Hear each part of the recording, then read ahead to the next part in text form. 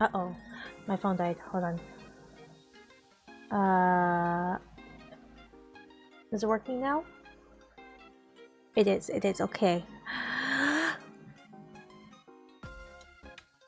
Good morning. I'm tired. Oh shoot, my mic is still up there. Hold on, let me take that off. I started to do my little updates. Oh, let me message.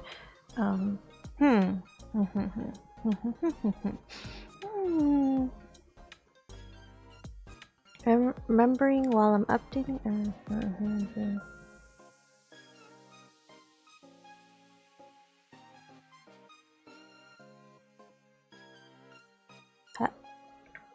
I don't know how the mix it up thing works. I gotta ask them.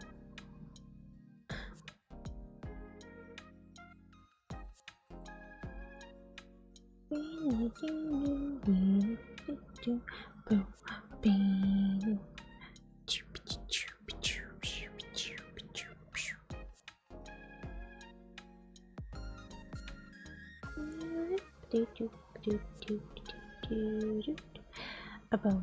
boom, bang. Two, two, two. I'm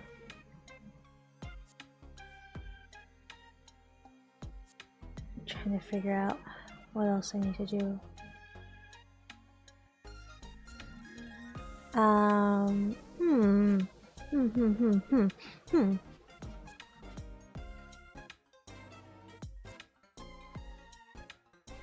Oh, there's drops? What type of drops? Oh, diamonds.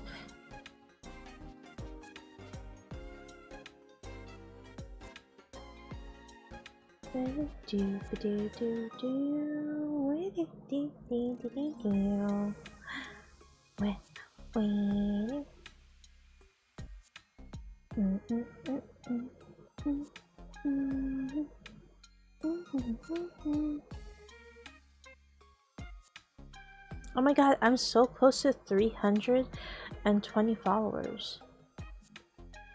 I don't think I'll be able to get 500 by the end of the year, but that'd be kind of cool if I could. Okay. Okay.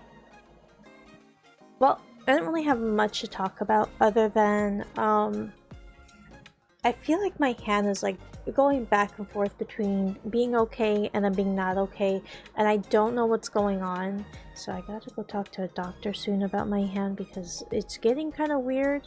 Like, now, like, my wrist just feels stiff. But like I can still move it, it's just not as like fluid as my left hand. Like I can move my left, like wiggle my, like shake my hand on my left arm, right? But my right arm, there's like a slight difference. And I don't know what it is, so... Guys, I don't like the doctors. The doctors suck. I don't like going to doctors.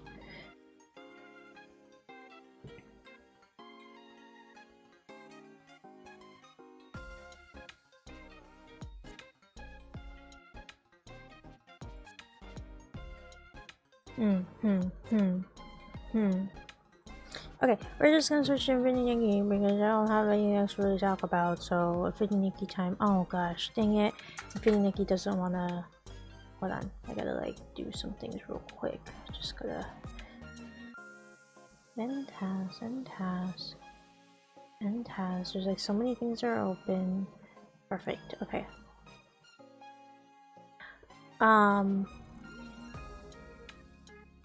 Let's see, we're gonna have a lot of fun. Well, at least for me. This is a very like chill type of stream because I love playing Infinity Nikki. Also, I did all my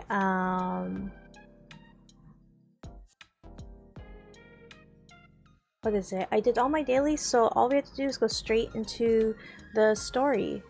And I made a new witch outfit. It's super cute, super adorable. Well, okay, maybe not super cute and adorable, but she's so pretty. I made a new Nikki outfit. Let's see. I'll show it to you guys.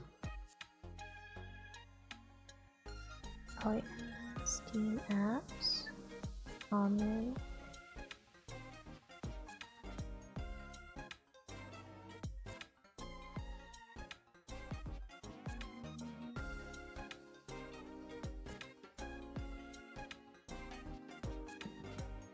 You're not gonna be able to see her whole outfit, but probably this one's better. I'm not really sure which one's better. But that's my new Nikki outfit. She's so pretty. Look at her. Look at how pretty she is. She's so pretty. All of my best photos have all been like this dark blue with white hair type of look, and I don't know, maybe is that the direction I should go into? Like aesthetically, I love the way it looks.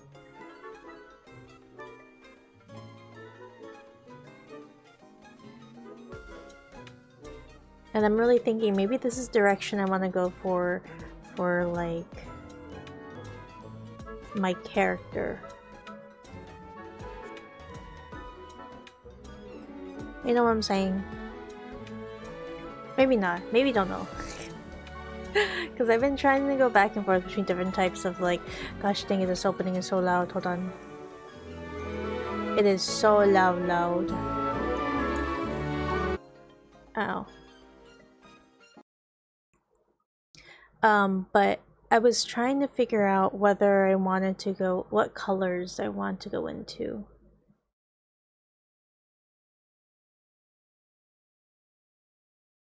Ow. Okay. So hopefully after today we'll be able to get it done, and then we could probably switch to Persona. But my main thing is finishing this off, because like I said yesterday, what row? Okay, it's fine. It's not fine. Hold on. Are you okay, Suika? Are we doing okay? We're just gonna actually, what am I doing? I keep it this size, right? Because yeah. November is going to be the month where I am just going to be more than likely just going to be taking big hiatus so I can actually work on my stream. So I'll be working on redeems, mostly working on VTuber model, but I want to be able to actually have stuff for the stream, so like easy redeems that you guys can get. That will be kind of fun. I also need to do some, oh god, what are they called? I need something for my VTuber model, so this model, so that way I can zoom in, zoom out whenever I want to with just a press of button rather than just using my mouse wheel. I forgot what they're called, but there's a function on VTube Studio that you can use in order to do that. But yeah, next month it's gonna be super busy, but I'm hoping it will be extremely fun because it's gonna be Spooktober and I'll be playing a bunch of scary games, which I haven't been able to play in such a long time, and I really want to. Um, I have like I have a lot of like short indie games that I can play, but I haven't been able to actually play them because I have to set up a schedule for it. So, fingers crossed if I can do it. Because last year I did a marathon stream where I streamed horror games every single day, but it was I had a different schedule. I didn't stream at this time. I actually streamed much later. Which is why I'm debating on whether I should do a dual stream time, which is like I'll do 3 hours in the mornings and then 3 hours later at night, because one, I have literally nothing else I can really do, and two, I want to be able to, Well, I guess like at least for my time zone, streaming a little bit later would be nighttime for me. So you know, it gets I get to have like the what is it called? A sight in the mood, the ambiance for spooky games. You know, I think that'll be really fun. I also have to see if I could find my like heart monitor because I do have a heart monitor. I used to use it. What is it? I used it for the beginning parts of or like the first 2 weeks of Spooktober of last year, and then I had to stop because I wasn't able to use what is it? The battery died, and then I have another. I did not have another set. Anyways, look at my Nikki. Look at her. Oh god, you can't really look at her, hon.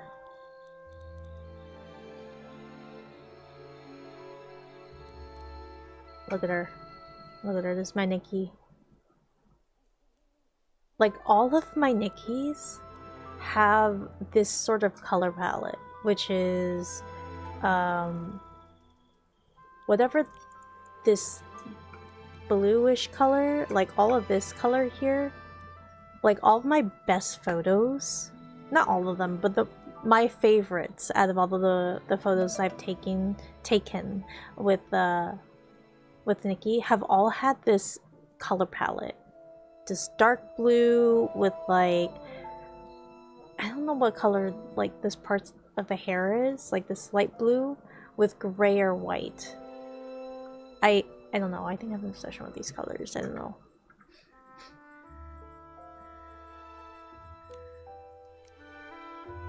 We're gonna give it a second for... Okay, perfect.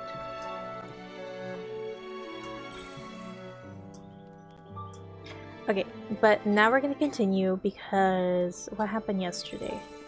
So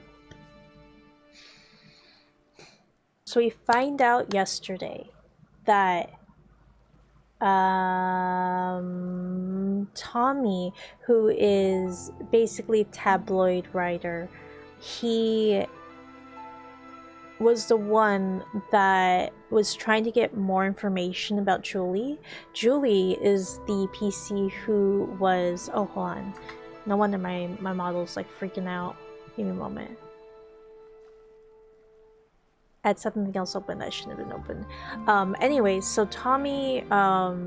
we find out that Tommy was the one that took Julie's journal, but placed it back right where it was, and they only took it because they wanted to get more information about Julie.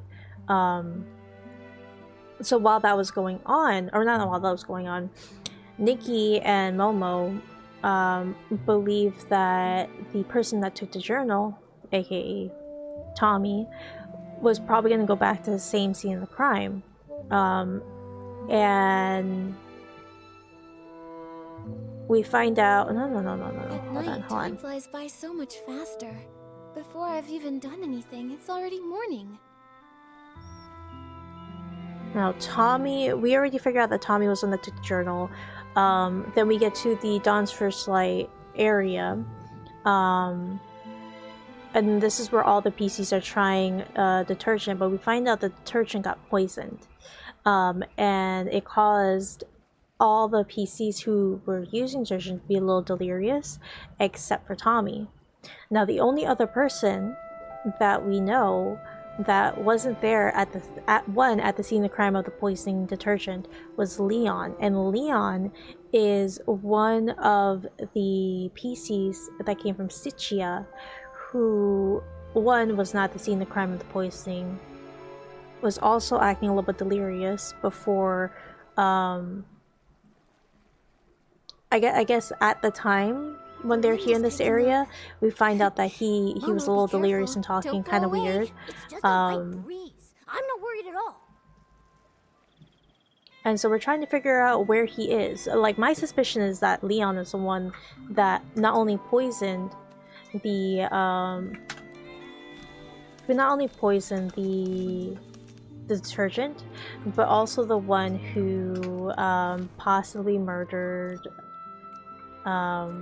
Julie, and Julie is supposed to be, I don't remember exactly what Julie was. I don't remember what her title was, but Julie's the one that took a trip to Sichia in order to find a new formula for detergent.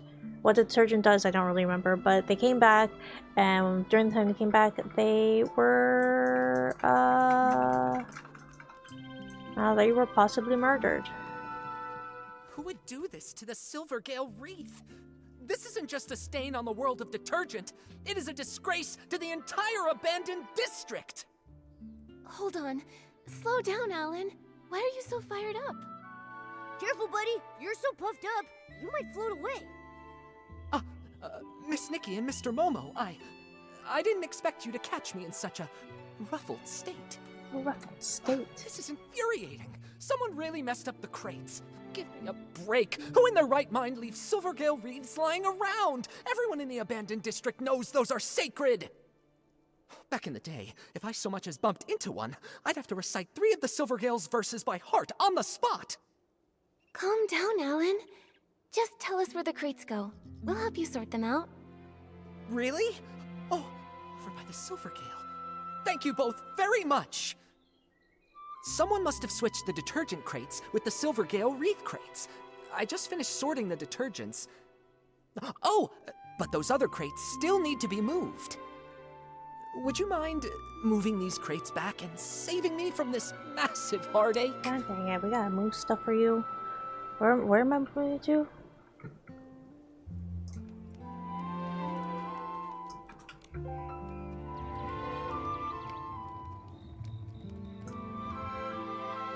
Am I moving it here? Where am I moving it to? Oh, okay, yes, it's okay.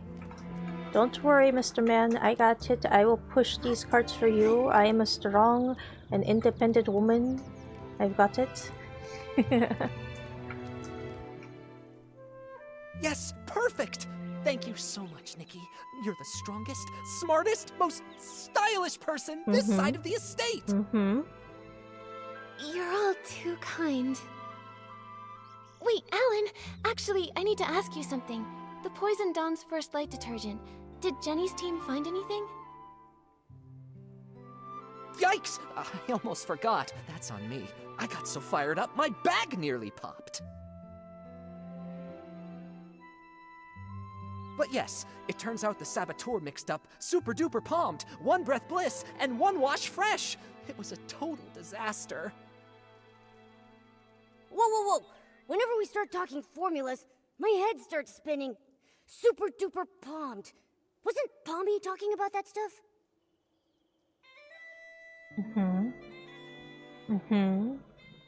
Yes. Here, Oh I just gosh. finished updating the usage chart. Take a look. It should make more sense. The colors are just for identification, not the actual detergent color. Don't sue me, alright? On. Okay, so Super Duper Palmed.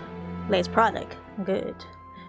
One Breath Bliss. Common fragrant detergent. One Wash Fresh, which is blue. So Super Duper Palmed and yellow. Good. Nice and fresh. Red and blue. Not good. Maybe clean, but not really that great. Mixing all 3 together causes you to go crazy. Got it. So, super duper palm, super clean. Fabrics fade or even wears through. Wait, super duper palm. Red and yellow, that's this. Wait, yeah, red and yellow. Super duper one bliss.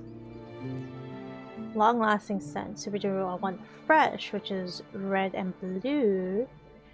Fabric fades, okay. And the last one, causing poisoning and hallucination. So someone mixed all 3 together. The red label means that it's super duper palmed. You have heard of that stuff, right? It doesn't have any scent of its own, but it's able to supercharge other detergents. The yellow one there is called One Breath Bliss, which can be used to make super scented palmed. It's not a dangerous detergent. The smell is just impossible to cover up. We've definitely seen that one. Oh, and the blue one? That one's one wash fresh. It's used to make super clean palmed. It can fade fabrics and wear them out if it's used too much.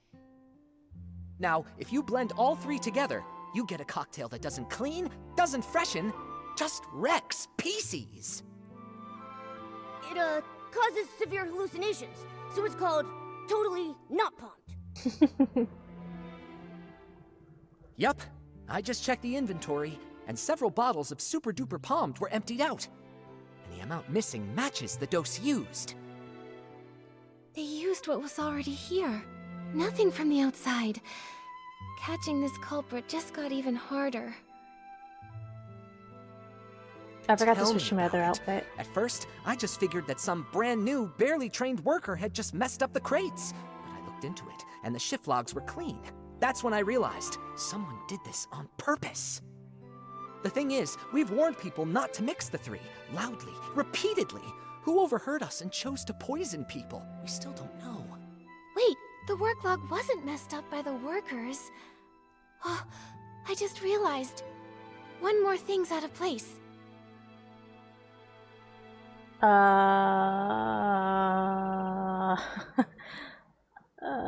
Misplaced crates? It's the crates! Alan, do we have work log records for the crates being put back in place? Mm-hmm. No, we don't. But even the clumsiest PC wouldn't misplace the Silvergale wreath. It's a long-standing tradition in the abandoned district. Even PCs who don't work at Ripple Estate still show respect for the Silvergale. Right, unless it's an outsider. Oh, you mean that only a PC who doesn't believe in the Silvergale wouldn't have noticed the wreath was totally misplaced? Exactly.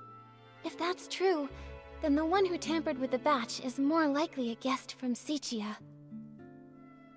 Wait, those guys? They are so annoying. I heard that only 4 guests arrived here from Sichia, so do we have to check them one by one? Nikki, there's been a development. I think you should know. Hey, this feels pretty familiar. Colleen and I found a new guest unconscious in the raw material fermentation zone. He told us that he had run into a Oh no.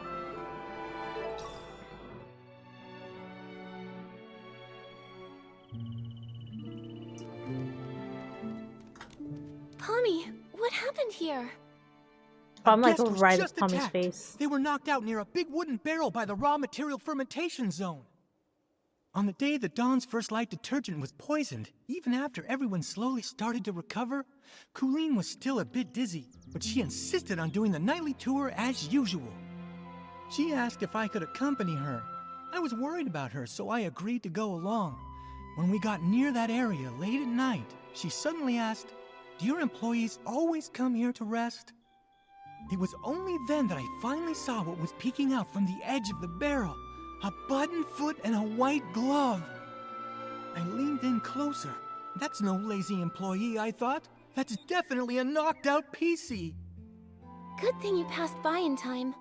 How's the PC that was attacked? Where are they now? We took him to get patched up. Colleen often takes care of guests who pass out in the bar, so I left the injured PC in her care and rushed to find you. He's woken up now, and he said he's a talent scout from Sichia. He's probably the kind who hunts for big stars like Madame Julie. Ugh, all these poisonings and attacks. It's such a headache. Detective Nikki, only you and your sharp deductions can catch the culprit. Please, we're counting on you. Don't worry, we won't let you down, Pommy. Could you take us to see this new guest? The guest is also from Sichia. He arrived just before dawn yesterday, but he got lost while looking for a staff member to register. He said he only remembered asking for directions from a PC covered in patches. Then, all of a sudden, he just blacked out.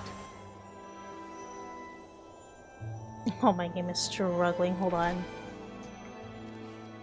Oh, it's struggling so hard. Hold on. Oh, wait, come on, wait for me. Okay, Pommy, Pommy.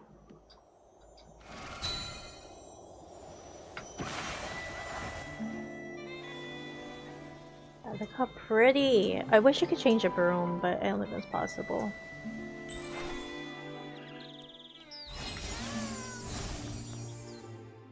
Ugh, that was brutal. What was brutal? What was brutal? Okay. My game's Is it struggling. really that painful? Oh, my game is struggling. Oh, everything's struggling. Yay, we love it when the game struggles. This is unbearable. The gaps in the fabric were packed with dirt, and each of the threads reeked of dust. I was able to wash my hands, but I just touched my portable detergent bottle. It's just dirt. It won't kill you. I love You still have Kulin's the voice. energy to worry about It's washing just your dirt. hands. I'd say you're It recovering won't kill well. you. I don't know how to do that Benny, voice. this is Nikki, and her little yellow friend down there is Momo. They're very trustworthy. Whatever happened, you can tell them. Hi, Benny. Don't worry. We'll catch the attacker for you. How are you feeling? Wait, are those... Are those They're what? old wounds. When I pulled him out of the barrel, his threads were standing on end from fright. The gash was so massive, I figured another PC had... Fortunately, another PC just knocked into him pretty hard. No major injuries. He was out for a long time, but thanks to the Ribble Estate stitching skills, he's fine now. I'm glad it wasn't serious. Benny, what do you remember from the attack? How can I forget that? I arrived in the abandoned district just past midnight and missed the choo-choo train. But I'd visited long ago, so I knew I could float from Golden Field straight to Ripple Estate. I don't think you understand how funny it is to like.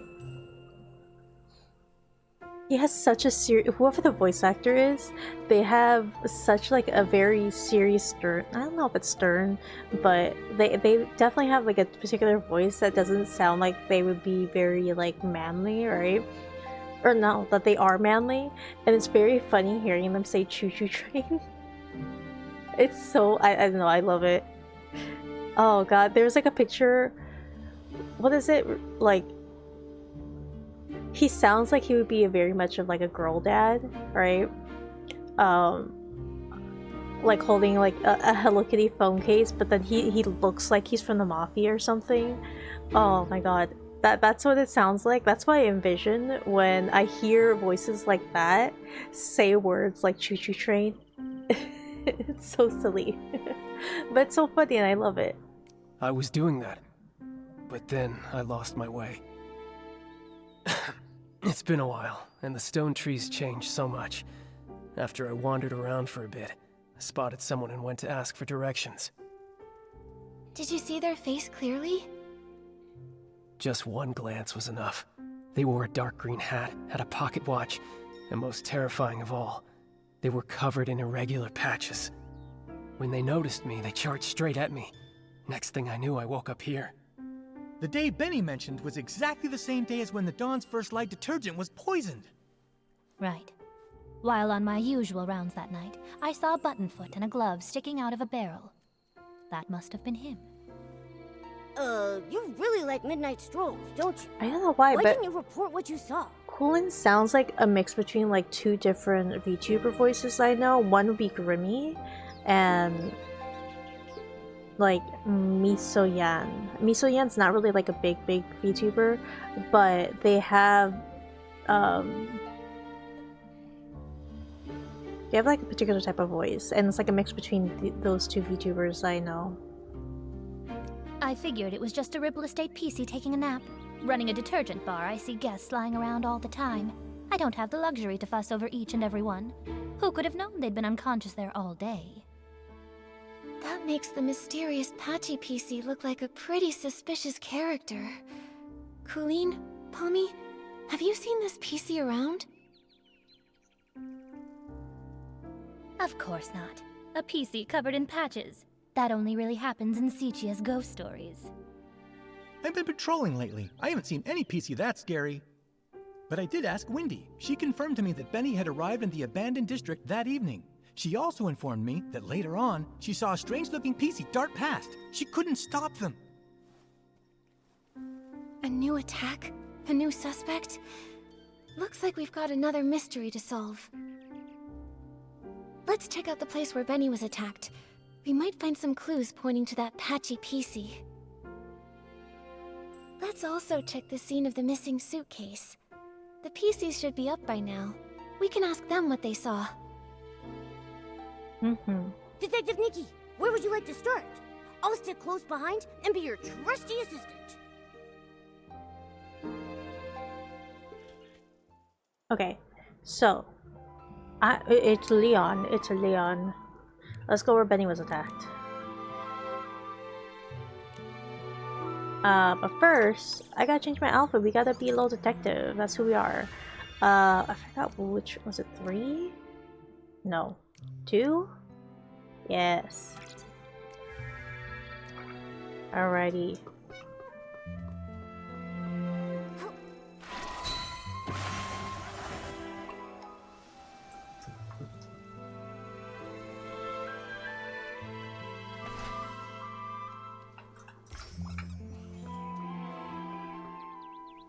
This place is far from the Ripple Estate's main boulevard. Oh, hold on. Seems like Benny really did get lost.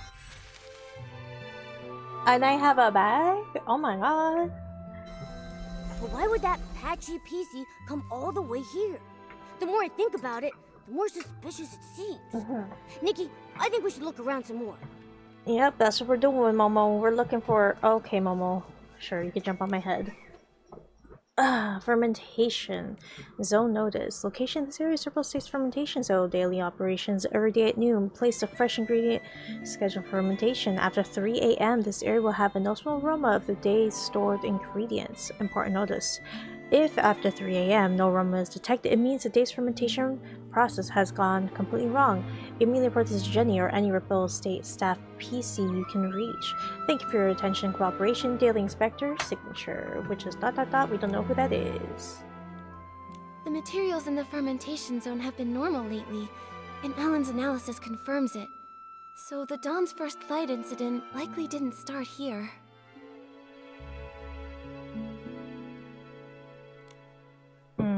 But we got some scissors. A pair of scissors. The attacker must have dropped these. Scissors? Torn fabric? A patched up PC. Ugh, just picturing it is giving me goosebumps. Thank goodness Benny was only knocked out.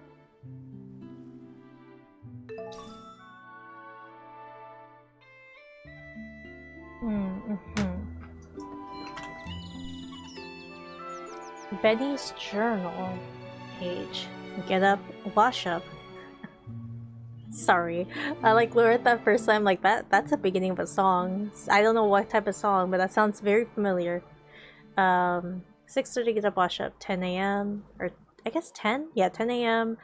Gallery, PC costumes, design expedition, reservation confirmed. 1400 home, take a bath. 1500 station, me contact, hand over candidate list. 1600 home, take a bath. 2100 triple clean detergent bar. Search for target. Travel time approximately 2 hours and 40 minutes. Read the script. A kingdom for a costume on the way. 6:30 a.m. get up, wash up. 7 a.m. plaza open stage show. 11 a.m. home, take bath. 12 a.m. commercial street attending opening event as guest supporter. 1700 home, take a bath. 1200 nightshade lounge, settle monthly bill. Travel time approximately 1 hour and 15 minutes. Organize notes on a new batch of candidates on the way. Whoa, such a packed schedule. A PC this good at managing time is bound to succeed at anything. But Momo, don't you think there's something odd about this schedule? Oh yeah, Benny is taking baths way too often. He's gonna scrub his fabric thin. Right? Last time I saw him, he was cleaning himself too. He's always carrying detergent. But what really catches my attention is that Benny keeps scouting for new talent, yet never schedules meetings with companies or makes time to give them resources. So then, could it be that he doesn't have a single signed artist? I think so too. Benny's career seems not to be going very well. I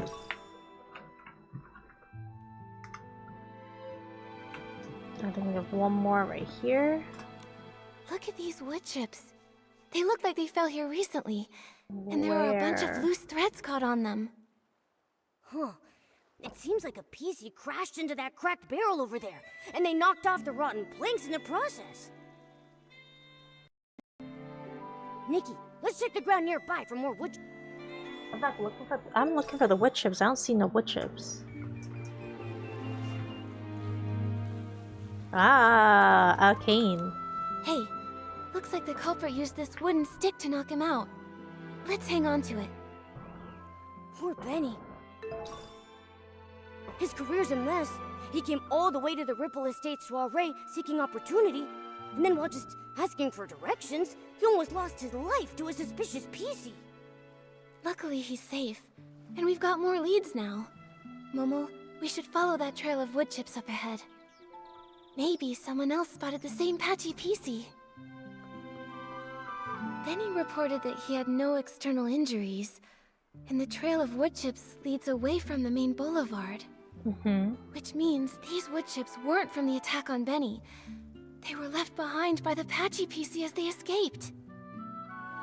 Oh my god, so all these like little pieces of wood were attached to a PC? That's a lot of pieces. Oh, don't listen to me, I'm dumb. I'm so dumb, don't listen to me.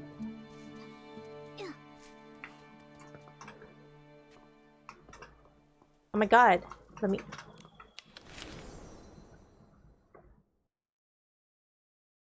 Oh, see, I wish I had that outfit. That outfit's so cute. That's the one thing I really miss. This outfit right here. The dress.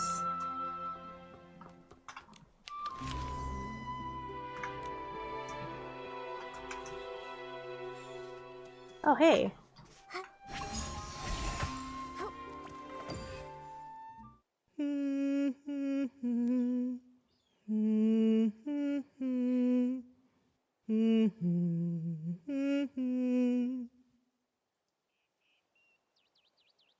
Who's that? Mommy, sing something else. Looking for scraps of cloth. What a lovely piece I found. Oh, there. Don't cry, little one. Who's crying? No, don't!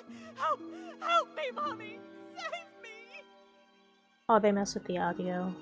What the heck are you? Quit your creeping around. You better watch out for my claws. Yeah, that's right, Mama. You tell them. What is happening? So this is the work you're talking about? No, it's all right. Those are plenty of blings, trust me. Were you the one who attacked Benny? Are you working for someone? Threadstar! Chase! No, don't let him get away! Hey, wait!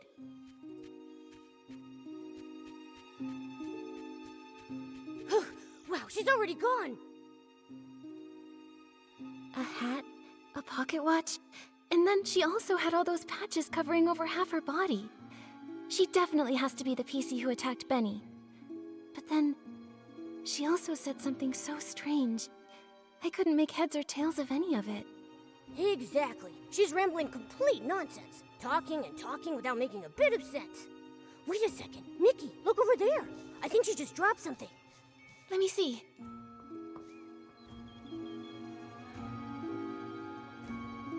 A serial PC trafficking case? This Threadstar looks so familiar. Oh, I saw it in Tommy's newspaper too. Sichia Daily seems to be a very old newspaper, heavily worn, with much of the text faded or unclear. Operation Star Strike, catching the Threadstar costume rental company in a shocking conspiracy.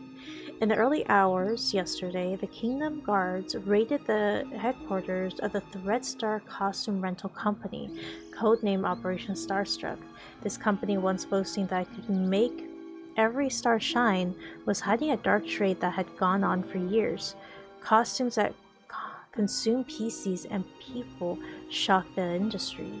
Countless young people chasing stardom were lured into renting these costumes at high prices. However, these so-called custom costumes not only... Hold on. Oops. Okay. However, these so-called custom costumes not only multiple victims reported that once the costume was removed, they will fall into a collapse of being unseen, ranging from depression at the mild end to, at the severe end, even worse consequences. Even more horrifying, the power of these costumes was linked to the long-standing serial PC's abduction case that the Kingdom Guards had been monitoring. Investigations revealed that Threadstar had been kidnapping PCs for years, sewing their whim-infused fabrics into costumes, thereby creating outfits that irresistibly attract attention. Thanks to decades of relentless efforts by the Kingdom Guards, the upper management was collectively apprehended, and the headquarter mansion mysteriously exploded, possibly to destroy evidence, and possibly other nefarious reasons. In any case, the dark chapter of Threadstar has now come to an end. Juliet attends the Ripple State soiree. How did Von the Ripples of Prosperville become the banquet's top choice? The legendary actress, long retired from the public eye, made a rare appearance, stunning everyone at the Ripple State soiree in her signature straw coat. As a grand banquet in Prosperville, the Ripple State soiree gathered the most fragrant and rare brews. Sources indicate that Juliet has deep ties with Ripple State. Insiders suggest she may be the mysterious investor behind the scenes, working with the estate's owner to revive Ripple Estate from its decline.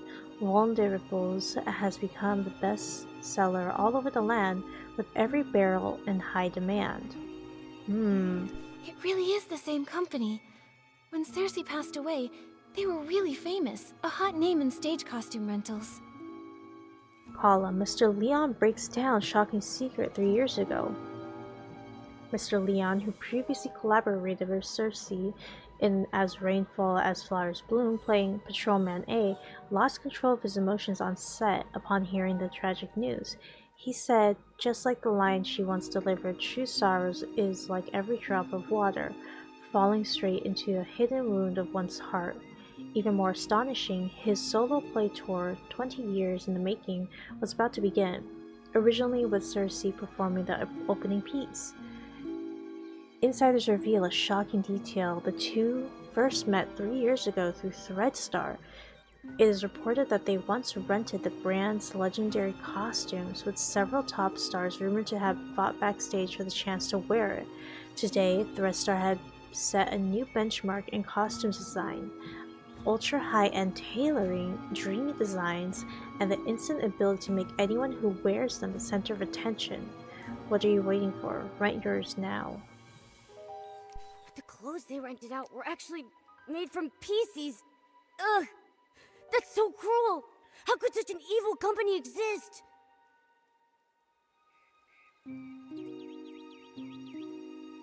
Is this the same? I think this is the same, yeah, this is the same thing. Luckily, the Kingdom Guards uncovered their plot. Without Operation Starstrike, who knows how many more PCs may have suffered. But looking at the rest of the headlines, that was all during the days of Prosperville, a case from centuries ago. Why would that patchy PC still carry this around? She also shouted Threadstar a moment ago. Every square inch of her body is covered in all kinds of patches. Does that mean... Whoa! Nikki! Wait a second!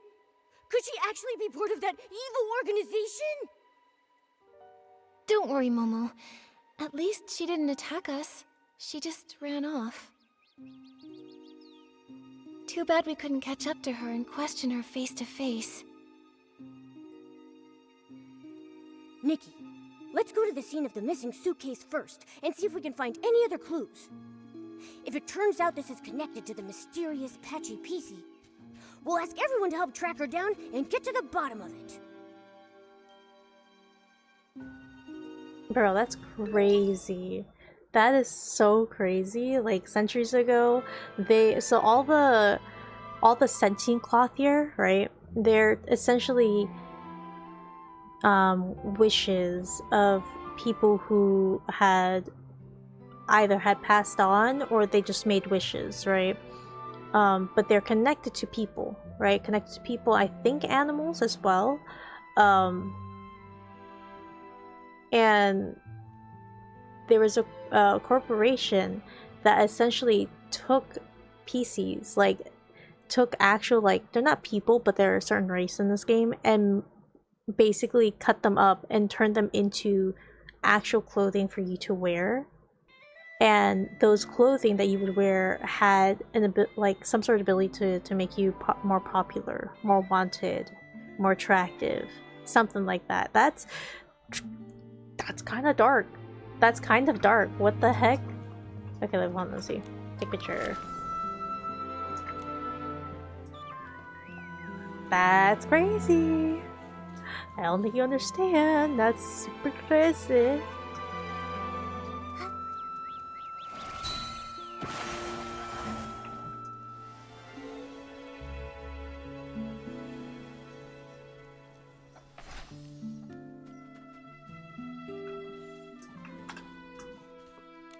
A few detergent bottles all lined up.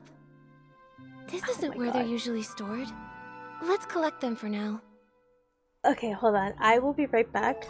I need to go get more water, and I have to actually take a painkiller.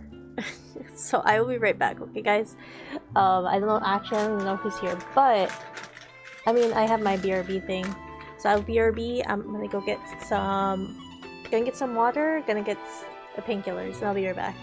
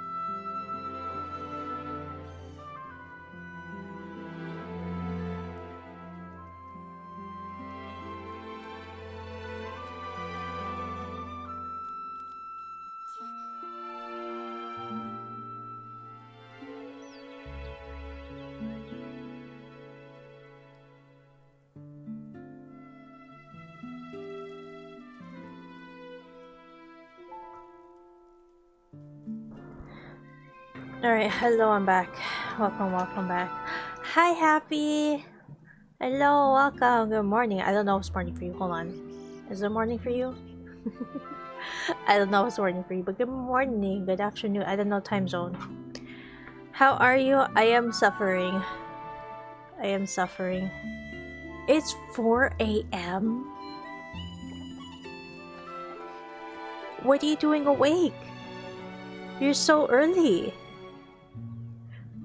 Unless, like, you wake up that early, then that's fine. But, like, oh my god, you wake up so early. It is, well, you know, this, I'm not gonna go too much into it, but it is my time of the month for a woman. So I am in pain in the membrane. I am suffering.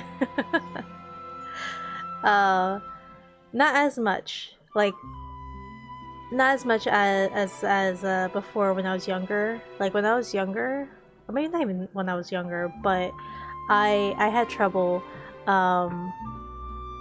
with my monthly bill from Mother Nature, where I would have cramps and it would hurt so much to the point where I would be in fetal position for about like 30 minutes to an hour, because that's how much pain I was in.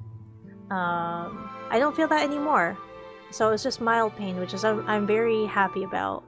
But yeah, I suffered so much pain when I was younger. I wake up this early. When I was a few kilograms lighter, going to sleep at 10 p.m. waking up 4 a.m. was like the best sleep I ever had. Yeah, you know, I don't know if I have. I'm trying to figure out, like, oh wait, how long is 10? 11, 12, 1, 2, 3, 4. That's only 6 hours. Oh my gosh. I mean, I guess that's fine. 6 hours is like doable, but like the younger that you are, the more sleep that you need, especially for your brain. Sorry to hear about that. No, it's okay. It's not your fault.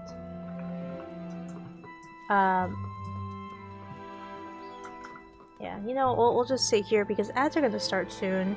So we'll just sit here and just yap for a little bit before we continue on. Oh my gosh, I'm in so much pain. In pain, the membrane. In pain, membrane. But yeah, so I'm loving my new Nikki. My new Nikki is super adorable, but now I'm wondering whether I need to basically use that color palette that I use for my Nikkis in order to make my VTuber model.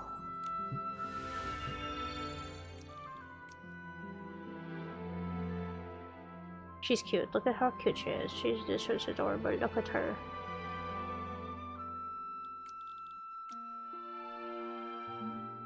I'm loving the new hair. This one's so cute. Look at her. She's so cute. But yeah, we are in ads, so BRB again. So those who need to do whatever they need to do, break or something. She's very cute. Yeah. This one I made it, so like if you guys don't know, there's VCraft Enchanted, which was I'm not sure if it's I think it's over now. I don't know how long it was going on for, but there was a VTuber that I was watching, right? Because I saw one clip of them, and I ended up only watching their perspective, like their POV, and they're so silly. And the VTuber I was watching is called I think it's either Ruse Crimson or Crimson Ruse. I don't know what their first name is. I'm pretty sure it is Ruse. But their character that they made was Clifford Rolexis, and the entire thing for the VCraft Enchanted was all the characters, but all the VTubers that were a part of it, right? They all had to create their own little character and essentially roleplay while playing Minecraft, right? And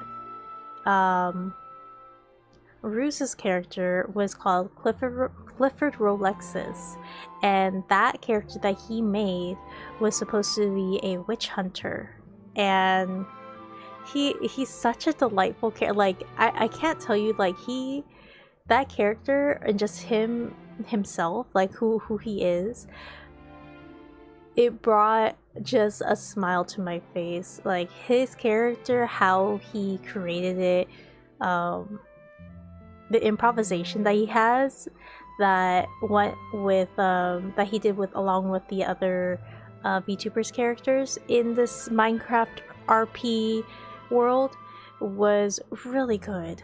Like he has such a way with words. He's really good wordsmith, and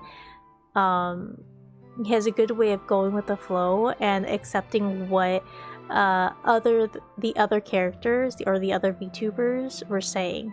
And the reason why like I'm showing this outfit is because while watching his perspective, right, he speaks to another VTuber in character, right, and that the other VTuber's character basically was saying, hey, and this is just like a TLDR of what's going on, of what the conversation was. She's like, oh my gosh, did you not know that your mother was a witch? And he's like, oh my god, I was supposed to be just a human witch hunter, but my mother was a witch. And she's like, yeah, did you not know that your mother was Hatsune Miku? And he's like, oh my goodness, Hatsune Miku? And at some point he switches like the first letter of Hatsune Miku's name to Matsune Hiku, and he's been running off of that the entire time. And so like the character development that he has as like for Clifford was amazing. And he does like a very like he's like such a serious character, but also he's just so goofy. I'm talking about the character that he made in this RP thing, which was his character Clifford was such a delight to actually see.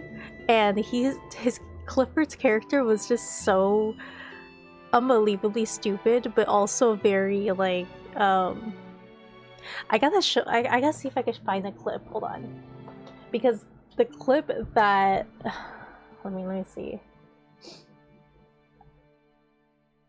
Like his character Clifford is so insufferable, but such a delight, and brought like another layer to, I guess, this Minecraft RP server between all these other VTubers.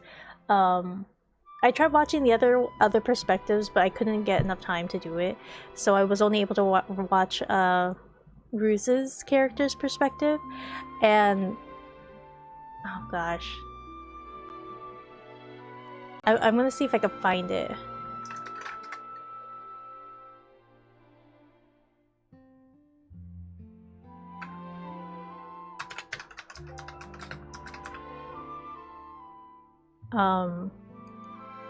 And it was very funny because the thing is that Clifford Relexus, which is Crimson Ruse's character, right? This VTuber from Hollow Stars, his character was trending on Twitter, and there was like a lot of new people that came in specifically just to like, you know, just to watch this person, and I don't know, it was so good.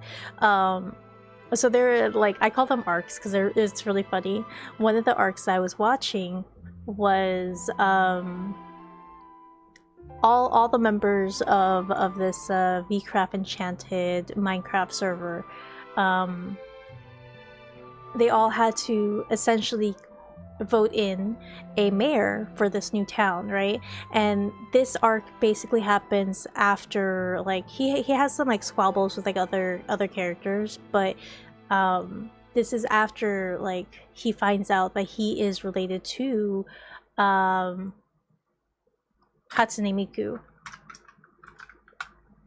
Let me see if I can find like a specific clip, because that one was really funny.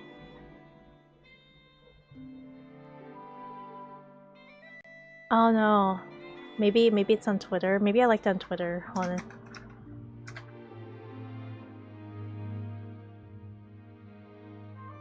Oh, anyways, so like the reason why I'm showing this Nikki off is because this is what I envisioned what the Witch's song is supposed to be, right?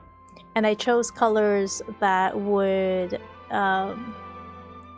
be similar or something tying Ruse's like colors to Hatsune Miku or Matsune Hiku.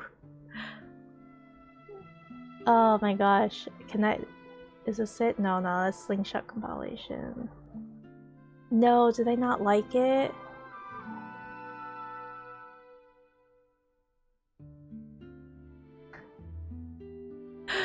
Okay, hold on. Let me just like.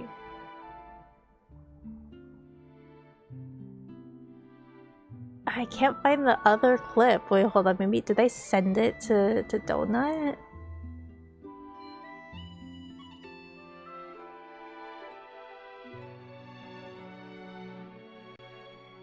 Oh, also, I have to watch the Pokemon what is it called? It happened in Mexico where they're introducing Halucha's what is it called? Mega form. I don't remember what it was called, but they had to show off they were showing off all the different megas from Pokemon. Oh, here it is, I found it.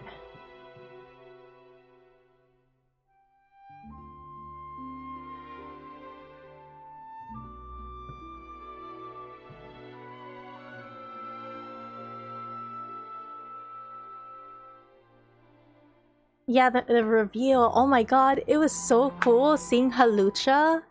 I mean, because Halucha is actually, you know, supposed to be a wrestler, right? And they had like a little performance, I think in Mexico, I'm not 100% sure, but they had different Mega Evolutions dressed up as like, or like they have different wrestlers dressed up as the Mega Evolutions. So they had one for obviously Halucha. They had one for Machamp.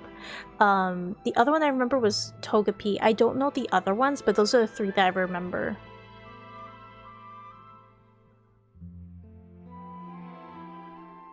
Okay, give me a moment while I find this song. Not song, but like I need to find the. That's OBS. Ooblets. OBS.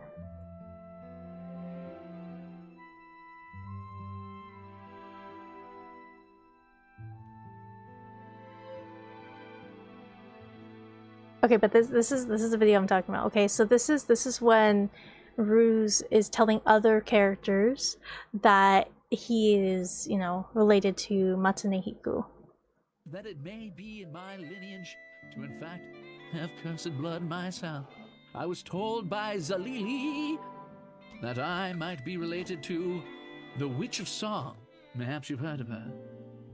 The Witch of Song? Indeed. Does she go by any other name? Matsune Hiku. Though I must not speak of this dark lineage, for if I tell you more, you'll fall madly in love with me, because the dark allure of idols is powerful. Powerful magic. So it's not. This is not the POV, right? The person that's speaking is this guy right here. So this person. Oh, he's corpsing? What's corpsing? What does that mean? Indeed. I felt a tremor in my knees just hearing the name. She is terrifying, and her power as an enchantress is one of legend. Have you heard of the Vocaloid? The Vocaloid, is that like the Void?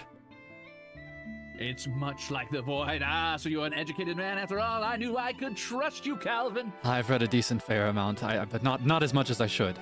Please tell me more. Indeed, the Vocaloid is like the Void, except instead of an endless cacophonous silence, all-consuming like a blanket of deafening hate, it is full of the songs of animes. Of animes? That sounds awful. Indeed. Okay, but like that's the character, and the thing is that I love that he just has that character and he just goes with it, and he's so committed to that character. I love it so much. His character, so Crimson Ruse, that's his name. Crimson Ruse is the VTuber that I've been watching, just their POV from Bcraft Enchanted, and oh my god. Well, I know I keep saying this, but his character, Clifford, was such delight and just a breath of fresh air.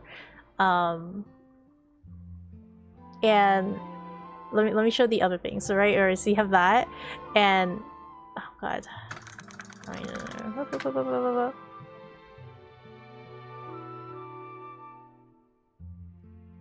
This one.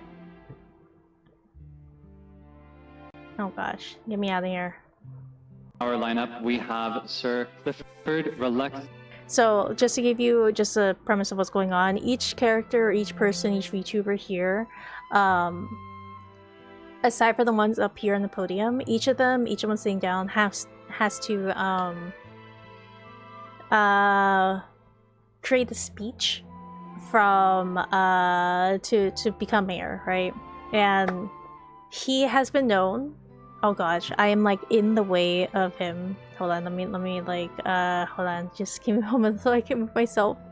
He was oh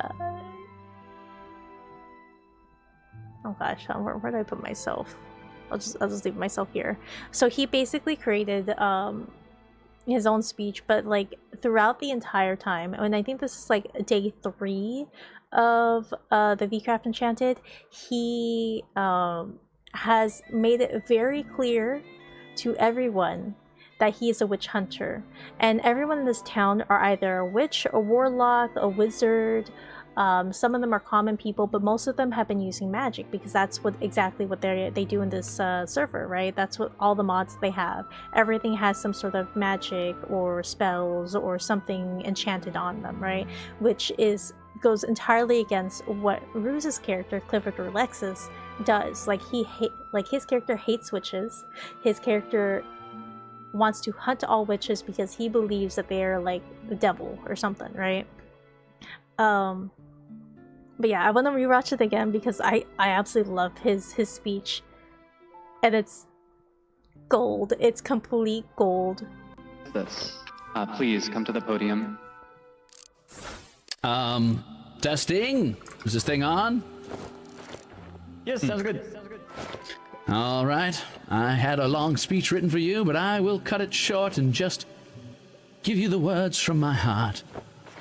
My name, as you may know, is Clifford Rolexus, heir to the Rolexus fortune. I am by trade and by oath a witch hunter. Many moons ago, upon the shores of my homeland of New Washington, I stood resolute beneath the incandescent light of the glorious sun and swore to slay all witches. I have been friend. I have been foe. I have been monster slayer, witch hunter, and fisherman.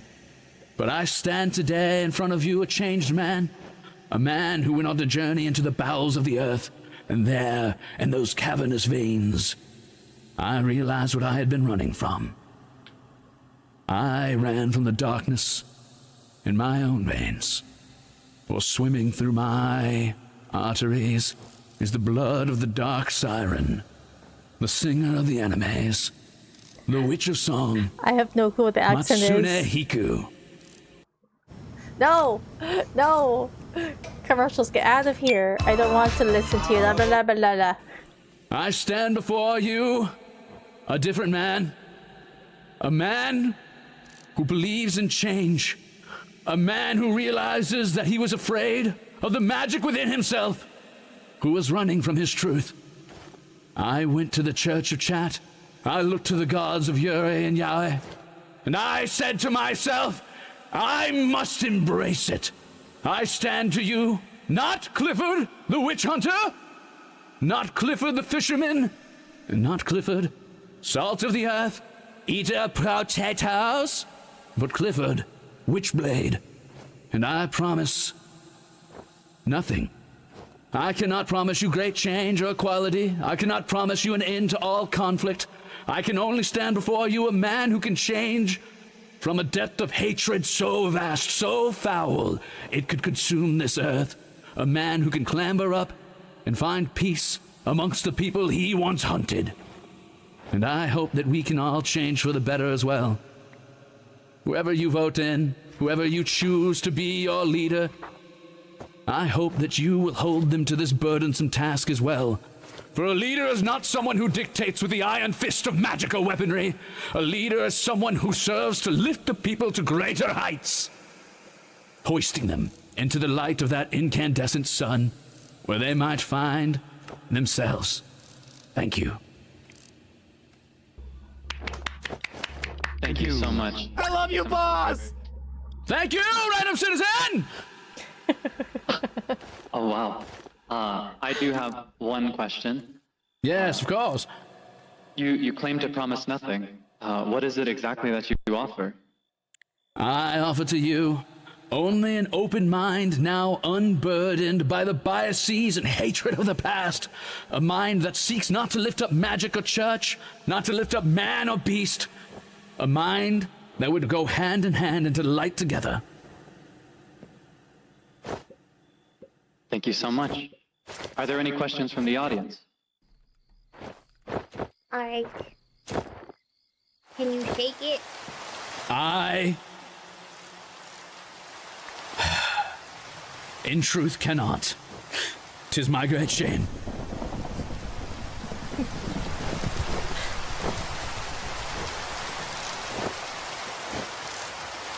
Do we have any other questions?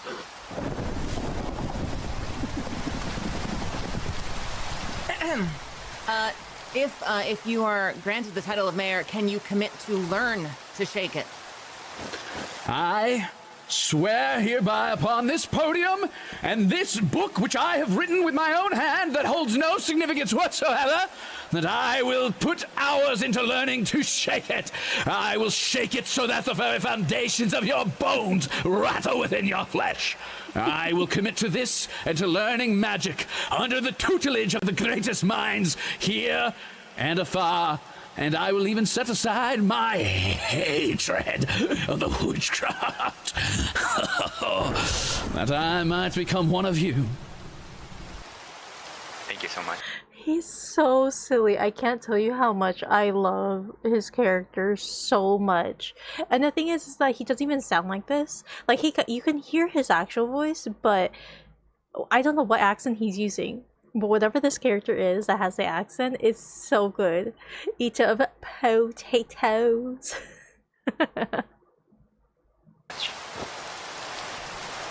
Oh, a question from me. Right here. Okay.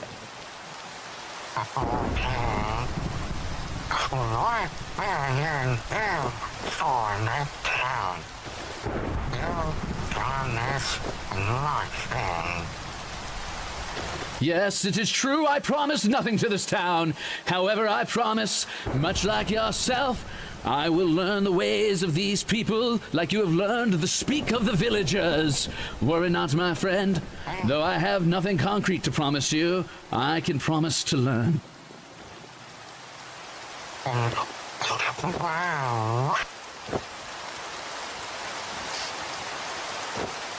Thank you so much. A very compelling answer.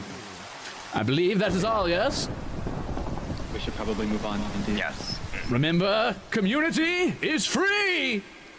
Oh shit, my seat. Alright, well. Community is free! With the most number of votes. Oh, 1, 2, 3, 4, 5, 6, 7, 8. 8 votes! Out of everyone. Oh, wait. The mayor of this town is... Oh! Pachi, pachi, pachi, pachi, pachi. Ah, pachi, pachi, pachi, pachi, pachi. Pachi, pachi, pachi, pachi, pachi. Oh my god!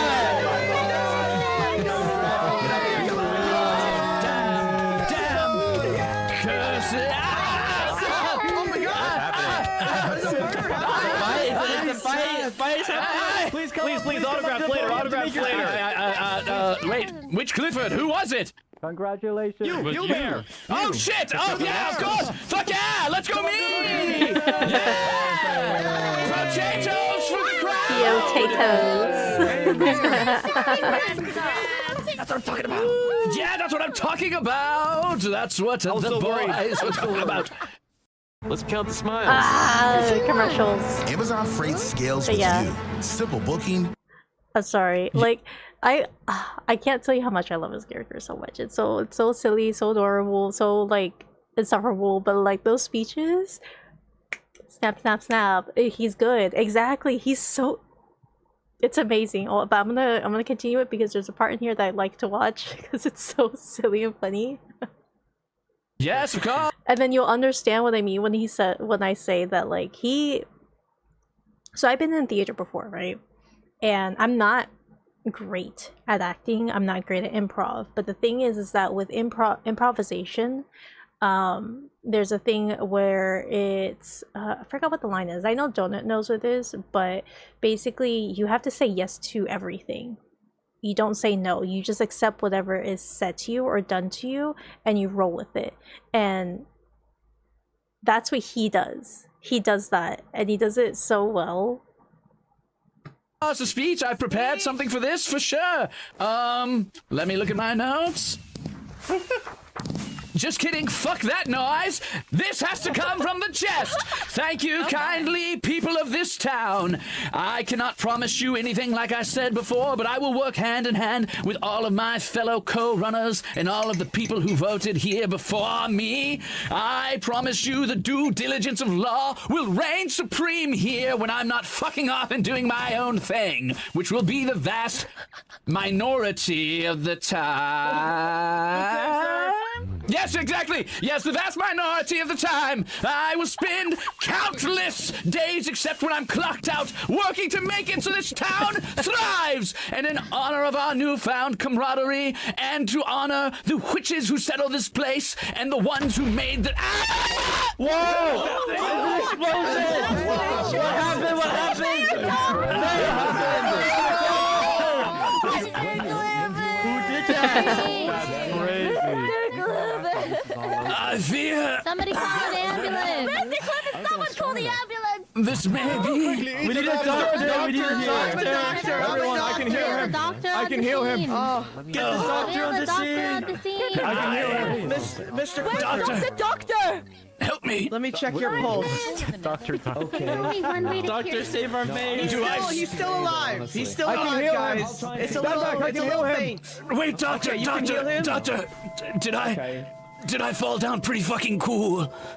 You did. You look fucking fantabulous falling. Okay. It was flawless falling. Are you okay, Mr. Clifford? Do you need some... I think you know who did it. No, weirdly, I feel great, like some spell hit me or something. That was awesome. He's back. I still think you should have a checkup just in case. Could have been. You know what? Maybe let's. Okay, you know what? Speech is over.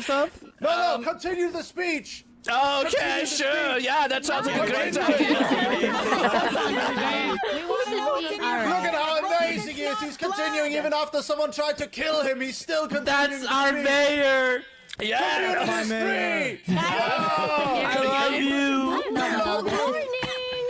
Yes, community is free. Oh my god. I only wanted to say that. Guys, check your seats. I'm sorry. I just wanted to say to commemorate the witches who made this possible, and the wizards and the warlocks and the magic users. I dub this city New Witchington.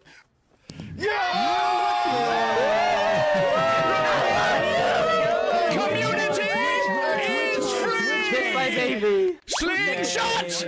Wow, with the fireworks. Beautiful, beautiful, beautiful, beautiful. Wow. Yeah. Beautiful shot. Thank you very much. Okay, that's it. That's all. That's the entire thing. Hold on, let me switch back to the other game. Oh my god, we were just watching that the entire time. Anyways, so that is Clifford Relexus. That is Crimson Ruse, who I absolutely love his character, and one of the things I really loved from like I think the day before the last day of this this Minecraft RP server, Ruse had to, because he's part of Hollow Stars, he had some sort of like concert thing going on, 3D concert, and you had people, there were people in chat typing in "That's my mayor," and I just saw a clip of like people here, right? People from the RP server, so the other characters, the other VTubers that were playing with Ruse, they're like, oh my god, we should go to Town Square and we should watch our mayor's performance, and they're like, oh my god, that's our mayor, that's our mayor. And like, it's such a cool thing because like everybody, like you get to see so many different perspectives, and there's a lot going on. I only know about Ruse's perspective, right? I've only seen his perspective. I've seen clips of others' perspectives, and when I tell you, there was like a villainy arc going on behind like the scenes, like, you know, it was crazy. So at some point, what I'm probably gonna do is like rewatch some other VODs of other people's characters and see see their perspective, because I want to know what's going on their side, to see how funny they are, because there's a couple VTubers I've seen, but I don't remember who they are. I just remember them by their character's name, and one of them was Darkness. Their character had like the same type of oomph, type of like, I don't want to say power, but like they were definitely in character the entire time, right? And their character, oh god, I don't remember exactly their entire speech. They had the similar speech that Relexus had, or Clifford Relexus, Ruse's character, where Ruse's character would go, I am Clifford Relexus, heir to the Relexus something, right? And Darkness also had the same thing, but Darkness was a witch. But the thing is, they had like I don't want to say that like they had a heavy Filipino accent, but you can hear the Filipino accent in them, and I could not stop cracking up because for me it's like I hear that accent, I'm like, oh my gosh, I'm home right there, because I grew up in an area that had a lot of Filipinos, mixed Asian, right, but mostly Filipinos because a lot of my friends were Filipino, and hearing Darkness's speech about like basically their entire introduction of themselves every single time that they go somewhere or meet someone new, that was also just like, oh, I'm home. They remember me home, but like I don't remember their actual name, I just remember them as Darkness. Anyways, we're gonna continue with Infinity Nikki. We're trying to solve the mystery of what happened to Julie, who was murdered, and we are checking the areas of where the missing suitcase happened that had Madame Julie's essentially flesh in it, their skin. Looks like the door was pried open. While everyone else was trapped in the hallucination, the thief must have opened it and stolen the suitcase full of scraps. Oh, yes, and that's what it is. Yes, and see, like I was backstage. I was not, when in theater, I was not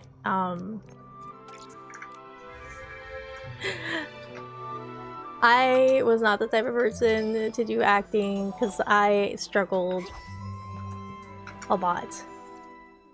I think this one.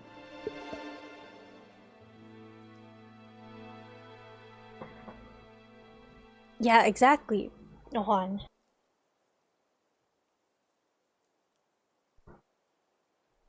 I don't know what happened, but yeah, Madame Julie's, I mean, it technically wasn't really flesh.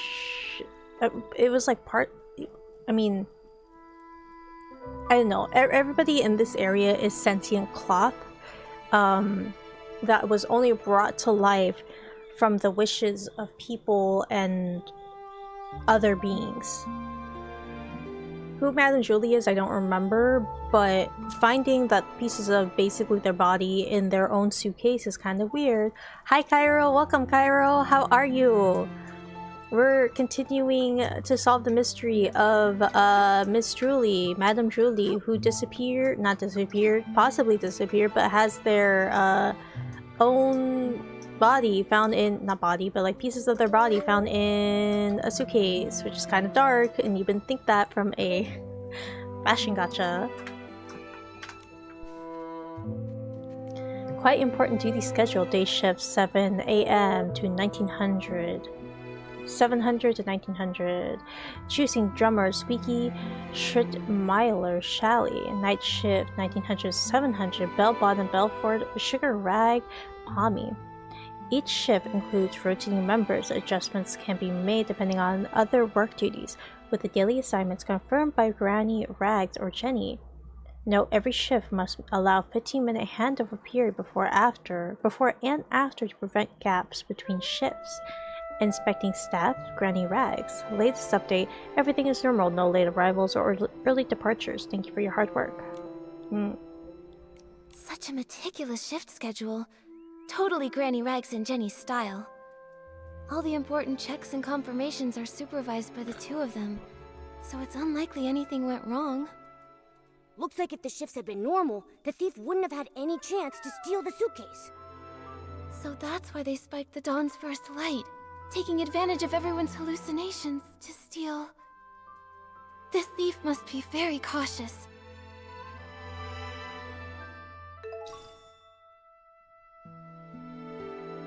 Where's the last?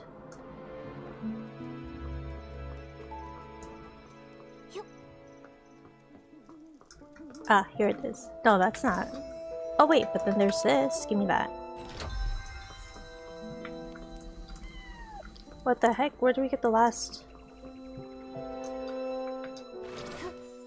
Above? Is it this? Oh, it is. Here's a crack.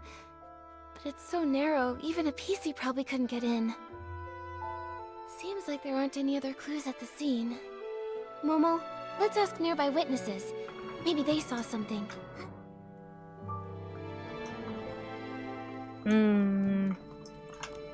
Oh, Silvergale, I've made a disaster! I worked so hard to stack the crates all neat and stylish. Now it's all ruined. I don't know how to fix this now. It's such a mess.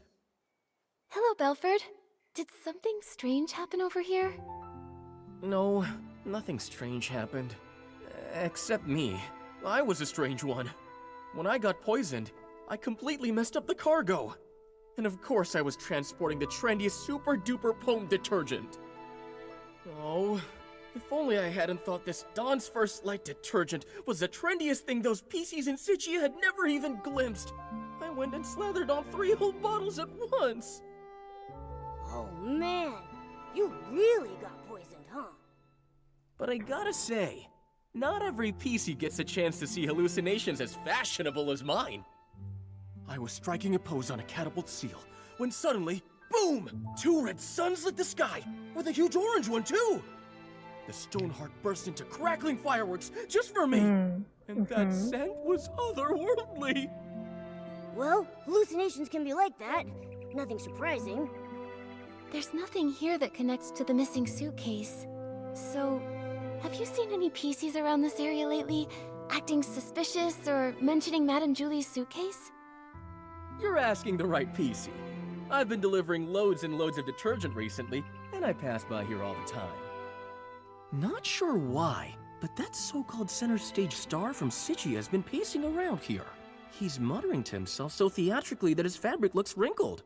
Is this just what passes for trendy these days? Was it Leon? Maybe he was caught up with mourning again. Probably best not to imitate him right now. Thank you for the information, Belford. Momo, let's question some of the other witnesses.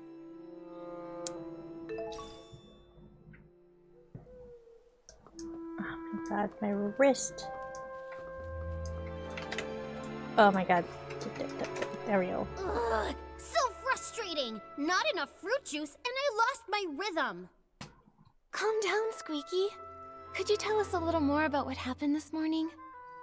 I got poisoned by the detergent, hallucinations swirling out of view.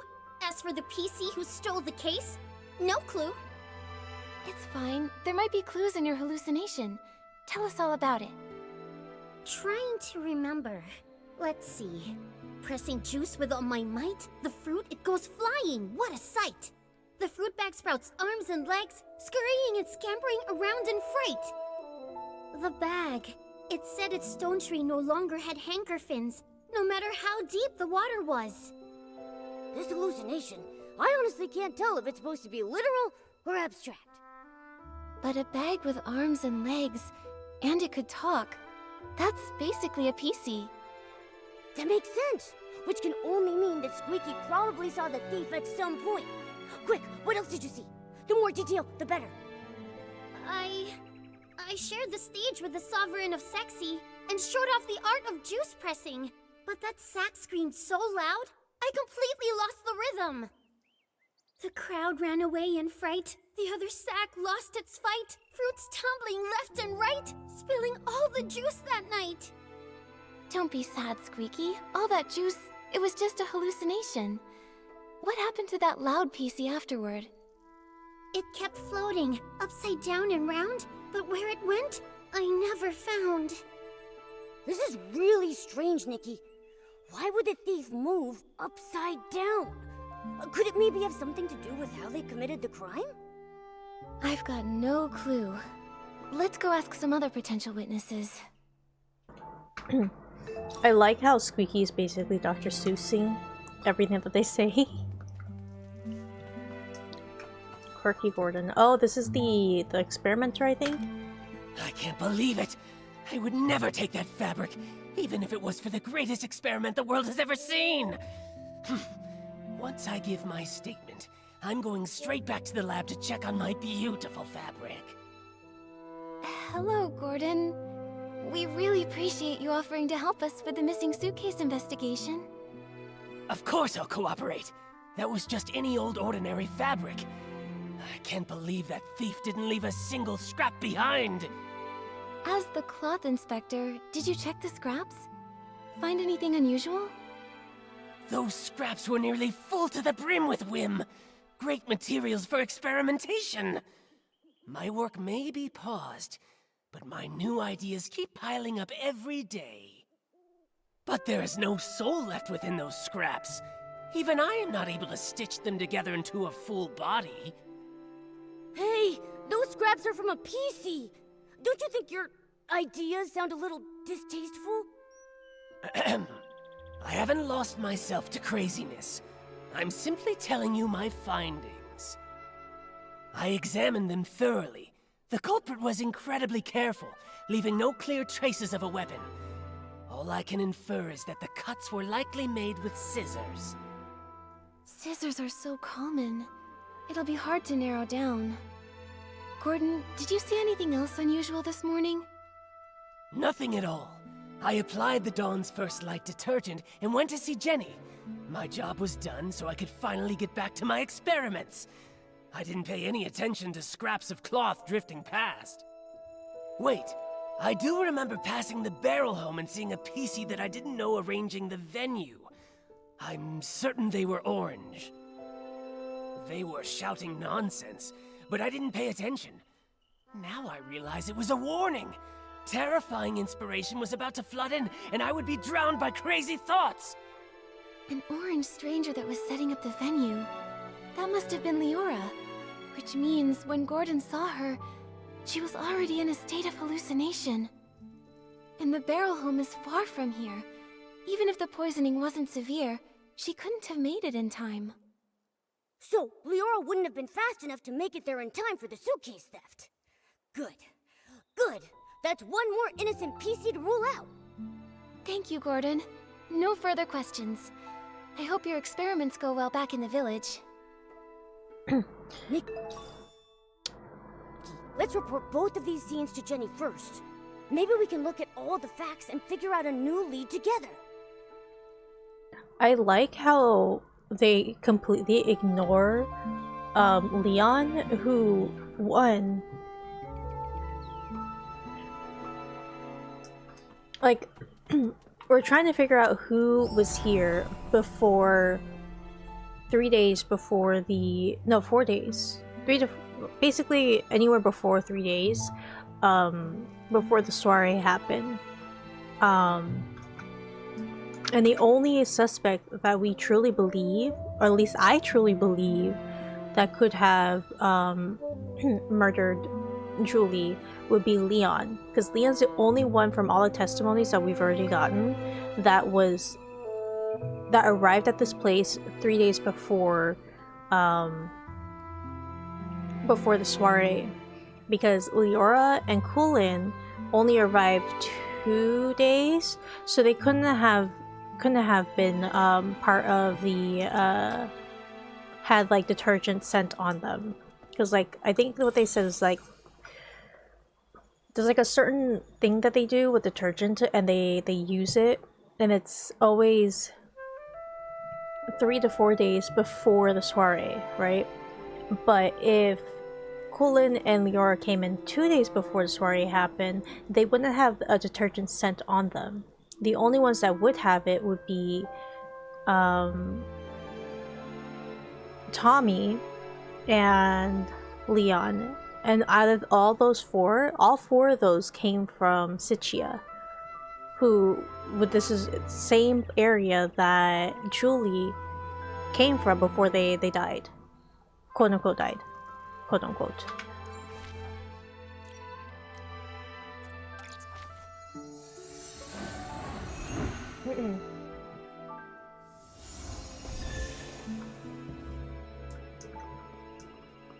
Wait, where is it? Where are we going? Here?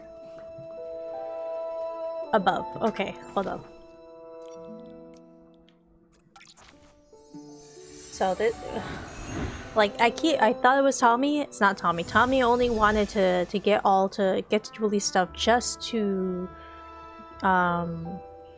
get another scoop, because he's a reporter, he's a columnist, but you know, he's a small time one.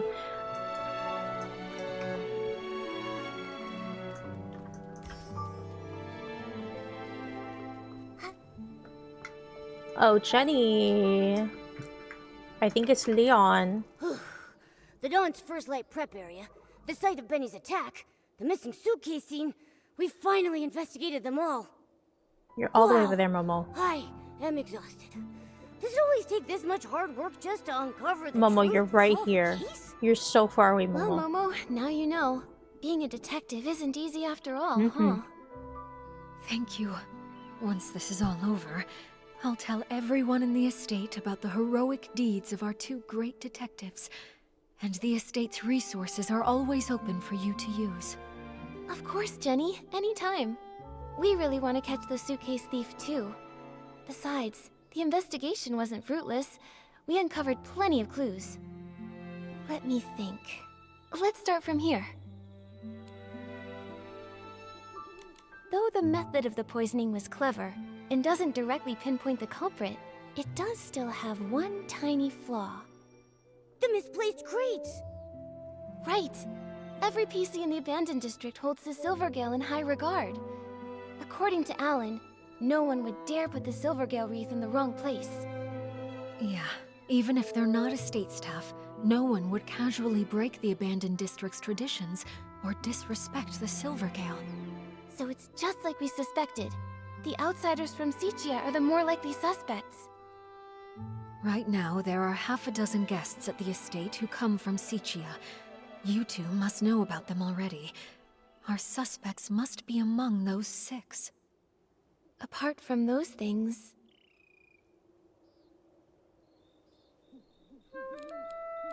That Patchy PC is definitely suspicious. But apart from Benny's testimony, we don't have any solid evidence against her yet. And she's so skilled, we haven't even been able to catch her for questioning yet. Also, we couldn't understand what she said. Interrogating her could be pointless. True, but her skills actually make me less suspicious of her. If she were the thief, couldn't she have knocked out the guards and taken the suitcase right then? That's right. If she was so strong that even Miss Nikki couldn't handle her, ordinary PCs from the estate wouldn't have stood a chance. Causing large-scale chaos with poison would be unnecessary then. Still, this is all just speculation, not proof, so we should still keep her on our suspect list. Apart from those things... The suitcase was the thief's real target, so the missing suitcase is the key event. Based on the shift schedule we saw, the thief acted during the chaos caused by the poisoning. We questioned several witnesses at the scene.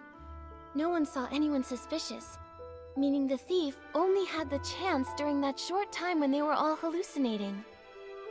Yes, and by the time Miss Nikki finished questioning Tommy, the theft was already over. By then, Granny Rags had already noticed that the suitcase was missing. That short time frame helps us rule out a few of our suspects, like Tommy and Colleen. Oh, they were tangled up with each other earlier. Nikki and I interrogated one of them, and Pommy took the other away. It couldn't have been them. Exactly. Also, according to Gordon's testimony, Leora was poisoned on the other side of the Ripple estate, so she's off the suspect list for now. And as for Benny, judging by the state Colleen and Pommy found him in, he was unconscious all along and couldn't have done it. What about Leon? Yeah, Leon's uncertain. What if the mysterious Patchy PC is the one that we, is actually, what's her name? Julie. And they were using like other pieces of cloth in order to patch themselves up because they used like a wrong detergent formula that caused basically part of their quote-unquote flesh, because again the PC's flesh are just a bunch of cloth. So I'm wondering if maybe there's a possibility that Julie actually did create a new type of detergent, but that detergent deteriorated your own like flesh, own quote-unquote flesh, but it's just cloth, and also caused them to hallucinate. To me it makes sense if one, Julie is not dead, but actually did a very poor job of detergent, and it was a very failed experiment. But they experimented on themselves, which is why there's no one else on the train from Sichia to here in the abandoned district. But the only way for us to know what's going on is if we talk to this mysterious patchy PC. Our other suspect, which is the only other one that we have, is Mr. Leon. And Mr. Leon is only connected to Madame Julie through some sort of theater play where he played like a side character and she was a lead character. We're trying to figure it out. Wow, you're right. This really narrows down the suspect list. This means that only Mr. Leon and the mysterious Patchy PC had the opportunity to commit the crime. Well then, because Detective Nikki, thinks the Patchy PC is less suspicious, I'll represent Ripple Estate and invite Mr. Leon for a talk. Is it finally time to nab the bad guy? Count me in! Not yet, Momo. Jenny, these are just preliminary deductions. If we rush to arrest Mr. Leon now, we might alert the culprit. Or worse, harm an innocent PC. I think Momo and I should have a little chat with him first. He might slip up in the conversation and say something that matches the suspect that witnesses saw in their hallucinations. Okay. Time to find Mr. Leon. Where are you, Mr. Leon? I gotta play Resident Evil game too. Or maybe I should watch someone play it. I don't know. Only reason why is because Leon. Leon! Leon! What was it? Is her name Rebecca? I think that's her name, Rebecca.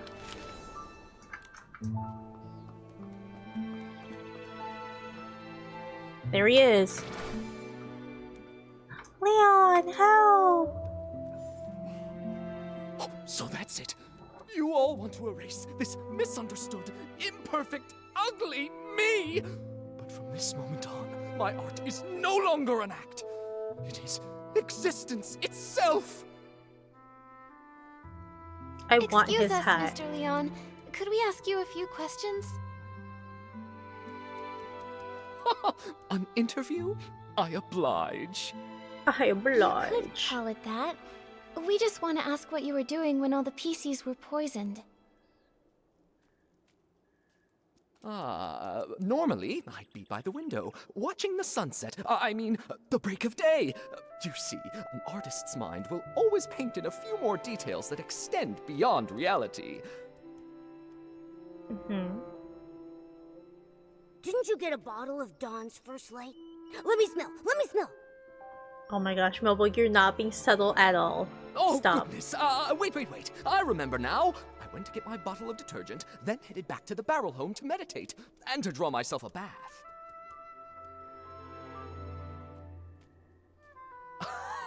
After all, I'm a seasoned artist from Sichia who once shared the stage with Juliet and Cersei.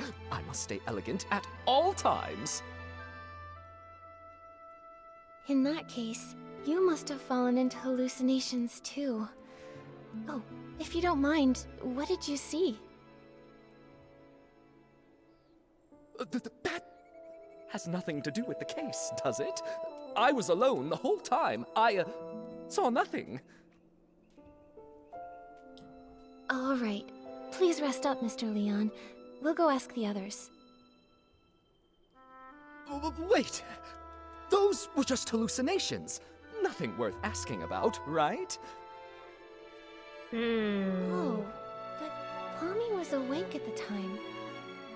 Gordon has been deep in his research for many years, so he might have ways to stay alert. Yeah, you're right. We'll be sure to ask every single one of them, and we'll question a second time, just to be sure. Hold on! If I'm honest, that wasn't the truth. After washing myself using the detergent, I went to, the suitcase storage area. What for? Don't tell me you were up to something shady. An artist's inspiration is not a dirty trick. I only went there to drown myself with sorrow after losing Julie, to give myself space to feel. As the scent of detergent lingered, I used those new sensations to reimagine the climactic scene of Act 7. Mr. Leon, could you recreate the scene for us? Your art could really help our investigation. Oh, but of course! I see the twinkle of true artistic yearning in your eyes. Now behold, Act 7 of The Fool's Submission! Oh, Nikki and I have never seen a live Sichian performance before. Mr. Leon, your show was amazing. Would you let me take a photo to remember it?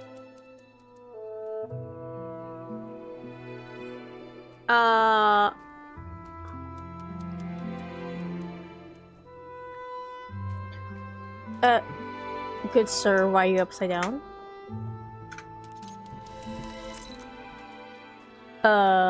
Sir? Sir?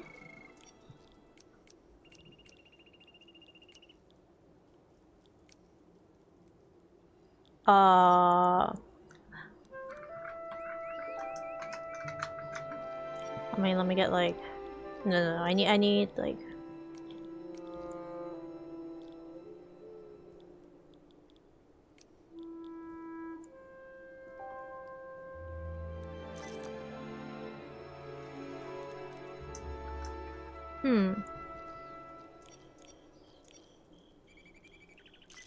You know what? That makes sense. Actually, what is the thing called? The Fool's Submission? It makes sense that it's the Fool's Submission only because oh wait, no, never mind. I'm getting my tarot cards mixed up. I was thinking the Hanged Man. Well, actually, let me make this daytime. It's too dark here.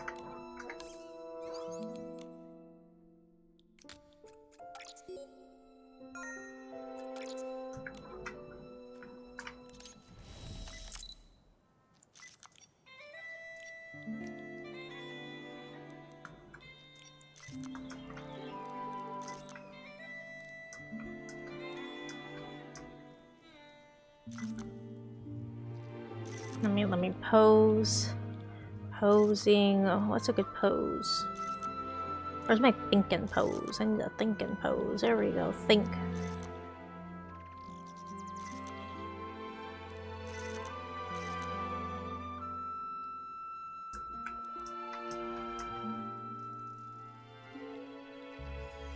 And we'll do a little more brightness in there. Actually, less brightness.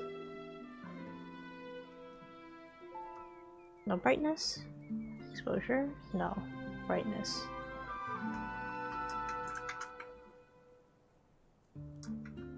Ah, that's fine.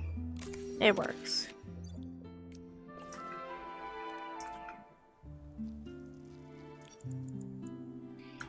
Do it though. Do it work.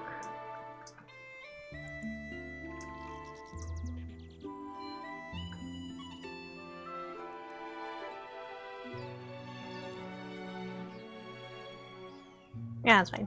It's fine. You'd rather embrace a perfect lie than accept the raw truth I bring? Well, what is it? Do you not feel your hearts being moved by my words? What a performance! She's so full of conviction. And very helpful to our investigation.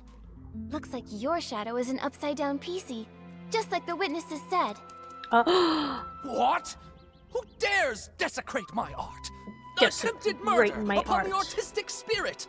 Was it that lady guarding the suitcase? Or that clumsy little rascal hauling all those bottles and jars? Could it be Leora? The tragedy of Sichia! A betrayal from a fellow country spirit cuts deeper than the booze of the crowd! Whoa, calm down. Nope, it wasn't Leora. But can I ask why you would assume it was her? Don't tell me that you saw her near the suitcase storage area at the time. Of course! I had no intention of playing the harsh critic, but that scene was more absurd than any absurdist play in existence. Beside that stage I so carefully set, two bumbling performers, Leora and that clumsy rascal, came staggering out like little marionettes with their strings cut.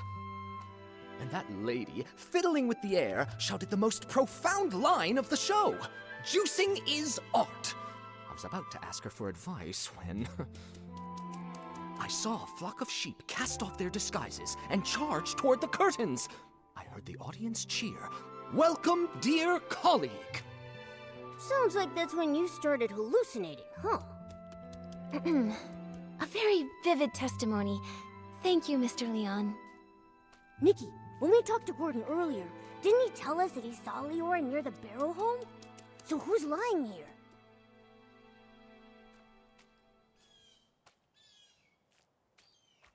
Oh man, I don't know who's lying.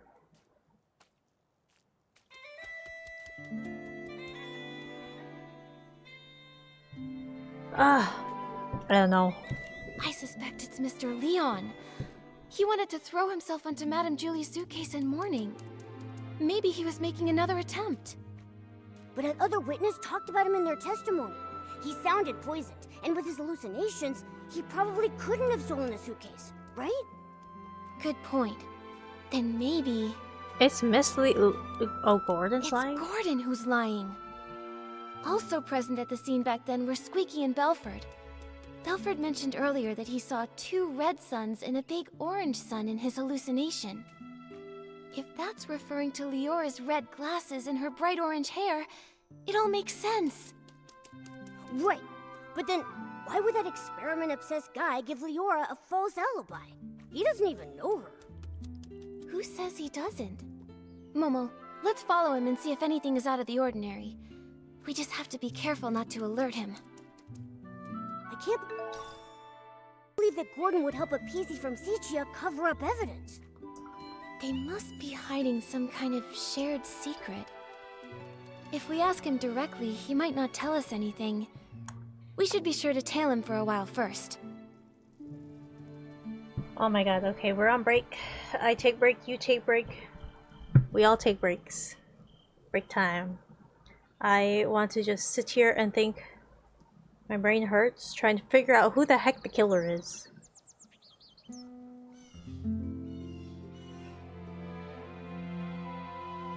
Because my goodness, everything keeps switching.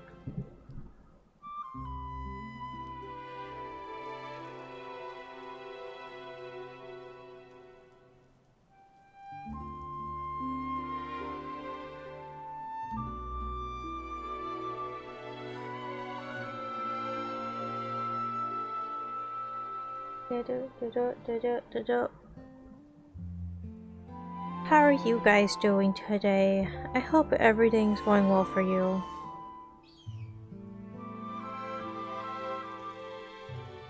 Ugh. There's so much going on.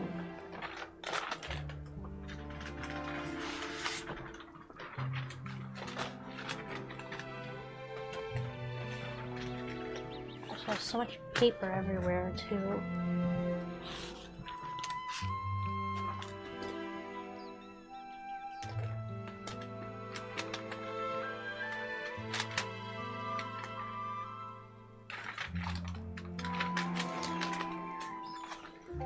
Sorry if you guys are hearing a bunch of paper. Okay.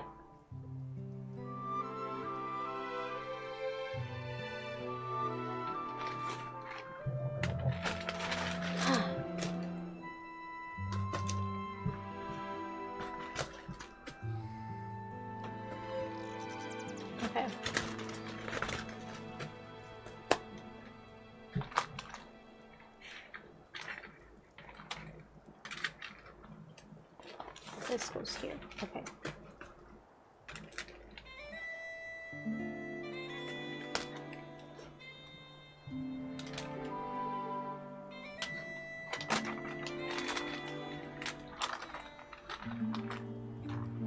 Oh, that doesn't go there.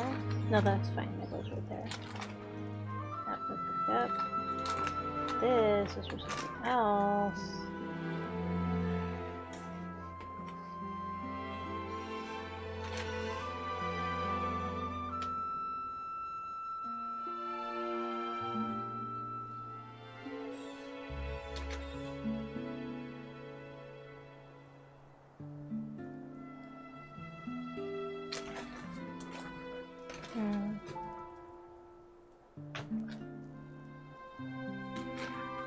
Are ads done? Did the ads complete? I don't remember. I don't see the thing. I hope it's completed. I don't really know. Alright, I'm like I'm reorganizing all the papers I have for when I need to like work in November. Okay.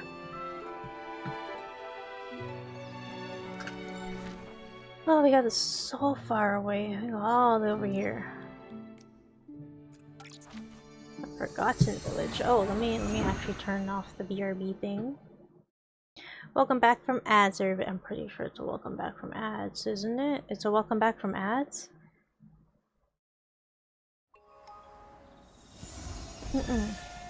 Okay. What are we doing now?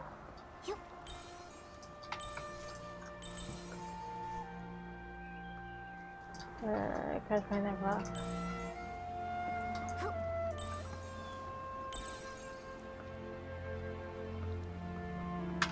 Alright. He's really trying to avoid the others. Where is he going? Shh! Nikki, let's follow quietly. My game is struggling. Hold on.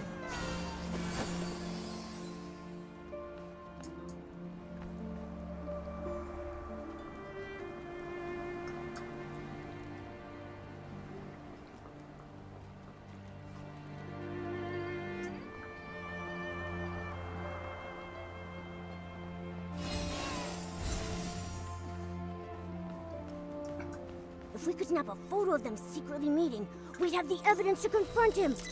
Nikki, don't get too close. We don't want them to catch us. I can't even see a thing. Oh my gosh.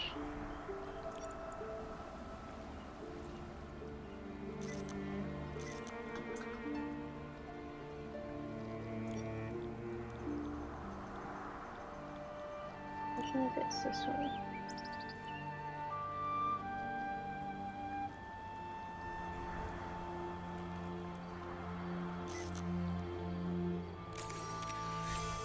Oh, it's so blurry. Whatever, it's fine. They really do know each other. Once it's daytime, we'll visit Gordon and ask why he lied.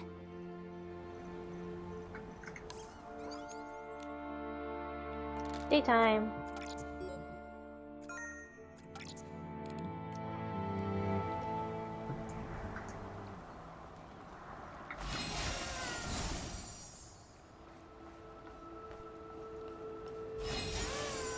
So Gordon lied, saying he doesn't know Leora, but we just saw them meeting up. How did you get there so fast, Gordon? Nikki, what are you doing here? Oh, we get to start questioning. No. Gordon, I have a question for you. What exactly are you doing here? Yeah, Gordon. Why did you give false testimony YN. for Leora? Tell me, what's your connection to her? And to the missing suitcase? I don't understand what you're talking about. I would never fake experimental data, and I would never falsify evidence. I examined the fabrics seriously, just as Jenny asked me to. They were full of whim, very interesting. Great subjects for experimenting. Great subjects, you say. After I applied the Dawn's first light detergent, I saw a PC arranging the venue at the Barrel Home. You say it was Leora, so then it was her. Oh gosh, I don't know.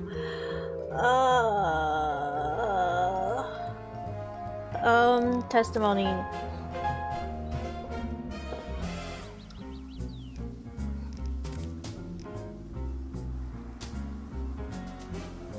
What does it do? It mentions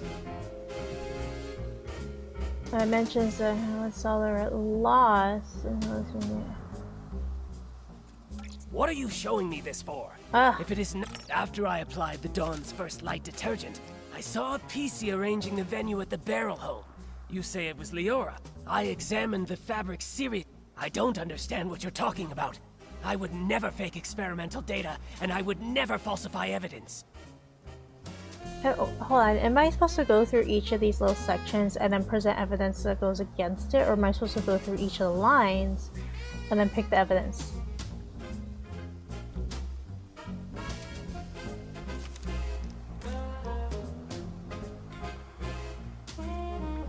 What? I examined the after I applied the Dawn's First Light detergent, I saw a PC arranging the venue at the Barrel Home. You say it was Leora, so then it was her.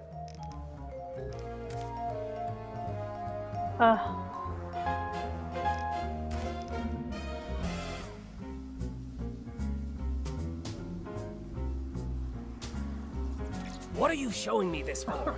If it is nothing after I applied the Dawn's First Light detergent, I saw a PC arranging the venue at the Barrel Home. You say it was Leora. Objection. Is that so? Mr. Leon doesn't seem to agree with that. On that day, he also saw Leora. Except, it was near the scene of the missing suitcase. What? Could such a coincidence actually occur? This is a disgrace to my experiments. Before Mr. Leon started hallucinating, he recalled seeing Leora appear there, which is pretty far away from the Barrel Home that you mentioned earlier. I don't think Leora can split herself in two. She couldn't have been in both places at once. So, who did you actually see? Or maybe you never saw Leora that day at all. Maybe you just wanted to give her a fake alibi. Yeah, Nikki, tell him, Nikki. Where were you the night of the murder? Why should you believe Leon? He may look crazy, but he's not truly crazy. He just rambles on about meaningless art. No matter what he says, I didn't lie for her. I don't buy data with insignificant trends, and I don't lie for a PC I don't even know. Ha! Leon's a PC from Sichia too. Maybe he's got a grudge against Leora. Why don't you just accuse him of framing her? Just leave me alone!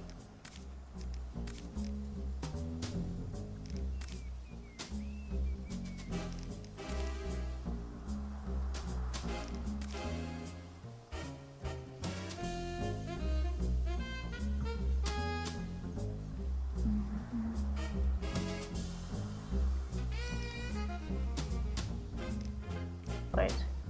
No matter what Nikki, he claims he doesn't know Leora, but that's not what our No matter what he says, I didn't lie for... Yeah. I got you red-handed. I have a picture of you caught in 4K. Each other. Who knows how long you've secretly been in contact? Who is she, your lover? Did you conspire with her to go against Madame Julie so that way you could steal her position, but also for you to experiment on?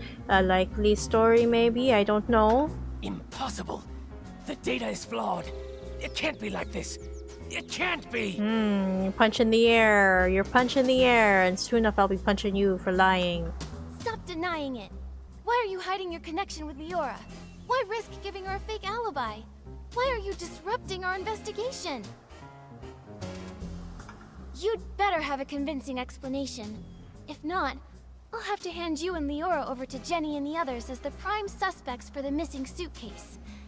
And for the murder of Madame Julie. Exactly. You tell her, Nikki. Tell him, Nikki. Tell him.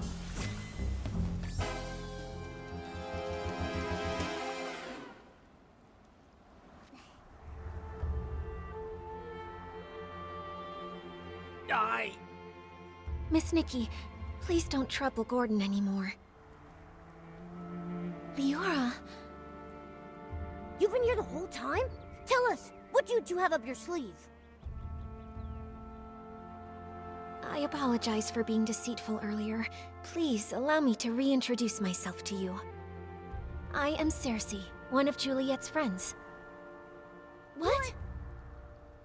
Juliet's close friend back home? The one who died in that accident? That's Cersei?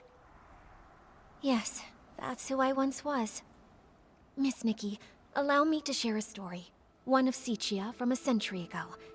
It was the time of flowers before the storm, growth before ruin, an age of indulgence where everything was driven by the spotlight. A girl from Prosperville chased her dream of fame, stepping into the dazzling lights. Never expecting that behind the spotlight grew desire and power, just like a Threadstar costume, concealing the sewn-in corpse of another life inside. You discovered what Threadstar was doing back then? That's right. The dazzling facade was ripped away, and I witnessed the awful darkness lurking beneath, so I started my search.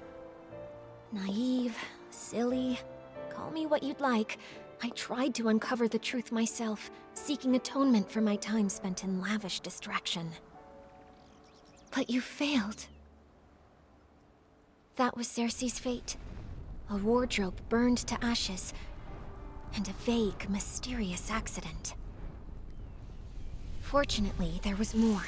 Cersei left behind a Threadstar costume, and a letter she had meant to send to Juliet, all hidden in a secret safe.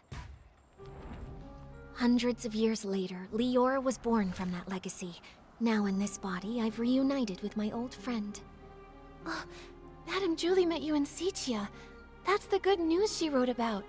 But what about the bad news? The true evil of Threadstar still has not faded. Julie was nearly assassinated by its remnants, possibly because we knew too much about them. Luckily, we were together this time, so the two of us set a trap. The choo-choo train arrived in the abandoned district, and Julie makes her entrance as a box of scraps.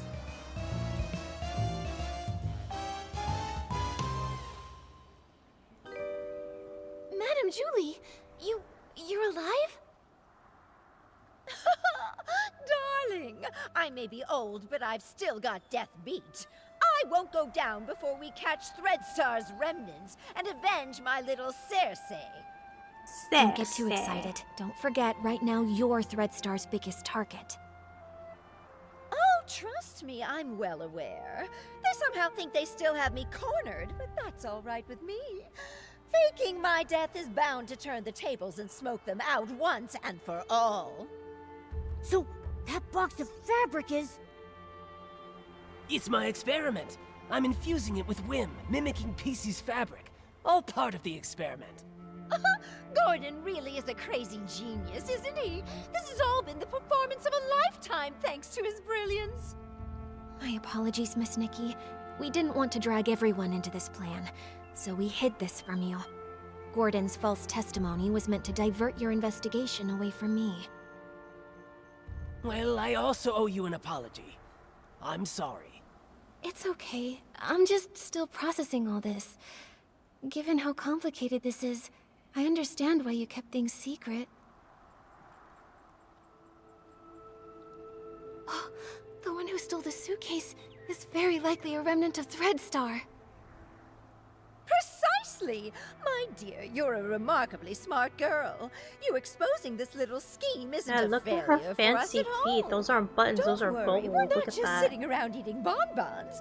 Gordon Instead is helping of- develop instead a of reagent rope, to keep it's tabs on the chains. suitcase, and friends from Prosperville Yeah, are she's gathering the fancy. materials. The end of the storm is the prelude to a clear day.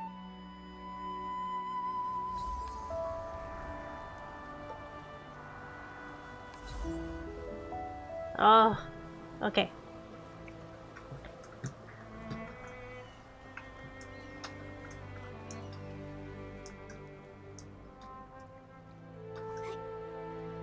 Okay, so we still need to know who the suitcase thief is.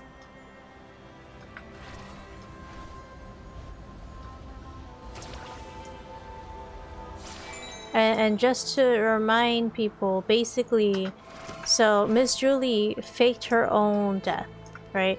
Faked her own death in order to lure out the people who have been using PCs, basically killing PCs and using them as cloth to make clothing. So Now we're gonna find out who the actual thief is. Raggy? Raggy? The Silvergale's blessing always prevails. I knew we could count on our village friends. They've collected so many berries. That sound. Is that Gordon's cousin coming? Hey, why the outfit change? I gotta say, that straw coat actually suits you. You kind of remind me of that famous lady. Oh, right! Like the legendary Madame Julie. Raggy, take another look. Isn't that Madame Julie herself? Oh, I'm sorry, little Raggy. I had to disguise myself as Gordon's cousin and stay put if I wanted to hide from Threadstar's hunt. I even kept this from the volunteer corps. These problems all started in Sichia, and I didn't want to drag every citizen in the abandoned district into it. Wow, you hit it so well. I didn't notice a thing. Wait, did you say hunt? And what is Threadstar? And how dare they go after Madame Julie? Oh, if I couldn't pull off that role, how could I ever claim I was an actress before? The story of the hunt is a long one. Threadstar's been around for hundreds of years. If it hadn't been for Yarny, I wouldn't have suspected they were still active.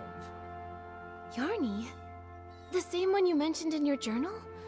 The reason you wanted to visit Sichia? The very same! He would send letters now and then showing me the new detergents he'd learned about over the past few years. But a few months ago, the letters suddenly stopped. What does Threadstar have to do with... Wait, could Threadstar have taken Yarny? Yarny had never encountered such ruthless villains before. Being a lone PC, no family or connections, he was an easy target. I ran into Leora at the place Yarny was renting. She was investigating too. So that's how you two reunited. But why didn't Leora reach out to Madame Julie as soon as she was reborn? Because little Leora only came into being a few years ago. Threadstar's costumes are all woven with some kind of forbidden power. For centuries, Cersei's wishes have fought tirelessly against the Dark Essence. She reawakened just a few short years ago. No wonder. Leora's been focused on the kidnapping since her awakening, and only found out then that Threadstar's back. Yes. No PC understands Threadstar's cruelty better than her. My little Cersei. She never said a word, all to protect me. If not for this reunion, I would have no idea what she went through. Thankfully, I finally received the letter she left for me all those centuries ago. She played the part of the little sorceress in As Rain Falls, As Flowers Bloom. They originally wanted me to play the lead, but I knew in my heart that it was Cersei who was truly meant for the role. Dear Julie, that little sorceress who always said, "I'll set out when the flowers bloom," finally decided to take the last seed and charge straight into the storm. She no longer waits, just like me now. That's why I have to write this letter. I just want to say that if one day you hear strange advice, or see stages and costumes that seem made just for you, please remember this above all. Never get close to the rented dark. Some plays shouldn't be performed again, and some characters must exit the stage. But I'm not ready to tell you everything yet. When I can calmly recount the whole story, when the storm has truly passed, when she can finally dance that dance meant for sunny days, I will come back to tell you. For now, I have to go. And when I return, I want to see you shining under the sun. Forever yours, Cersei. She was thrilled when she got the role. From the first act to the final curtain call, she scrutinized every word over and over. The storm teaches us to obey, but flowers give us the courage. Dearest sister, remember, sunny days are always waiting. She went over that line 17 times. Maybe when she wrote that letter, she remembered that very line. So she set off, carrying flowers and courage. Like the little sorceress breaking through the storm, Cersei faced the evil Thread Star head-on. Yes, she was such a silly girl, trembling with worry before going on stage. But when that spotlight found her, she was full of strength. It sounds like Leora never gave up investigating Threadstar. Nikki, we've got to work hard too. We can't let those villains win again. Right. The tragedies Threadstar caused must never happen before our eyes again. We Forgottens aren't going to stand by either. Madame Julie will be safe here with us while we sharpen our blades and prepare to tear those rotten threads apart. Those berries you collected will also be super useful. The juice they produce is known as Stitchy Splash, and it is a key ingredient for the tracking reagent for the suitcase. What can Momo and I do to help? The berries are almost ready. Let's pick the best ones we can find and juice them together. I tried to sneeze The and wild couldn't. party to declare the war on the storm sets off. Berries. Berries.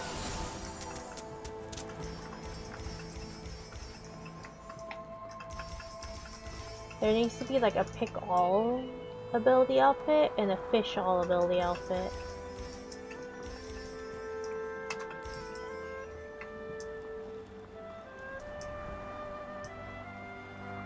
I think that's it, right? Yeah, okay.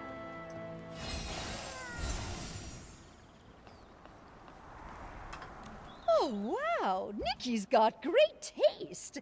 Now that we've got the berries, it's time to press the juice. Listen, my darling. Only by dancing as a duo with passionate burning souls can we help these shy berries fully loose and join our wild party against the storm. Nikki, are you ready? Yeah, sure. I'm ready. Let's start right now. Is this where I have to press space?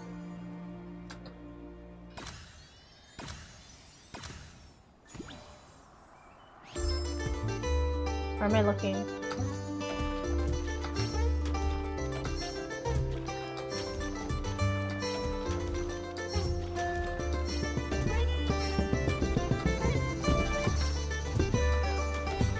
Why did she jump less? Hello? Oh gosh.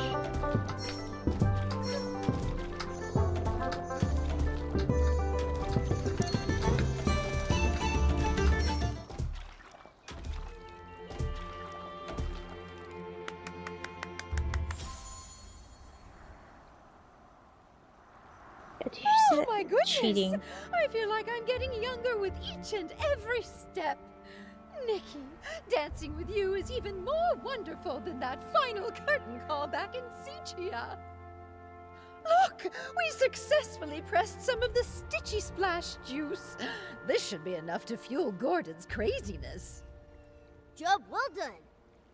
Once we've unraveled Threadstar's rotten threads, I'll throw a Ripple Estate soiree so grand, and the Forgottens will definitely be included. I really want to go, but I haven't really gotten to know everyone, and I'm all torn and tattered. If I join the Ripple Estate soiree, won't I embarrass Madame Julie? Dear, there are no strangers at the party, only friends you haven't gotten to know. Besides, what's a little wear and tear? I once showed up to an awards ceremony wearing a dress with a big rip.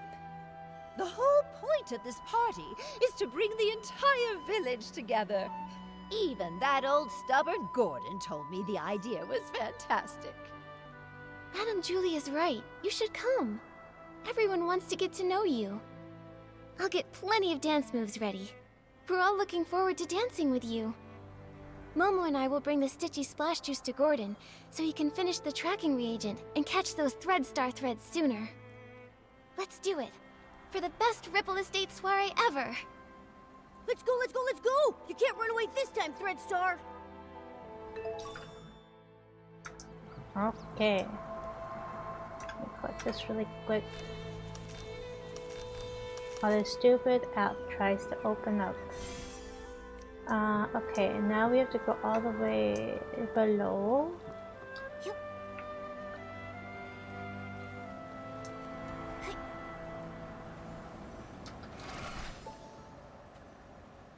We're done.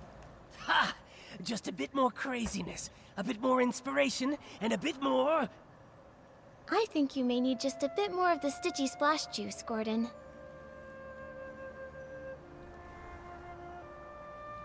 I did it!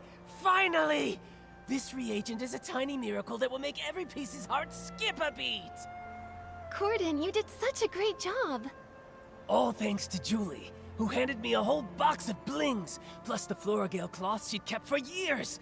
Without them, my progress wouldn't have been nearly this fast. The deal is finally settled! Deal? What deal?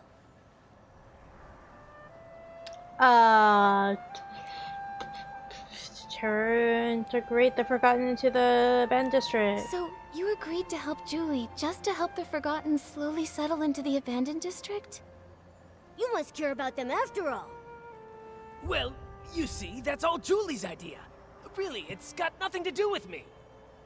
Anyway, both deals made Madame Julie really happy. I ended up turning half of those Floragale cloths into the perfect scraps inside that suitcase. Even a top stylist like you was completely fooled by me. All it took was some fresh berries, plenty of spring water, a touch of whim, and just the right amount of crazy. You're pretty pleased you tricked us, aren't you? Well, maybe I should apologize to you again? What about the second deal? This reagent right here.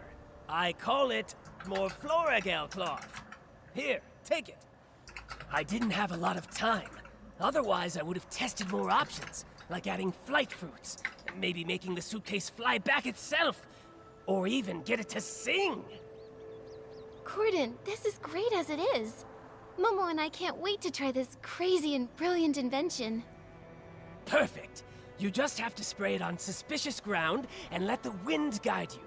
It can detect the lingering scent of the One Wash Fresh detergent perfectly, every time.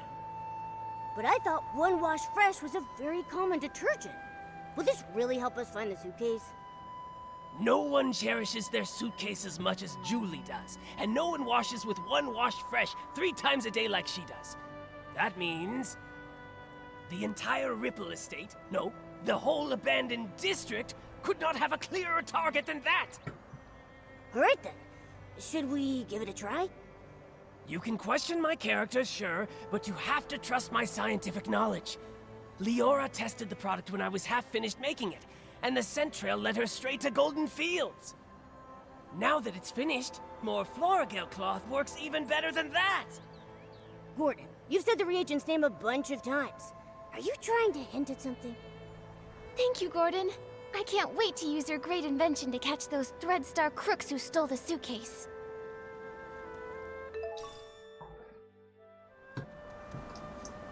Let's go back above. No, where are we going this time? All the way back here. Okay.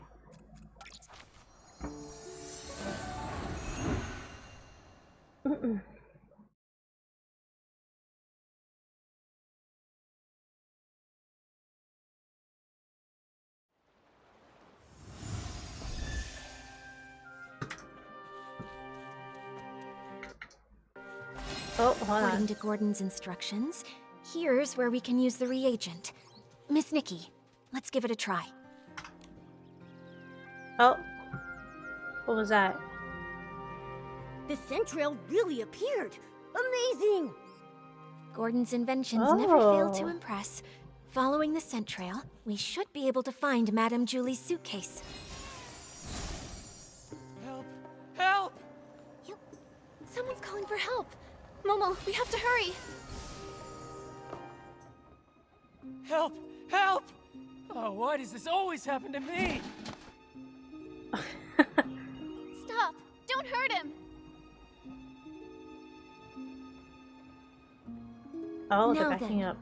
Why did you attack Benny? Who are you? If you don't answer, We'll have to treat you as a suspect and detain you.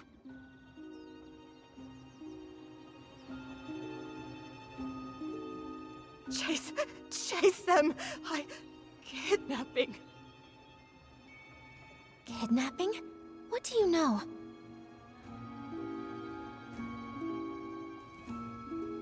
Ah! Come on! Watch out!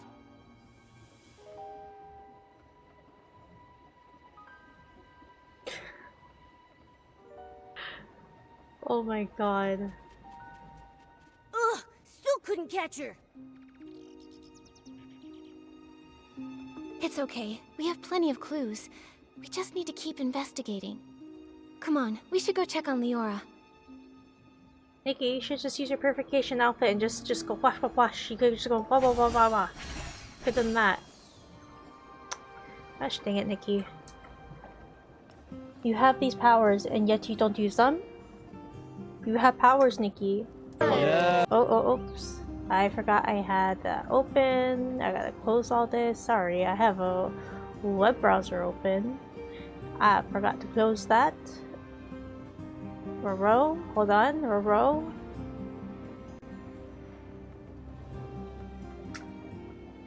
Am I back? I'm back, okay. Leora, are you okay? I'm fine, really. But maybe the PC who just called for help needs you more. Benny, are you alright? Just like you saw. Cleaned my fabric and now it's filthy again. I smell like fresh mud all over. This place has smelled the same for hundreds of years. But thank you for saving me. Can you tell me what just happened? Why is that patchy PC chasing you again? Because I always ruin her schemes. Like my career isn't miserable enough already. I can't find anything else, but somehow I always run into her. Even just looking at her crazy irregular patches makes me shudder. It's as if all my threads are twisting into knots. But fabric getting damaged is normal, right? Everyone gets hurt. You even have some stitches on yourself. That's why I always make sure to cover the tub with bubbles before I get in so I can't see myself. Happy now? Alright, Benny, back to the case. You told us you caught that patchy PC plotting something? Exactly. I saw her sneaking around behind that haystack. But before I could get a good look at what she was doing exactly, she rushed straight at me. Nikki, the scent trail on the suitcase. It's pointing in that direction. The last time that patchy PC appeared was just before the suitcase was stolen. Now she's here again with the scent trail at Golden Fields. Definitely suspicious. But then again, there's another PC who's always around there too. Benny, might I ask, why did you come to Golden Fields? You suspect me?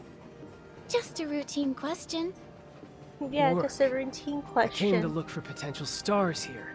And to see the endless sea of wheat. But now I'm in no mood for that anymore. I just want to leave the abandoned district as soon as possible. Sitia is noisy, but at least it's safe. May I go now? No problem. Thank you for your time, Benny. Hope your luck improves. That feels familiar. Leora, what do you think? You've been quiet this whole time. I'm fine, Nikki. It's just strange. Seeing a familiar PC again after centuries brings back some feelings. A familiar PC? You know Benny? Of course, but he doesn't recognize me now.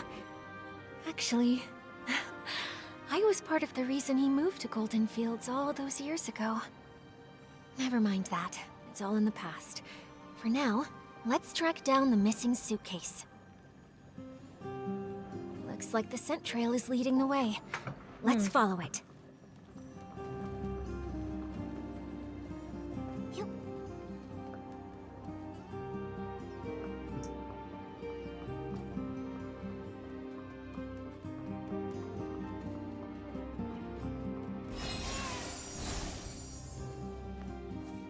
That's Madame Julie's... This fabric must be from Gordon's experiments, right? He even left a piece behind. Seems like the thief was really in a rush. Which means we must be getting close. If we can figure out their next move, we'll catch them for sure. Okay. Investigate. Why are there green trays here? I don't think weed stalks usually get processed here. Could it be for feeding the birds? Some of my bird friends love this kind of grain, especially spread out and dried.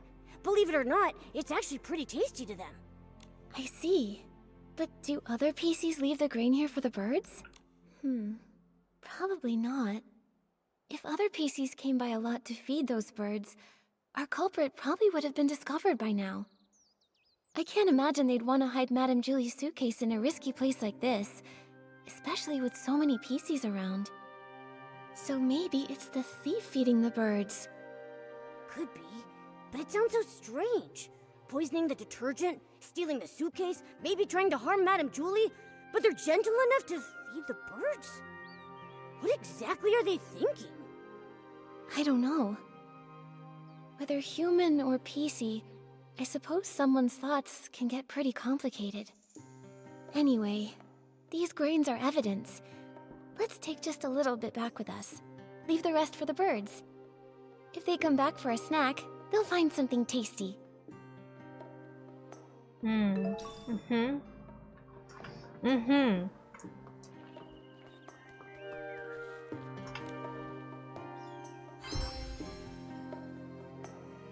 Scratches. There's a tear here.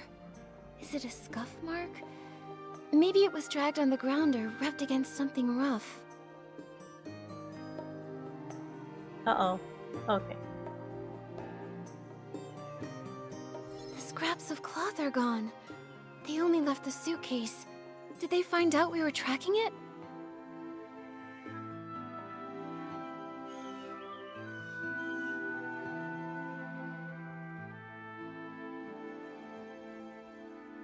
Looks like the suitcase was hidden somewhere secret. It's completely covered in dirt.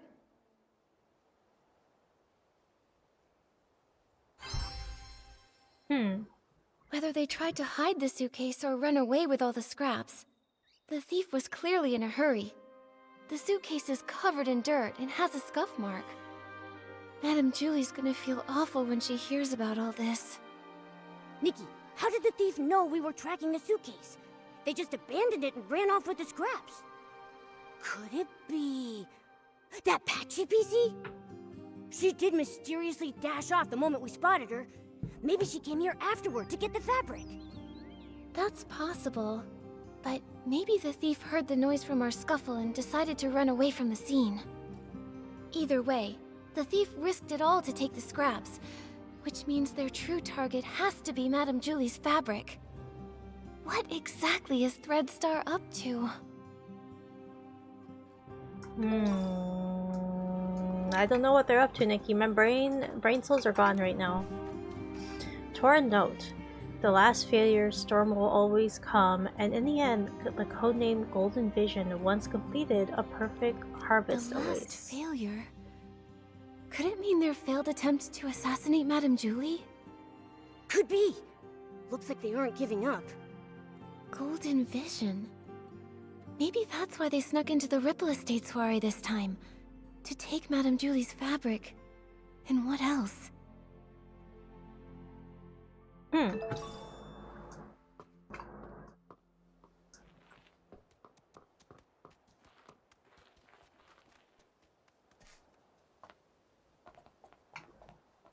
Where's the last?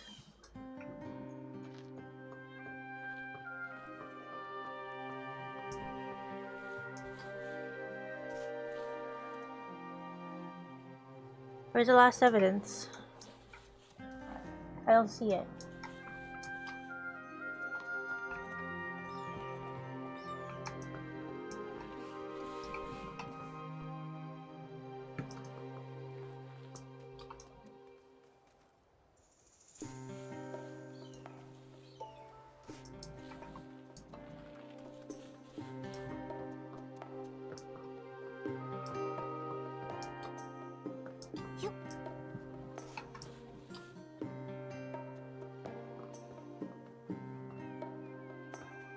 Where's the last evidence?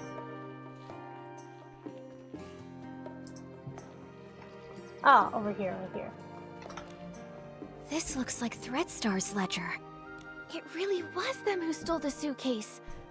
Let's look around and see if there's anything unusual. The latest entry says the trades have gone underground. Looks like Threadstar isn't wiped out yet after all. Although their public forces were struck down by the Kingdom Guards, their remnants are still operating in secret, kidnapping more PCs. They're really persistent. Wait, Nikki! His name rings a bell. Simon. Simon. I feel like I've heard that name Oh my god, before. it's Tommy's like Tommy. Oh, it was Tommy! The senior columnist he mentioned. His name is Mr. Simon. He said Mr. Simon was targeted by strange people, and then he disappeared. Whoa! Threadstar kidnapped him! Tommy would be so heartbroken! Whether it's for profit or some other reason, they're willing to hurt so many. Unforgivable.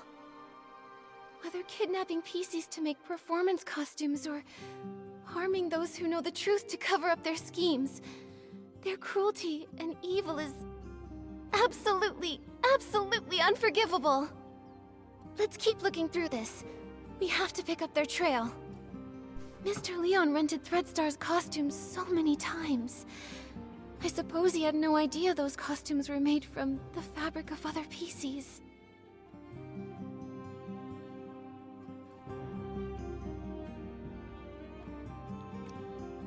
Okay.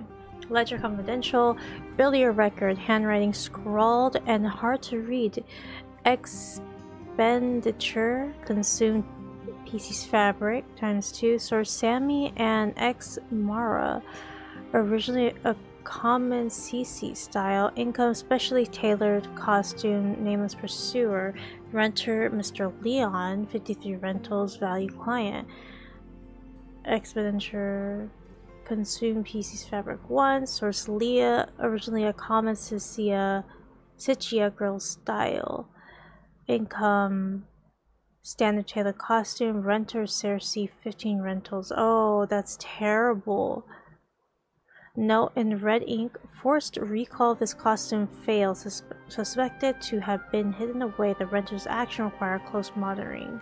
Judging by how obsessed he is with art, I bet he didn't even understand what was going on when Threadstar went under. True. If I remember correctly, Mr. Leon was always a loyal Threadstar customer. He never looked into the power behind the costumes. He just wanted to use them to draw the audience's attention. But just like we saw earlier, these evil costumes not only consume the life of the PCs, but also harm the wearers. I wonder what actually happened to the human that imbued Mr. Leon's fabric with wishes. There are other renters too. Cersei! Leora, it seems like the record here shows the costume you were born from. By the Silver Gale, it really is. Leah! Leah, could this be? Are you okay, Leora? Does this bring anything to mind?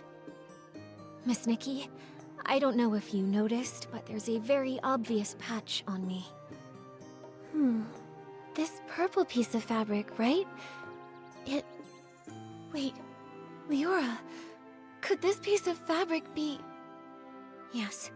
Since I woke up in the safe, I could clearly feel it belonged to another PC. It's not part of me. It carries emotions and memories that aren't mine. It belongs to Leah. Only today did I learn her name. But from the moment I woke up, I kept having these dreams. Dreams of a little girl's laugh, a mother's comfort, a sudden separation, and lullabies she sang to herself.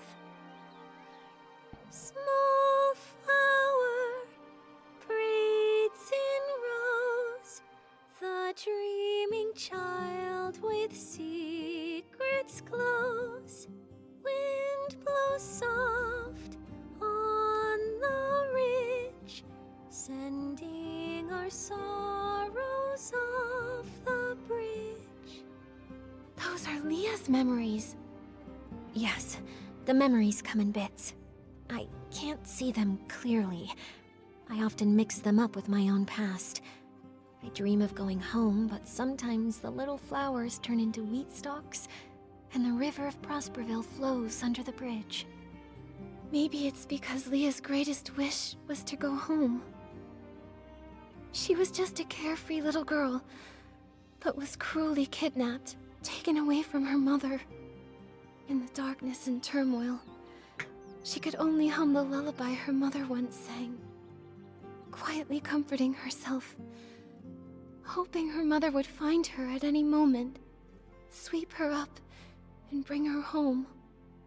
Maybe it's because of Leah's memories that I've been following this kidnapping case since I woke up, and I've come back to Prosperville once again. Sorry, Miss Nikki. I think I want to spend some time in the wheat field nearby.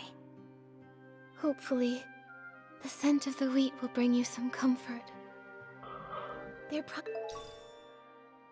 probably aren't any more clues here, but we still don't know where the thief ran off to. Nikki, Leora's still in the wheat field nearby. Let's go find her. Yeah. I'm getting a little bit tired, so there's a possibility that I will have to end stream soon. My body's just just really, really tired. Heavy wheat bows low with grace, counting grains as winds embrace. Oh wind, please look and see the shining stage, tall towers free. Leora, are you feeling better? Thank you for asking, Nikki. I'm okay. I just remembered some things from the past. Some things from Prosperville? I heard you humming The Heavy Wheat Bows Low. Yes. Back then I was a cheerful village girl. I made up this little rhyme myself. I used it in As Rain Falls, As Flowers Bloom, changing the wheat to flowers and grains to seeds.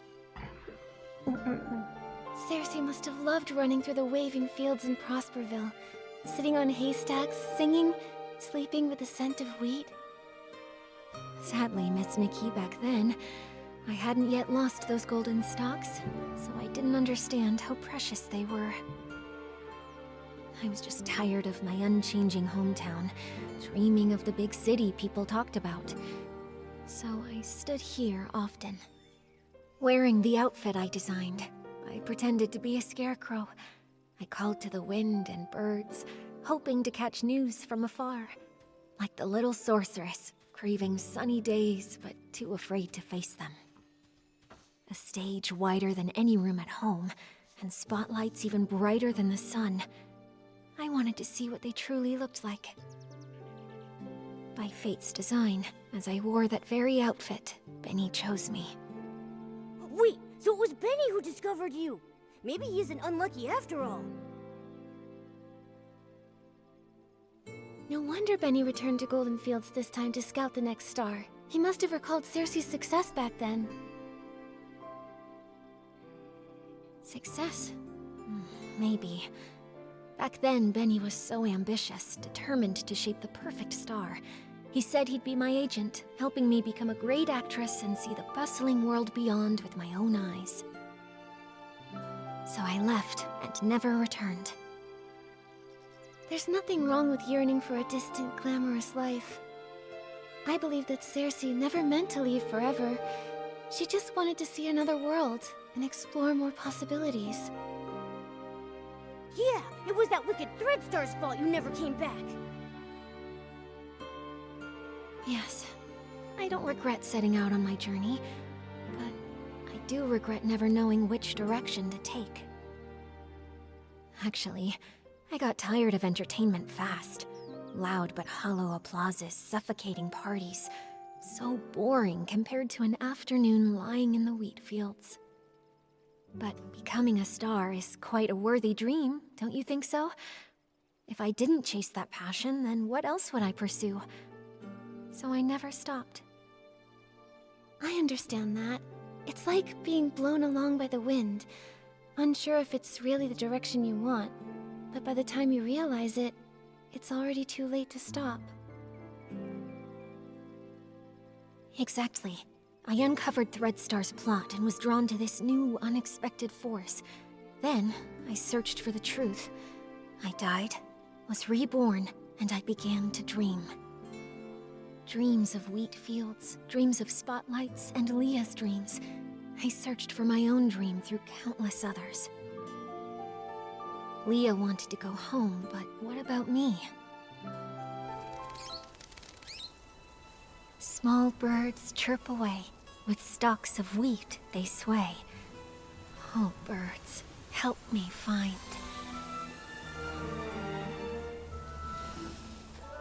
Find the sunrise where I began. Find the last of the crossroads.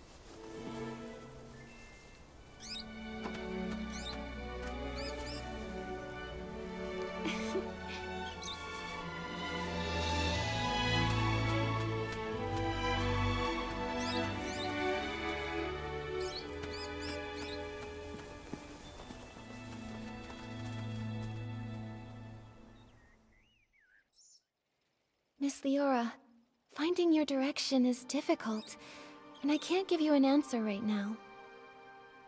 I believe that the only way to lay down your burdens and hopefully find your direction is to end all of the tragedy that Threadstar creates. Just like a wild bird, you're only able to fly when you feel the light. Yes, just like... a bird! Miss Leora, since that Threadstar thief once fed the birds might know where they ran off to. Maybe the birds do know the way. Miss Nikki, are we gonna talk to the birds? No matter where I end up, I never want Leah's tragedy to happen to anyone ever again. This outfit has the ability to call the birds. Let's give it a try. After all, we must find that thief. Oh, it calls the birds. Oh, oops. My inspiration came from the wheat fields, and it's only within these fields that this outfit is able to access its full power. Error. Okay. Got it.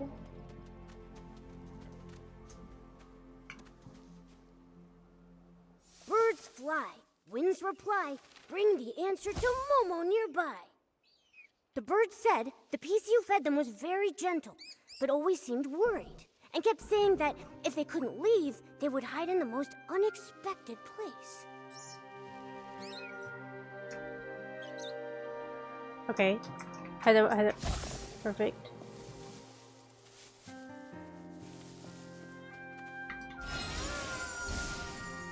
Birds fly, winds reply, bring the answer to Momo nearby.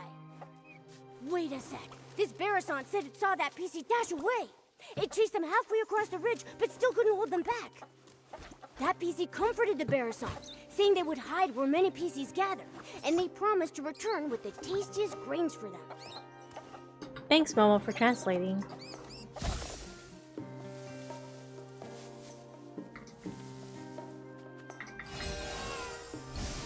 Birds fly, winds reply, bring the answer to Momo nearby. Wow, the PC talked with the birds about how to hide from predators. They said masking their scent is most important, like hiding in the wheat fields, blending with the fragrance. Okay. So the birds Hi, saw Destroyer. that thief. They hid in a secret spot where many PCs meet, and they most likely hide within fragrant depths to mask their scent. And it said they would hide in the most unexpected place. I see. Miss Nikki, where do you think that place is? I'm losing my brain cells. Hiding as a windmill. Could it be Windrider Mill? There's a bathing area there, so it should have plenty of different detergent scents. Also, a lot of PCs have lived there for a long time. Oh, that makes sense! But Windrider Mill is so bright and open. You can tell with the title. I have a feeling it might be somewhere else. Oh, my brain. Good point. Give me a moment. The Market of Mirth is the busiest place. Could the thief have blended into the crowd there? But there isn't any fragrance over there. And it doesn't seem like an unexpected place to hide. Okay. Good point. Oh, it's Ripple Estate! They're about to host the Ripple Estate soiree, So it'll be really busy and filled with new detergent scents that could mask their own scent traces. Where do PCs gather with lots of hidden spots? It must be... the Ripple Wine Cellar! Exactly. The most dangerous place might actually be the safest. The thief must think the Ripple Wine Cellar is the spot we least expect. Wow! Impressive, Detective Nikki! Such a clever thief. Without the bird's help, even if we searched everywhere, we'd probably end up at the estate last and never think to check there. Thank goodness for good timing. I'll head back to the Ripple Wine Cellar to confirm their whereabouts now. But the Ripple Wine Cellar is so complex. If only a few of us are going, are we actually going to be able to catch them? Nikki, should we ask Jenny for help? Momo's right. But Jenny and the others need to focus on keeping order at the Ripple Estate and preventing everyone from panicking. Maybe we can ask Raggy and our leader for help. Raggy. Right now, they're the only ones who know the truth about Julie faking her death. Maybe they'll lend us a hand. Great. They're both very skilled.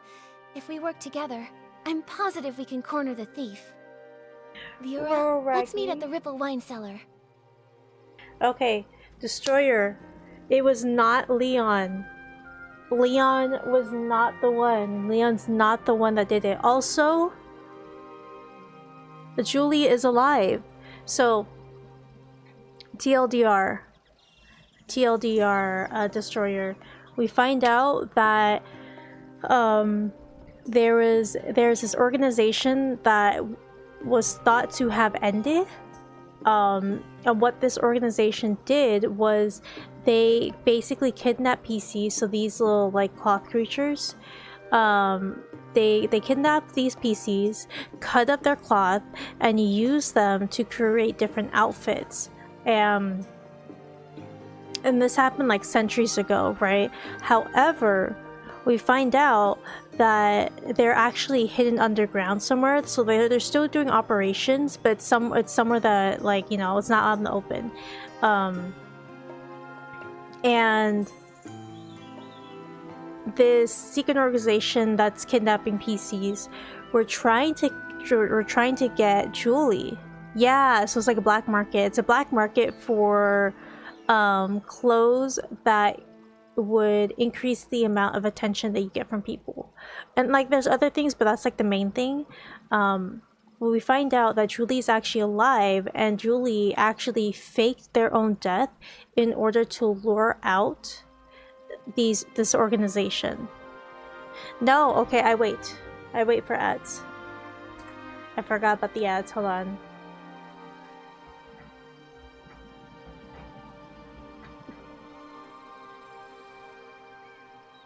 Literally, Destroyer, I got my second win when you showed up. I was so tired, but I got my second win when you showed up. I was like, oh my gosh, Destroyer's here. I can explain to them what's going on because we were both wrong. It was not, what's his name?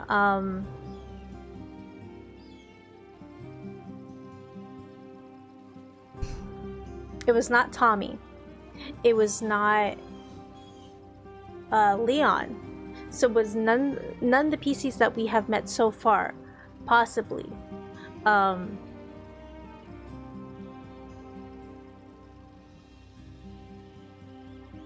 But I will wait for ads to be over so I can re-explain again.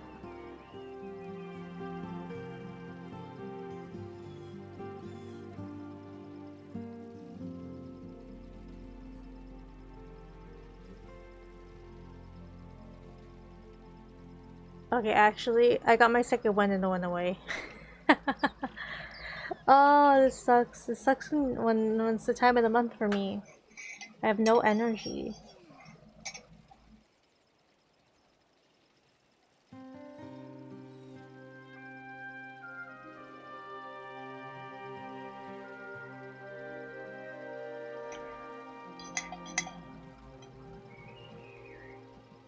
Why does this taste chemical-y?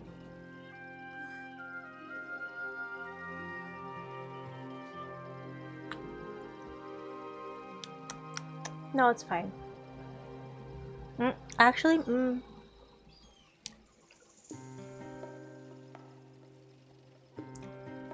That's a weird taste.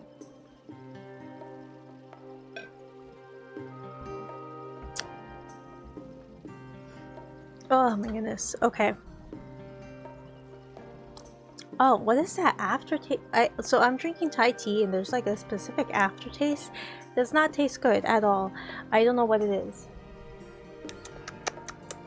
I'm drinking water.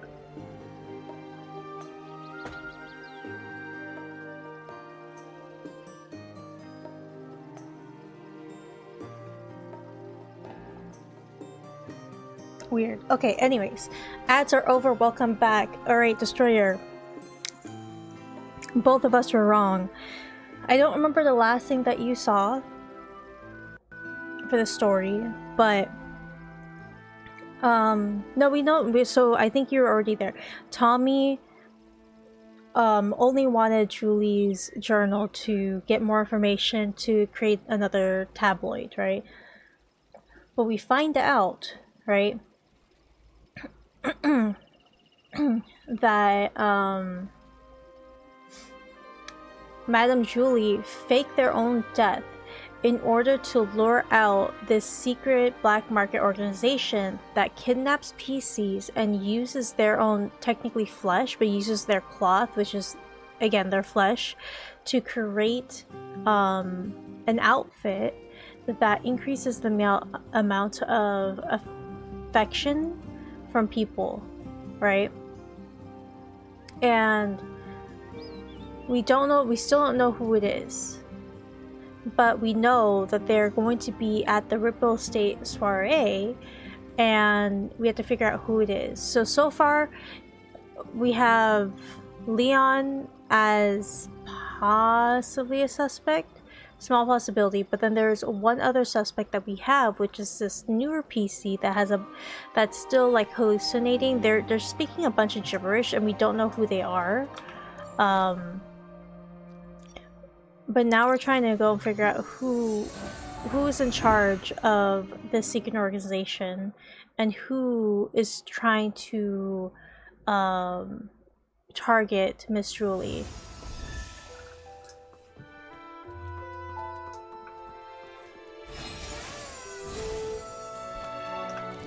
The moment is finally here. Don't worry, Leora. Gordon just reinforced my buttons for me, so I'm feeling super strong. With one punch, I'll make that thief's seams burst wide open! How's everyone doing? Have all the staff inside of the Ripple wine cellar been evacuated to safety? Yes, it's already been cleared out. They said they saw a PC escape through the side door of the Ripple wine cellar. The layout of that production track is very complex, so we must be extra careful. No time to waste. Leave the pursuit of the Threadstar remnants to me. Nikki, I'm coming with you. You shouldn't face Threadstar's evil alone. I'm in too! And I'll stay here and guard. If that brat tries to make a break for it, they'll get a face full of fist. Yeah.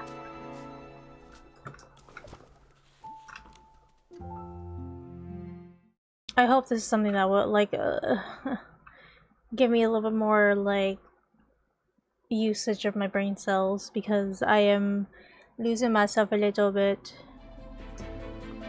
Oh.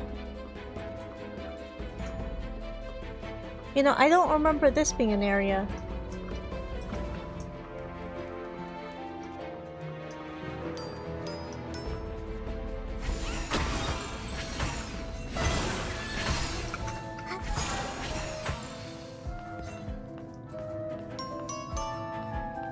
I think they changed this area.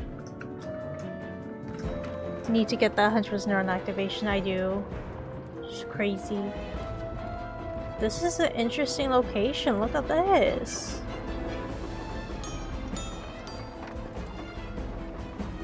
Momo? Alright, Momo disappeared. I don't know where Momo went. Alright guys, hands up.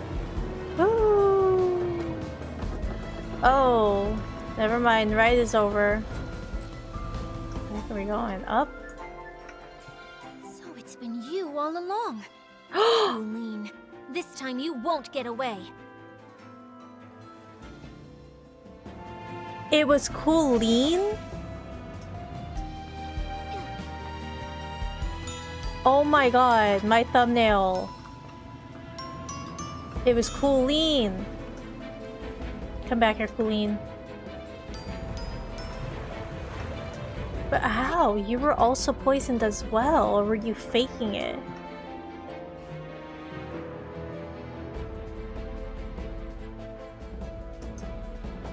Where the freak are we going?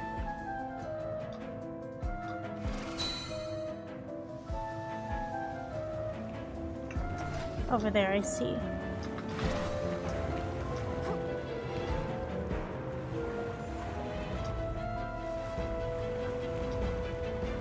Colleen was part of the secret organization. They were kidnapping PCs.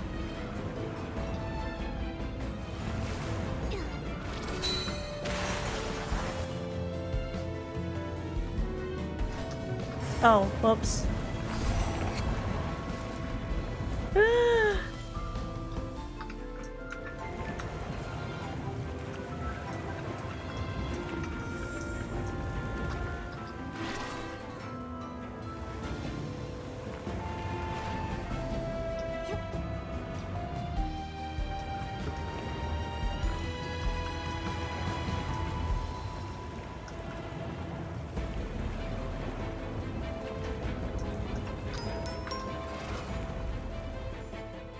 Taste my fist!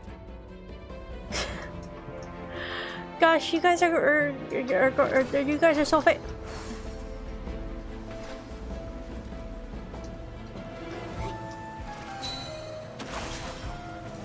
That's not what I want to do. Okay, okay, let's go up here. What the heck?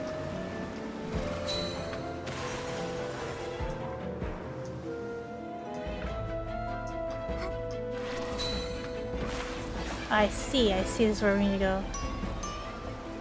She probably poisons herself to be less suspicious. You're right.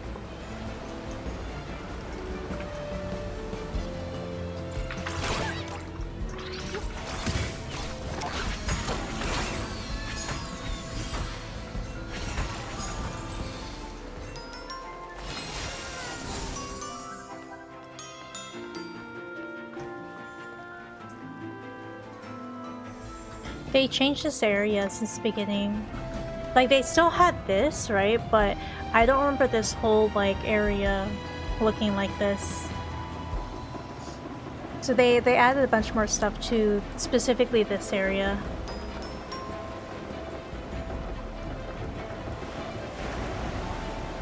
Oh my god, they put water. We got 4 minutes left, so let's see if I see the end of this in time. Oh my gosh. Hopefully, hopefully, hopefully. Go, go, go, go, go. We gotta catch a murderer.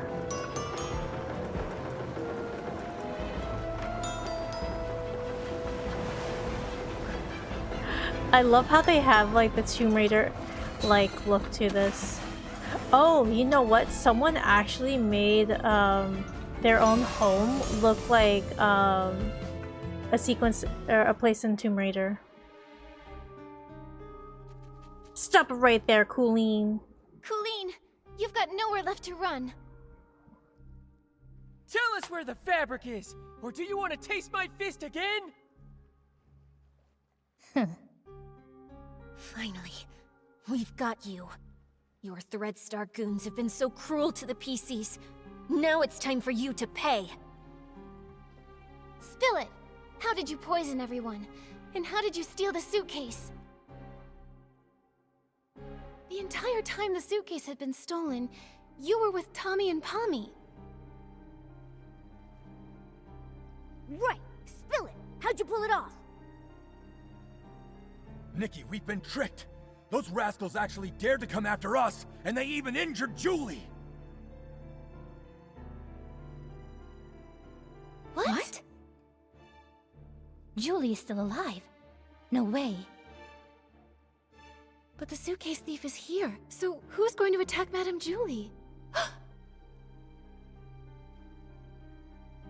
You've got accomplices, don't you? You're not the only Threadstar remnants hiding throughout the Ripple estate. Stop with the huh. Colleen, spill it. Please don't panic. Madame Julie's only injured. Let's get back to the village. As for you and your accomplice, shh, shh. Neither of you are getting away. Exactly, Mama. Exactly. Tell them, Mom. Oh, we're going. You check out the... No, I haven't. I haven't checked it out, but I want to. I have it written down. Don't worry. I have... You don't understand. I have paper of stuff I need to do. It's written down. You hear it? It's written down. Because I definitely want to... You know how funny that would be? I choose you, Morgai. I choose you, Melania. Use waterfowl.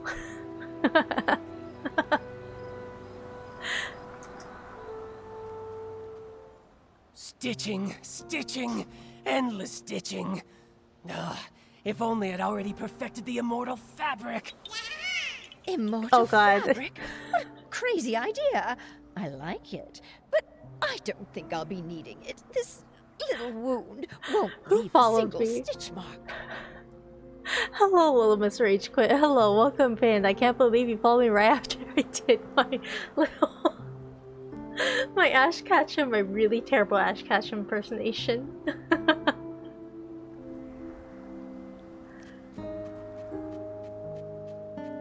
Julie! Madame Julie, are you alright? Do not worry, my dear. If you ask where I was hurting the most, I would have to say not being able to use the strongest detergent for a while was truly heartbreaking. You always make it sound so easy. What exactly happened? Who did this? You look... I'd have to say I was pretty lucky, if it weren't for my friend over there. Her again?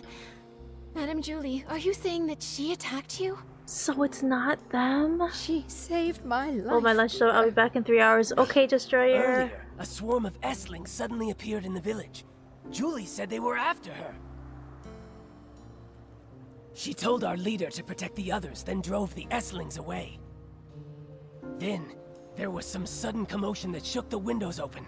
I quickly floated over and saw Julie injured, with this PC lying beside her. Even I couldn't see exactly what happened. Luckily, she was fast and agile. She suddenly darted out from nowhere and pushed me out of the way. Thank you very much, my dear friend. She actually saved Madame Julie.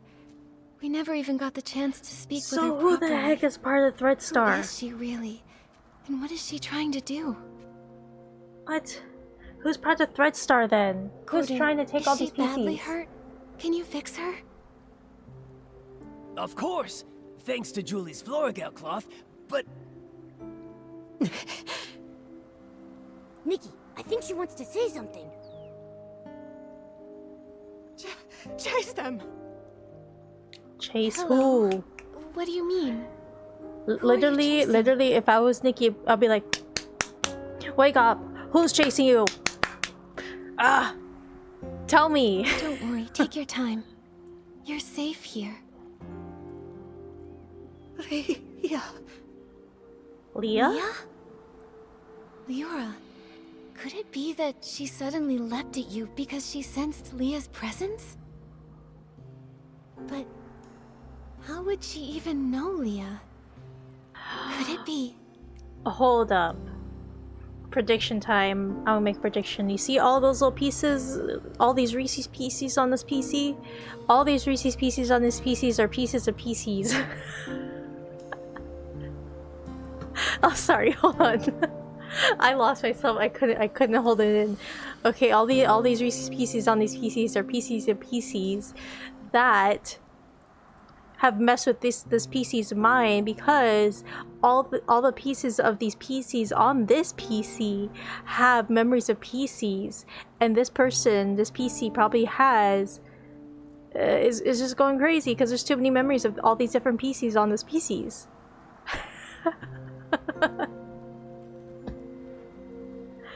Do you get what I'm saying? I hope you guys understand what I'm saying.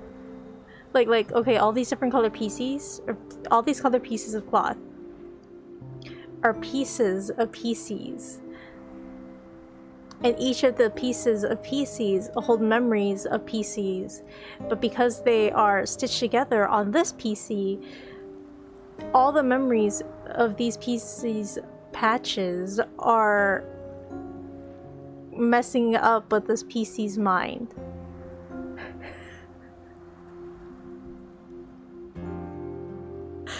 That's my prediction. I hope you understood what I was saying. Small flower braids in rows. The dreaming child with secrets glows. Is this PC? Is this PC? Does this PC have pieces of a PC that was the mother of the other PC that has pieces of the child?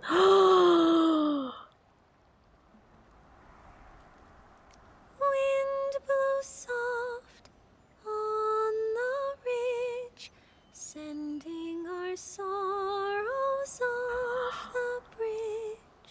Which could also mean that the secret organization, the Black organization that's been kidnapping PCs just for the pieces of their cloth. My brain, okay, hold on, I'm brain blasting right now. My brain, the cogs are turning. Are they turning in the correct direction? Maybe not. But what if, theories. What if this PC, right, has all these PC's pieces on them because they could have been reborn as a PC, not PC, but as as an outfit that was created by the black market PC kidnappers who attach all different types of PC's cloth together to make an outfit that attracts attention of other people. So but this is basically a Frankenstein of PCs. Possibly. Okay, I'm continuing. Leah. She seems calmer now. I'll try playing this lullaby on the violin. Hopefully, she can rest peacefully in the music and dream Peacefully? without any pain. PCs? Sorry. I'm gonna have to clip that moment. Oh my gosh, my brain. Okay,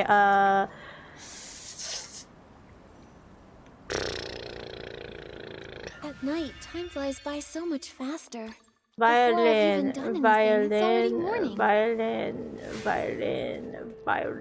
you.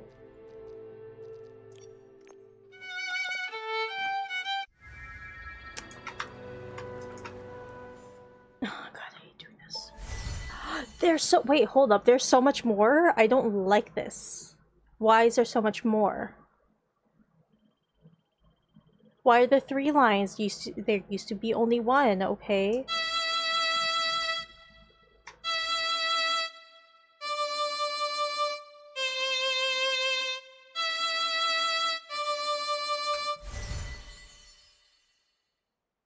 And oh god.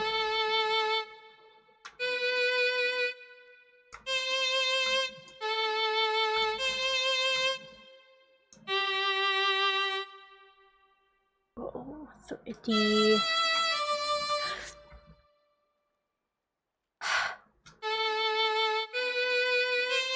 Oh.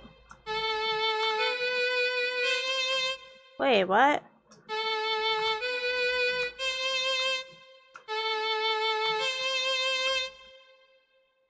B.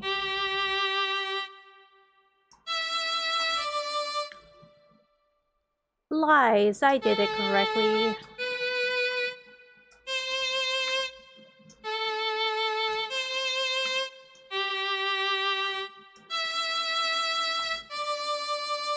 She's so much calmer. That's wonderful. Nikki, she's sleeping soundly. Gordon can start examining and repairing her now. Dude, that'd be so crazy if my theory is right about this PC being pieces of other PCs put together. This is just unbelievable. Even I never thought something like this could happen. What is it? Did you discover something? Is it a PC attached with other PC pieces together, stitched together because other PCs have died because of the secret organization that kidnaps PCs just for their pieces? This patchy PC. This is utterly mad. I'm still checking, but... Yes, every single piece of fabric on her body comes from the body of a different PC. I was right. It's a PC with different PCs on that PC. God, that's a tongue twister. Oh, but that's terrible. Okay. That's just like the Thread Store costumes! Leora has a patch from Leah, so she has Leah's memories. With all of those patches, this PC... She must always be dreaming noisy, chaotic dreams, pulled in all directions by countless voices. Sometimes she might suddenly forget who she is, or why she even came here. No wonder she sometimes seems like a completely different PC. The reason she often talks to herself and struggles to connect with others is that her mind is confused and lost. Exactly, because she's a PC patched up with different pieces of PCs because the secret organization that kidnaps PCs patched together different pieces of PCs together in order to create a PC's costume. But this PC is probably remnants of the PC's costume, and so they still have the memories of all other PCs together. That's why they're cuckoo crazy. Oh my god. Okay. But why would she do this? Or was she made this way by someone else? This is so bizarre. I'm afraid we won't figure it out until she wakes up. And the attack. Only she might have seen the attacker. Speaking of the attack, that pocket watch she's wearing seems broken. It's stuck at 11:18. Could that be the time of the attack? That watch stopped long ago. I took it apart while checking. It's full of dust, and the gears are all stuck together. Then why would she still wear it? Why, indeed. I'll try removing all her patches so there'll be fewer voices inside her. Then you can talk to her original self without all the noise. This will be such an exciting experiment! That's crazy.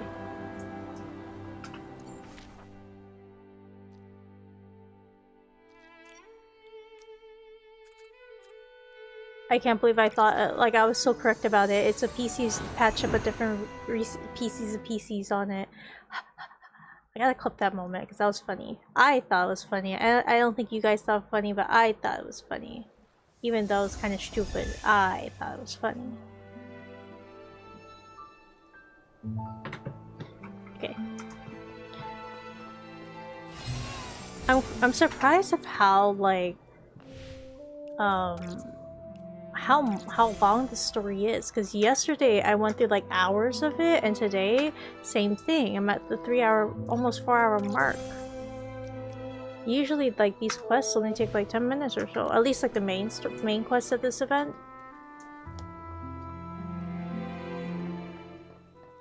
When we found out Madame Julie faked her death and finally caught the suitcase thief, I thought we'd have this case all wrapped up. I didn't expect another PC would try to assassinate Madame Julie. Luckily, that mysterious patchy PC was there, or things could have gone really wrong. Yeah. Even though we still don't know who she really is, or why she's doing all this, we definitely owe her our thanks. To be honest, with everything going on, I'm feeling pretty confused right now. Detective Nikki, do you have any new ideas? So far, we've solved the missing journal case, and uncovered the truth behind the scraps of cloth in the suitcase. Madame Julie and Leora worked together to fake her death. But so many cases remain unsolved. We never managed to catch who poisoned the Dawn's first light detergent. But now the evidence might be pointing to Colleen being the culprit. Colleen. Who kept on saying, heh. She's the owner of the detergent bar, right? Hasn't she been researching the detergent industry at the Ripple Estate? She probably figured out the secret formula for Super Duper Palmed a while ago with all that digging. And since she knows more about detergents than most PCs, this poisoning method wouldn't be hard for her. And there's more. We tracked the suitcase and ended up at Colleen, but she didn't actually steal the suitcase. The real thief is probably an accomplice of hers who's still hiding in the shadows. Look at her, with that top hat and bow tie. I thought she was just a cold but decent PC. Turns out she's a major troublemaker. Luckily, with Gordon's reagent and help from Leora and Raggy, we managed to trap her. Otherwise, she would have run off with the suitcase into the abandoned district.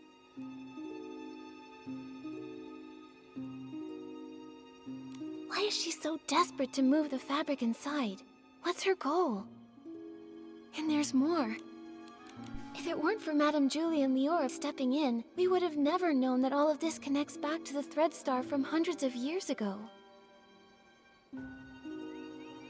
Using PCs too. It's too cruel. I can barely say it out loud. Such a heartless company. Even though the Kingdom Guard's Operation Starstrike was a huge success, Thread Star somehow rose again. Not only cruel, but also cunning. They're preparing the Golden Vision. Maybe it's connected to Madame Julie's assassination. At least we caught Colleen, found out she's part of Thread Star's remnants, and know she definitely has an accomplice. They're the ones who attacked Madame Julie. She needed help to pull off the suitcase theft. Her alibi back then was just a trick. We underestimated her. Ugh, one PC did the poisoning, the other one stole the suitcase, and they worked together so smoothly. They almost fooled us. Detective Nikki, who do you think stole the suitcase? Based on our findings, Tommy was held up by Colleen, and Benny was unconscious. Neither had time to steal it.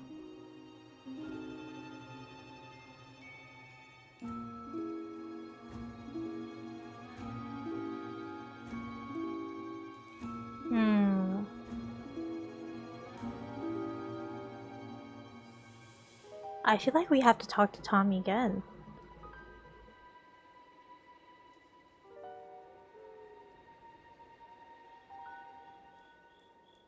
I think it's pointing back to Tommy again.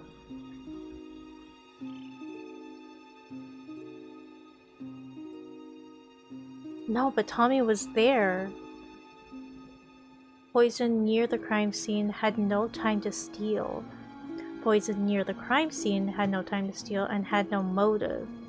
Distracted by Colleen, targeted by Nikki, had no opportunity to steal. Benny, unconscious in the fermentation zone, had no opportunity to steal. Leora is Madame Julie's friend. She wouldn't steal it. And Mr. Leon had hallucinations near the scene, and had multiple eyewitnesses confirm his innocence. So no suspects there either. That doesn't make sense though, Nikki. Nikki. Everyone, even though there were multiple eyewitnesses, that doesn't confirm if Mr. Leon is innocent, because all those eyewitnesses had hallucinations. Nikki. Nikki. But Colleen didn't have any time either. That only leaves the Patchy PC, right? But she was the one who saved Madame Julie. I'm a bit confused now. We must have missed some key information. It seems like the Patchy PC's identity and motive might be the key to all this. Let's hope the truth comes out when she finally wakes up.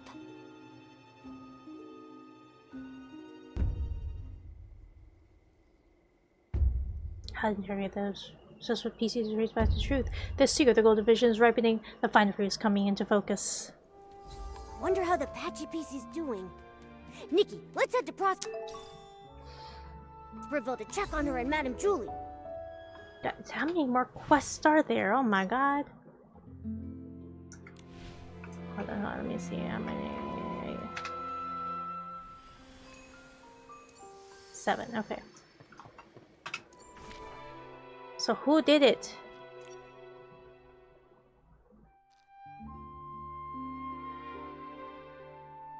Oh, okay, I see. We go right here. I'm still suspicious of Mr. Leon.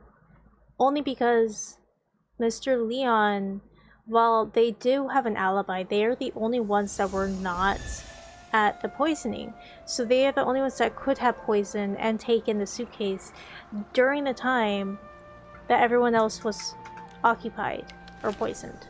So, who did it? Wake up. So that was you? I just told the guards what's happening. Threadstar's gaining momentum, but I was careless. Leora and that patchy PC lady, what are you trying to say? Hello, Kingdom Guards. I'm Scarlet the Seeker, former Kingdom Guard reporting in. Miss Scarlet was a member of the Kingdom Guards. She's the one who uncovered Threadstar's plot, leading to Operation Starstrike. Also, she's Leah's mother. What? What are you talking about? Let me explain. I discovered Threadstar's conspiracy all because of Leah. Leah was my daughter, a lovely girl. Unfortunately, she was sick and left me too soon. I always kept her little clothes by my bed, pretending she never left. I missed her dearly. Then one day, her clothes disappeared. A tiny PC appeared in their place. She turned to me and called me Mama. I thought this PC was a blessing from the gods, so I called her Leah. I cared for her fabric, we played, and I sang Leah's favorite song, Small flower braids in rows, the dreaming child with secrets glows. Ah, happy days. I always slept with a smile on my face, until she vanished too. Gone without a trace, like she never existed. I looked everywhere, but never found her. So I started investigating all the cases of missing PCs, hoping to find a clue. That's when I noticed Threadstar. The Kingdom Guards took it seriously, and Operation Starstrike succeeded. Threadstar was seemingly gone, but I still wasn't able to find my dear Leah. No matter where I looked, I never saw her again. Later, I left the guards and died alone, still searching for my baby girl. I was then reborn as a PC. This broken pocket watch stopped exactly at the time Leah left. I wear it always. I swore on it, whether whole or broken, whether it takes a day or 100 years, I will find my Leah. After a while, I began sewing pieces of the victim PCs onto myself, piecing together their memories to find the truth. I've followed those memories ever since.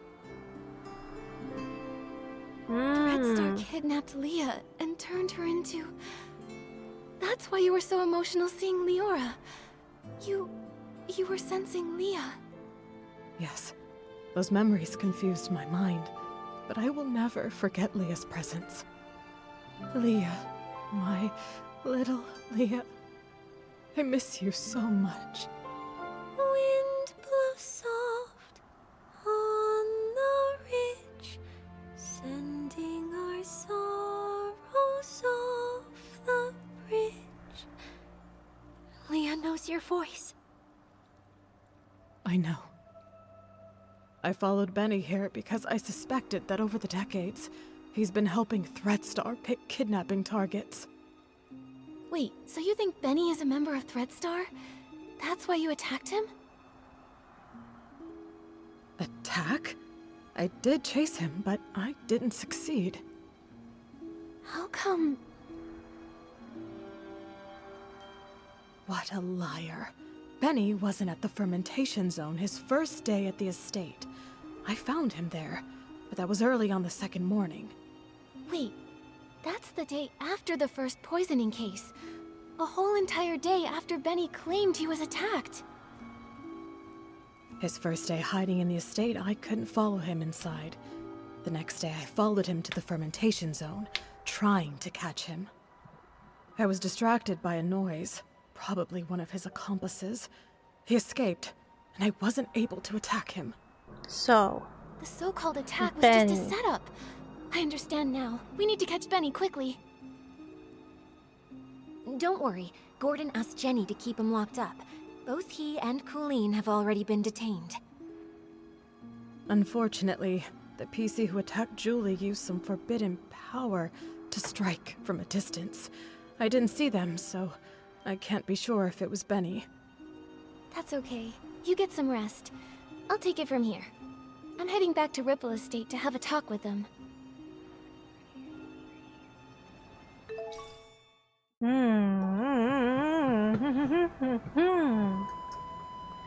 So was Benny.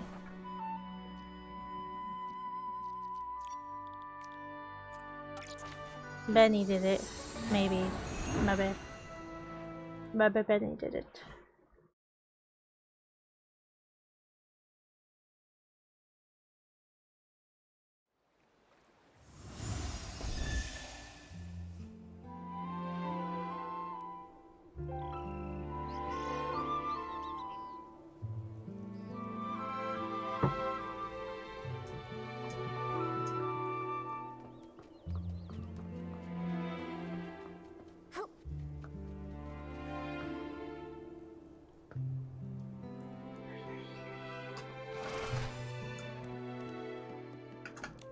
Benny and Colleen are held in 2 nearby knock-knock cells. Knock-knock. It also looks like the others found these shredded fabrics on Colleen, but she won't explain why she stole the suitcase.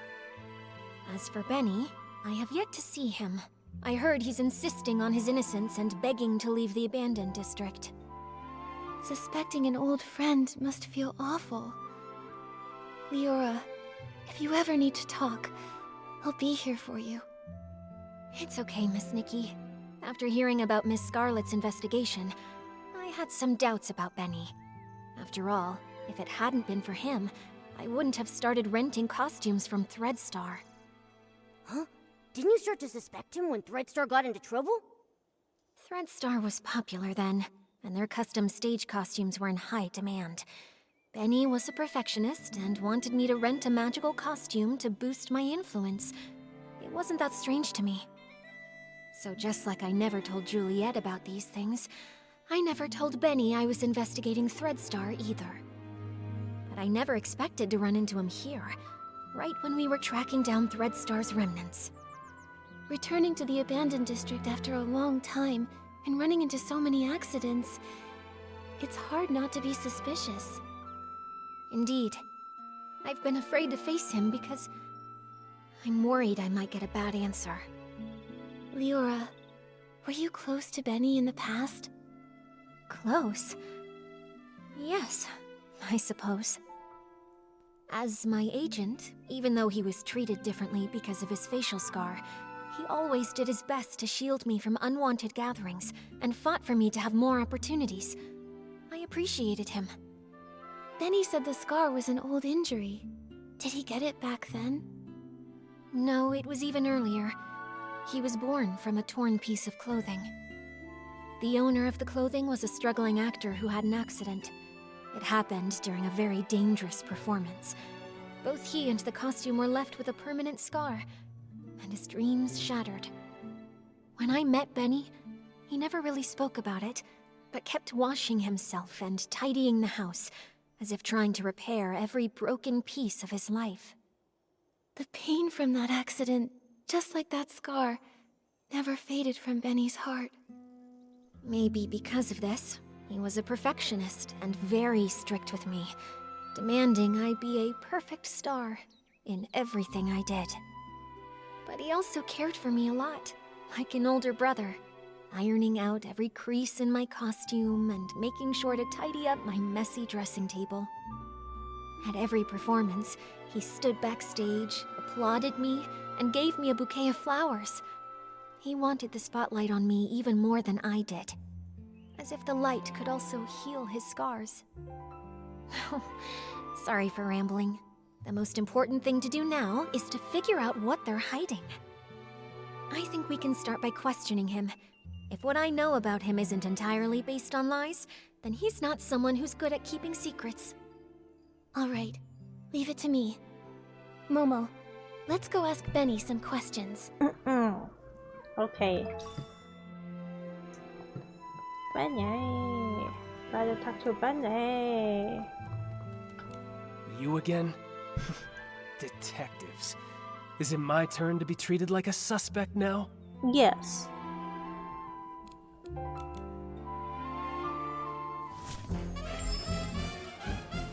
This is just a routine inquiry in the investigation, Benny.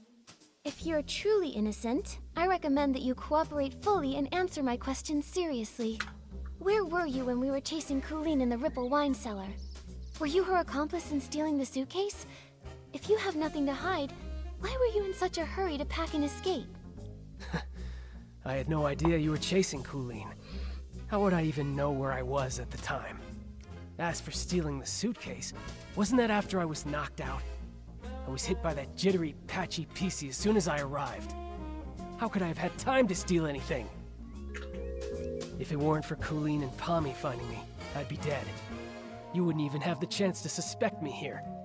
Don't waste time on me. Go after that patchy PC. If she hadn't been chasing me around all day, I wouldn't have been in such a rush to leave. I'm sick of the endless threats of a career that never goes smoothly. I want to go home. Is that a crime?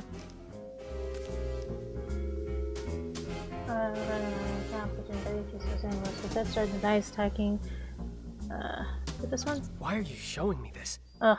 Sure. If she hadn't been chasing me around all day, I wouldn't have been in such a rush to leave. I'm sick of the endless threats of a career that never goes smoothly. I want to go home. Why are you showing me this? Sure. If she I am hadn't just like chasing me thinking around all whatever. day, I wouldn't have been in such a rush to leave. Why are you showing me this? No. Sure.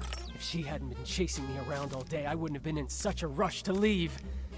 I'm sick of the endless threats of a career that never goes.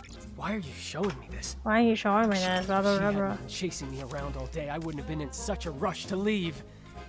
I'm sick of the. Why are you showing me Oh, this? I failed. We do it again. We talk them again. I failed. You again?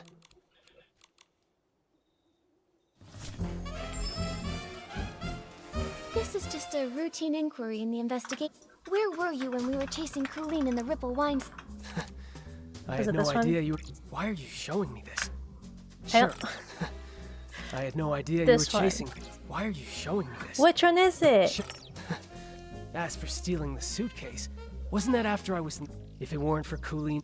As for stealing the suitcase, wasn't that after I was knocked out? I was hit by that jittery, patchy PC as soon as I arrived. How could I have had time to steal anything? Why are you showing me this? I see, I see, I As for see. stealing the suitcase, wasn't that after I was knocked out? I was hit by that jittery patch. Nikki, based on our earlier As for stealing. Nikki, based on our earlier reasoning, Benny didn't have time to commit the crime. But now, maybe that's. As for stealing the suitcase, wasn't that after I was knocked out? Why are you showing me this? Wait, Sure. which one is it? As for stealing the suitcase, wasn't that after? Benny, I'm afraid that what you don't know is that we've already spoken with that patchy PC you mentioned. What? That's impossible. That thing can't even form a complete sentence.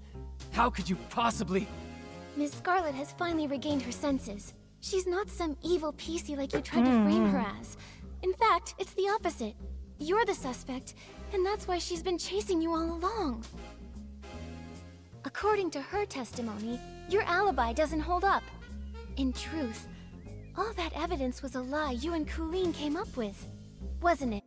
If I deduced correctly, your arrival time in the abandoned district is accurate. Windy can confirm that much, so you couldn't have faked it. But everything after that? Completely fabricated. The day you arrived, you went straight to the Ripple estate to meet up with Colleen and set your plan to steal the suitcase. Colleen poisoned the detergent, and you stole the suitcase. She poisoned herself so she wouldn't be a suspect for the suitcase theft. Exactly. After stealing it, you left the estate and met with Colleen in the fermentation zone. She always said she had a habit of doing her research at night. But once you left the estate grounds, Miss Scarlet spotted you again. Thanks to Colleen's help, you managed to escape. After that, the two of you chose to stage a fake attack scene to frame Miss Scarlet. That way, everyone at the estate would be on guard against her. She couldn't keep following you in the estate, and you had your unconscious all day alibi. Now I get it. Even though Colleen and Pommy found you together the day before, the only one who claimed to have seen you unconscious there was Colleen herself. In reality, you never went to the fermentation zone that first day. Colleen brought Pommy to find you on purpose, making her testimony seem credible. That's quite a clever conclusion. But sorry, I'm just a failed talent scout. I don't get all the twists of this case, and I'm not interested in your detective games. I have no idea why that lunatic PC suddenly started spouting all this. The only thing I know is that she kept chasing and attacking me, and caused me a lot of trouble. If you insist on believing that maniac and refuse to believe me, well then, I've got nothing more to say. Suit yourselves. What do we do, Nikki? He still won't confess. If he keeps insisting Miss Scarlet is lying, we can't really prove otherwise. I would rather believe Ms. Scarlet's testimony, but with both sides telling a different story, we can't use this as evidence to convince Benny. Let's talk to Colleen again. If we can prove she gave Benny false testimony, we can completely shatter their lies.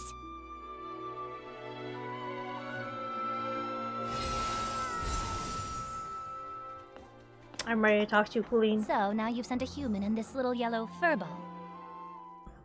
I'm not in the mood to talk. I'm not in the mood to talk. Oh, I love her voice. I don't know how to do that voice, but I love it.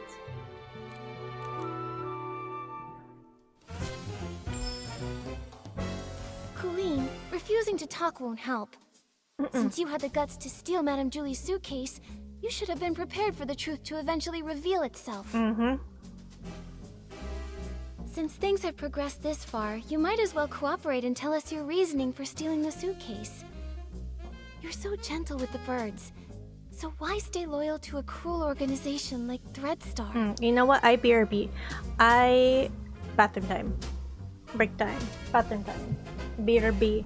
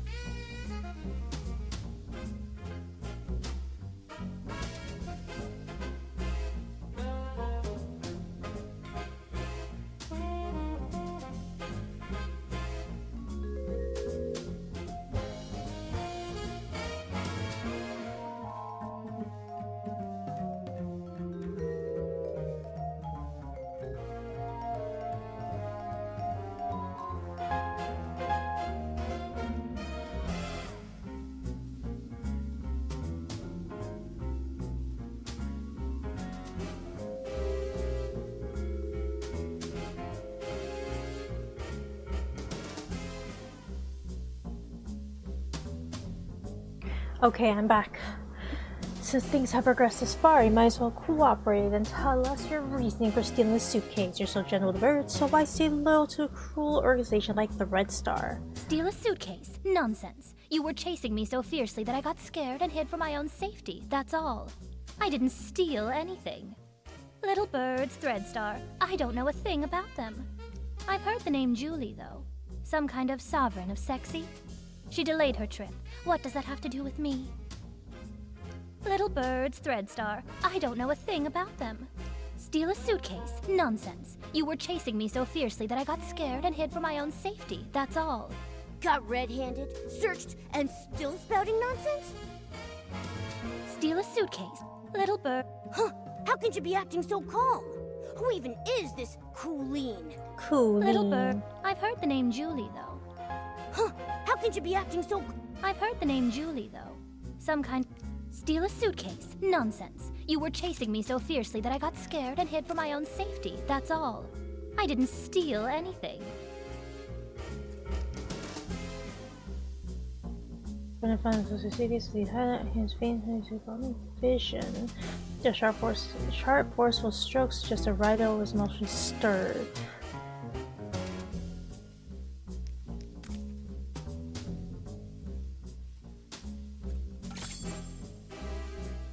Those scraps were found in your possession. Still going to deny it? Just some cloth scraps. I use them to test detergents. What? Is there a rule against bringing your own scraps to Ripple Estate? I love her voice so much. Oh, I forgot to take off the BRB thing. Hold on. If they were really just scraps for testing detergent, why did you keep carrying them while running away? Even when you were cornered, you still wouldn't let them go. I'm a professional detergent bar owner. I have my reasons. A professional detergent bar owner? More like a professional thief. I'm a professional. Besides, you suddenly chased me.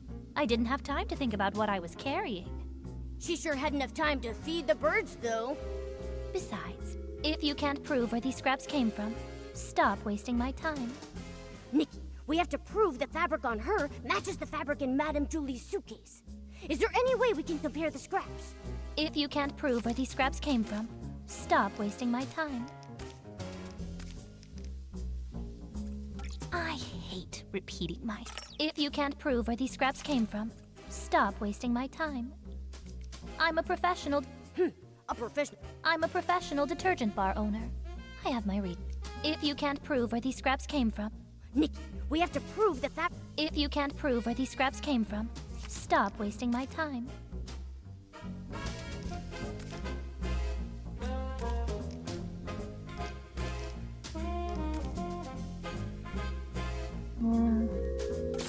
There we go. Colleen, does this piece look familiar? We found it near Madame Julie's suitcase at Golden Fields, the one you didn't manage to take. If we compare this piece with the scraps we found on you, it will prove they're the same fabric. Or do you need to see a lab report before you'll admit it? I actually left a piece behind. I want to know who the voice actor is for Colleen. I want to know how to do their voice. I love their voice, but I want to know how to do it. I actually left a piece behind. Looks like you just admitted to being the suitcase thief. Now, one more question. Benny was your accomplice, wasn't he? His so-called coma was just your cover. He was never attacked at all, was he? And what does it matter if I am the suitcase thief? Give it up. I'll never tell you anything else. She's so arrogant! My claws are itching! And what does it matter if... As for Benny, I'd never seen him before I came here. And I'd never bother faking evidence for him. She still claims she doesn't know who Benny is. Nikki, is there any way we can prove that the two of them have crossed paths before? As for Benny, that total neat freak, I can't even be bothered to talk to him, let alone go out of my way to help him. This is the first time we've faced such a stubborn one, Nikki. We have to hold our ground. And what does it matter if I am the suitcase thief? As for Benny, I'd never seen him before I came here, and I'd never bother faking evidence for him.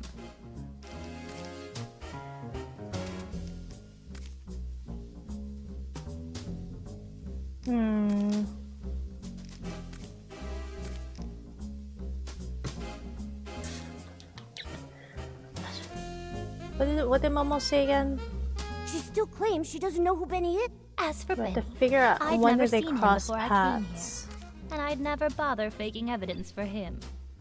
Arrive time, Laura. Was it this one? Let me read everything first. Not that.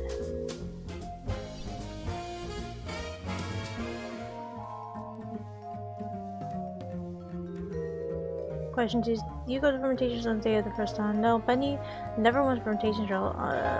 He hid in the state. I only followed Benny to the fermentation in the early hours of the day to catch him, but it seems like he was an accomplice who distracted me with some noise that I failed to catch and never actually attacked.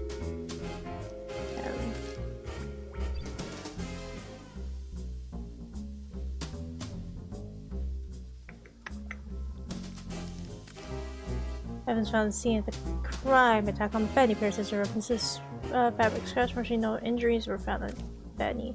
Evans found at the scene of the crime. Oh, and it says matching by description of being struck unconscious. Why bother asking? As for Benny, I'd never seen him before. Why bother asking? As for Benny, I'd never seen him before I came here, and I'd never bother faking evidence for him.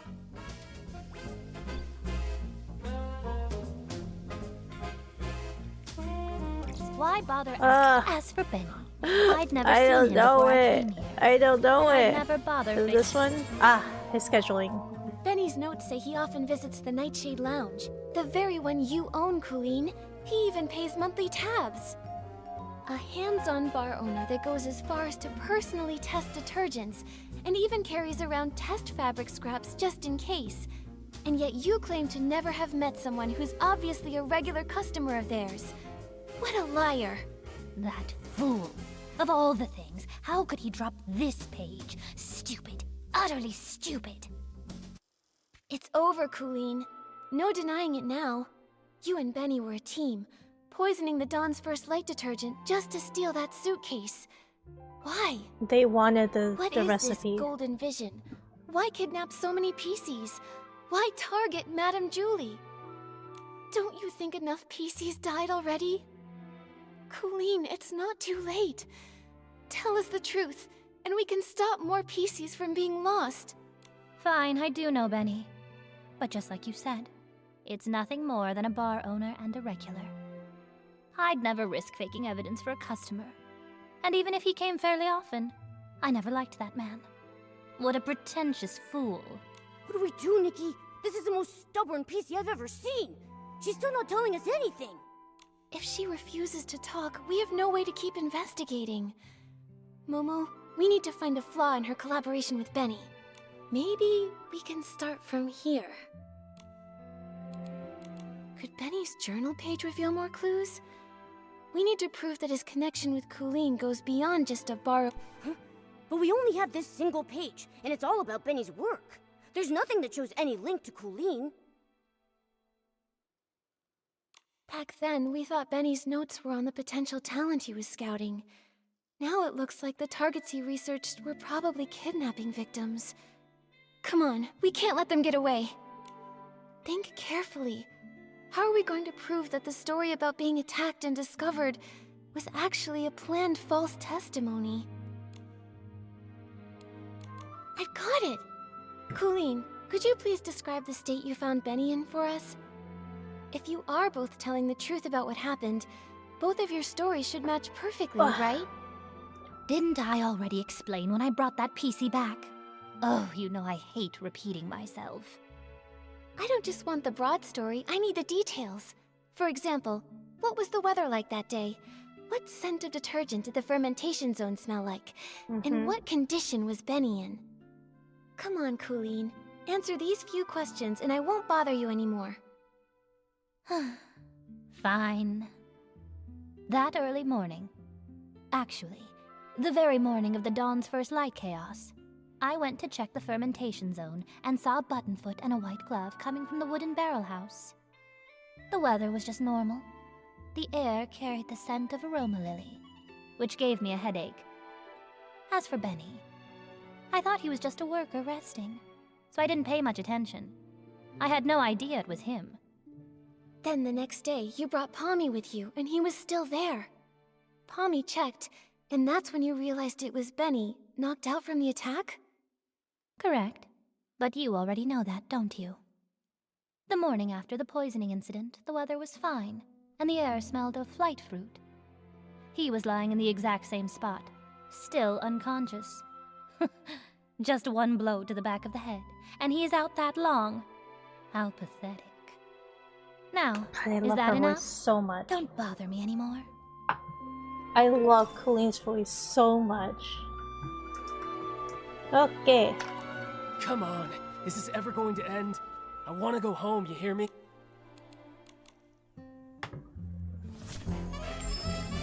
Benny, we have one final question.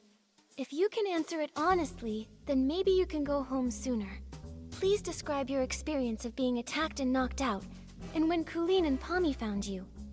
What was the weather like that day? What scent of detergent did the fermentation zone smell like? What condition were you in? Oh, questions, questions. Why so many questions? I already told you. I arrived that very morning when the Dawn's first light incident happened. It was still dark when I reached the estate. I got lost for a while before I found the fermentation zone, and then ran into that sneaky Pete. As for the weather, it was pitch dark. Who knows what the weather was like? The scent? Probably something like wool fruit. I was really tired at the time. I just wanted to ask for directions. Is that all true? Because that's not at all what Colleen said. Take a closer look. Her account of the first time she saw you doesn't match yours at all. What? It should match. I was just lying there unconscious and... You noticed too, right? She said the fermentation zone smelled of aroma lily, but you said wool fruit. If I didn't know any better, I'd say one of you wasn't there. I just got it wrong. It was a mistake. Benny, don't you think it's a bit too late to change your story and say the scent was aroma lily? Aroma lily's smell is so distinct. No one would believe your side of the story now. The fermentation zone always starts releasing the scent of that day's ingredients after 3 a.m., but you and Colleen described completely different smells. If you're not lying, then how do you explain that? No, I just made a mistake. I didn't... No, I never smelled anything. You pressured me into saying something, so I just blurted it out. Wait, I remember. I remember now. It wasn't past 3 a.m. when I arrived. I got to the abandoned district by 2 a.m., so I wasn't lost that long. I wandered a bit after that, of course, but not for long. Then I saw that crazy PC's pocket watch. It read 2:30. Exactly. I just forgot before, but now I clearly remember. There was no scent being pumped out at that time. Don't try to trick me. I wandered a bit after that, of course. And he's still trying to frame Miss Scarlet. Nikki, we need to I don't know what the holes are. These stories gotta have holes. I don't know what the holes are, Momo. I wandered a bit after that, of course. Wait, I remember. He's backtracking. We can't let him off the hook. Wait, I remember. I remember now. It wasn't past 3 a.m. when I arrived. I got to the abandoned district. There's no way I would be foolish enough to say what... Wait, I remember. I remember now. It wasn't past 3 a.m. when I arrived. I got to the There's no way I would be foolish enough to say what I said. Wait, I remember. I don't know what it is. Now. It wasn't past 3 a.m. when I arrived. I got to the abandoned district by 2 a.m., so I wasn't lost that long.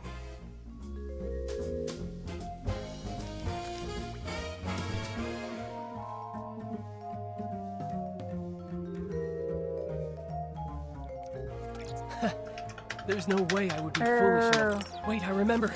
I remember now. It wasn't past 3 a.m. when I arrived. I got to the abandoned district by 2 a.m., so I wasn't lost that long.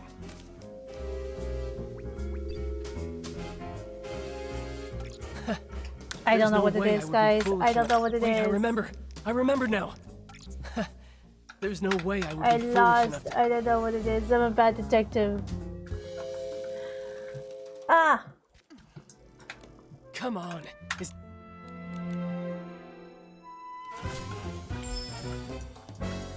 Benny, we have one Please describe your experience of being attacked and knocked out. Questions. It was still dark when I reached... As for the weather, it was pitch dark. Who knows what the weather was like? The scent? Is that all true? Sneezy, sorry. Because that's not a... You noticed too, right? She said the Benny, don't you think it's a bit too late to change your The fermentation zone always starts releasing the scent of that day's No, I just... Wait, I remember. I wandered a bit after that, of course, but not for long. Then I saw that crazy piece's pocket watch. So which one is it? It read 2:30. It read 2:30. There's no way I would be foolish I wandered a bit after that, of course. There's no way I would be foolish enough. I wandered a bit after that, of course. There's no way I would I'm be just foolish clicking enough. all of them. I wandered a bit after that, of course, but not. Oh my goodness, I thought I clicked that one. You made a huge mistake, Benny. You keep trying to frame Ms. Scarlet, but you don't know her story, or the spirit and the sheer willpower behind her pursuit. That pocket watch was broken from the start. It's forever stuck at 11:18, the time Miss Scarlet lost her daughter. Broken? Always broken?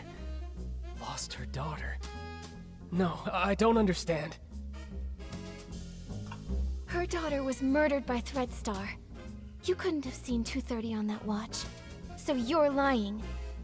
Benny, I suggest you confess. It's over, Benny.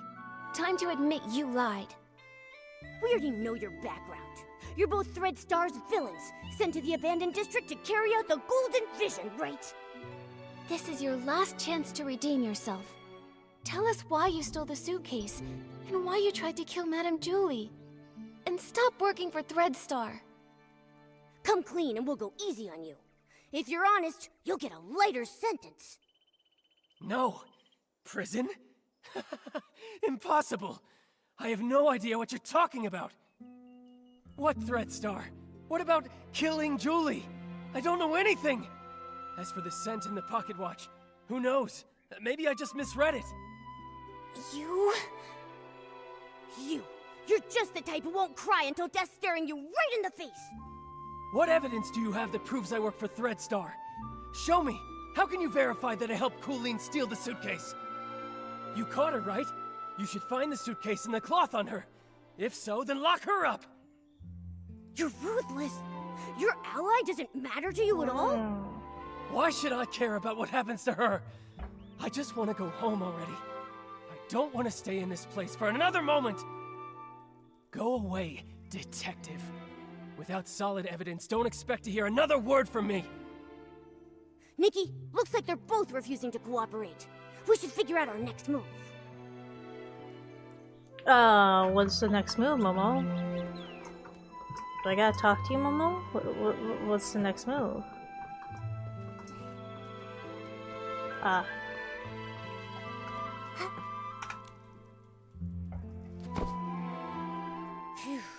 Momo, these two are hard to deal with. You're standing They're on starting nothing. to crack, but they still won't confess. Don't lose hope, Momo. At least we know they're partners now. Benny's so-called attack probably aligns with my theory.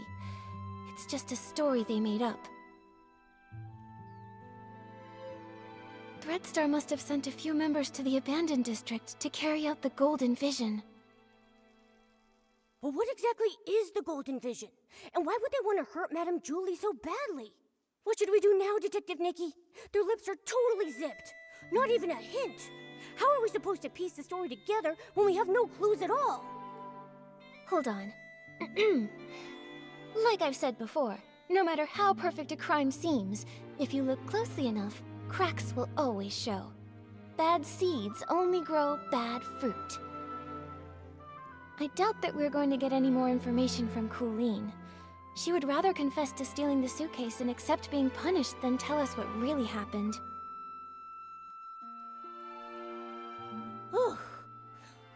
Colleen is a pretty tough cookie, you know that? I mean, even if I pulled out my razor-sharp claws, I don't think she would be fazed in the slightest. She's just that tough. But there might still be a chance with Benny. We're gonna talk to Benny again. He's desperately denying it, and he insists there isn't any evidence.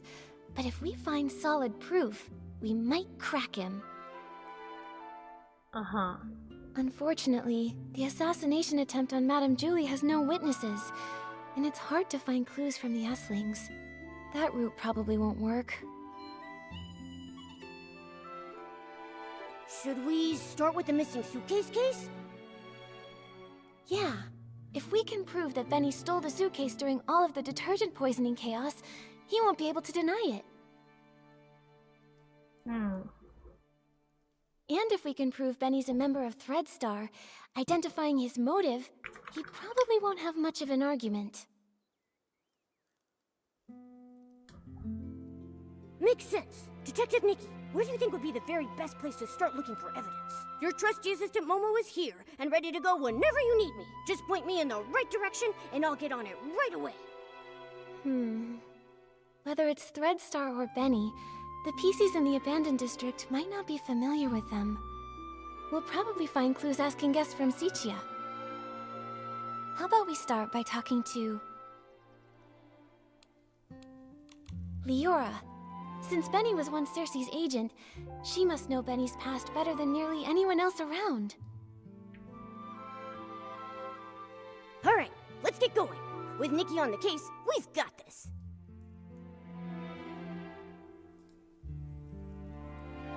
That's above us.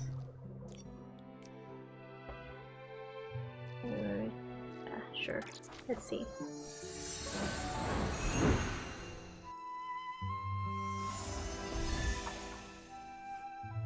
It's still above us. Oh my goodness.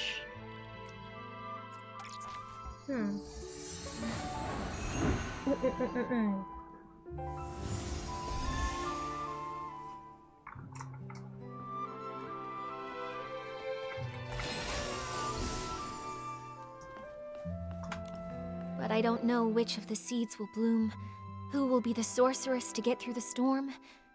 There's only one seed for a life. That's from As Rain Falls, As Flowers Bloom, right? It feels so different from what Madame Julie recited. That line only appeared in the premiere. I rewrote it later on. Benny really liked it. Back then, I always liked to oppose things he liked on purpose. After all, he could be pretty harsh. When I first arrived in Sichia, I felt like a bird finally flying far away. But Benny said little birds are light. Sometimes it's not that they flew far, but that the wind blew them away. Wow, that was pretty mean. He's always been stubborn. How is the interrogation going? We managed to expose Benny and Cooline's lies, and even piece together how they teamed up. It's too bad. Without concrete evidence, they just keep denying everything. Leora, do you recall there being any connection between Benny and Threadstar? Back then, I was so focused on researching performance costumes that I distanced myself from almost everyone. After becoming a PC, I never saw him again. However, back when Mr. Leon was still human, he often rented costumes from him. I even saw the two of them discussing the details backstage before my last performance. And Mr. Leon has always lived in Sichia. As a victim, he must remember the news when Threadstar was taken down. Makes sense. Knowing him, he'd definitely jump at the chance to be interviewed and go on and on about how he was the victim. Thank you, Leora. Sorry to trouble you with these questions. It's okay. I've asked myself over and over, if Benny is a criminal, I won't let him off. Otherwise, how could I face the strict lessons he taught me? When I was helping prepare for the Ripple Estate soiree stage, I heard that Mr. Leon was planning to rehearse near Beryl Grove today. You might see him over there. Nikki, what should we do next? Tommy. I want to ask Tommy first. If it's about Threadstar, maybe he knows something. Makes sense. Let's go find Tommy. Oh, Tommy's on this side. Oh my god, so close.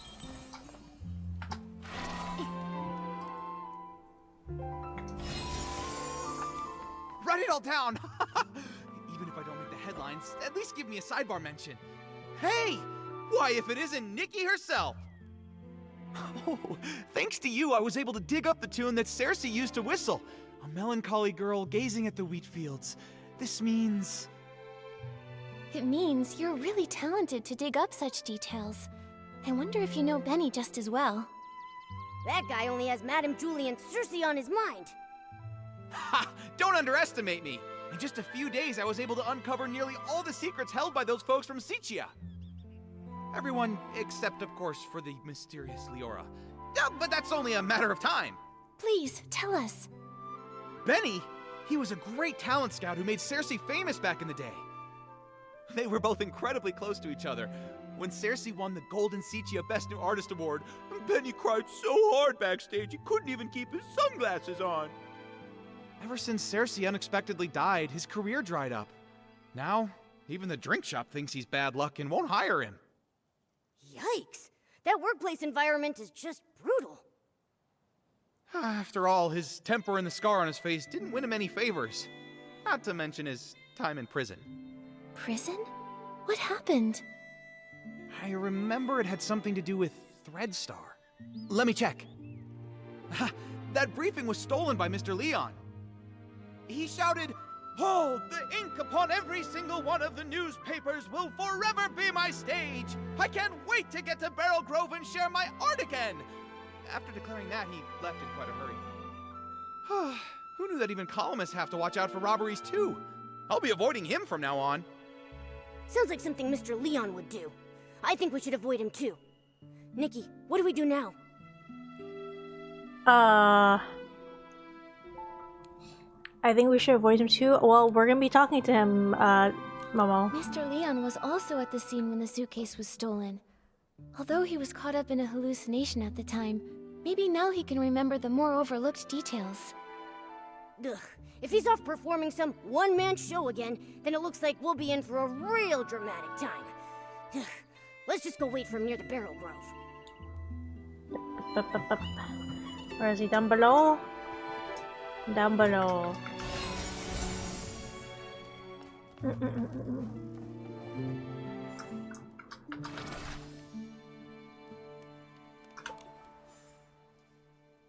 Oh, this world is even sadder than the drapes at the Backwater Theater. Mr. Leon, sorry to bother you. Did you see Benny before or after the poisoning that day? Benny? No, I didn't see him. Why? Do you think he was the one who stole the suitcase? He doesn't honestly think that a few scraps of cloth will cover that broken face of his and hide his shameful past, does he? You seem to know Benny's past well. Of course! It all starts with my own glorious yet lonely past.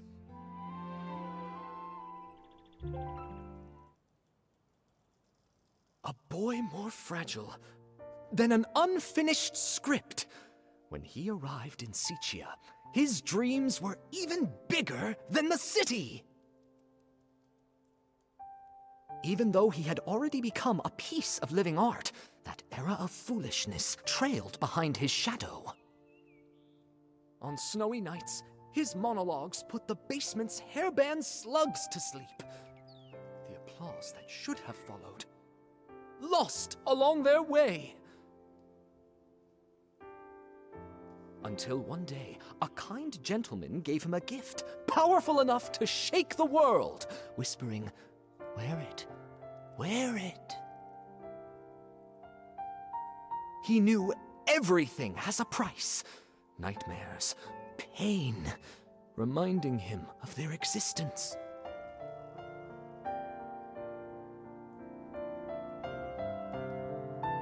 He went back to perform the full submission again and again in hopes to awakening this ignorant era. But he fell, forever left upon the platform leading to his dreams. Could that man be from Threadstar? Ugh. So they used everyone's dreams and it cost your life.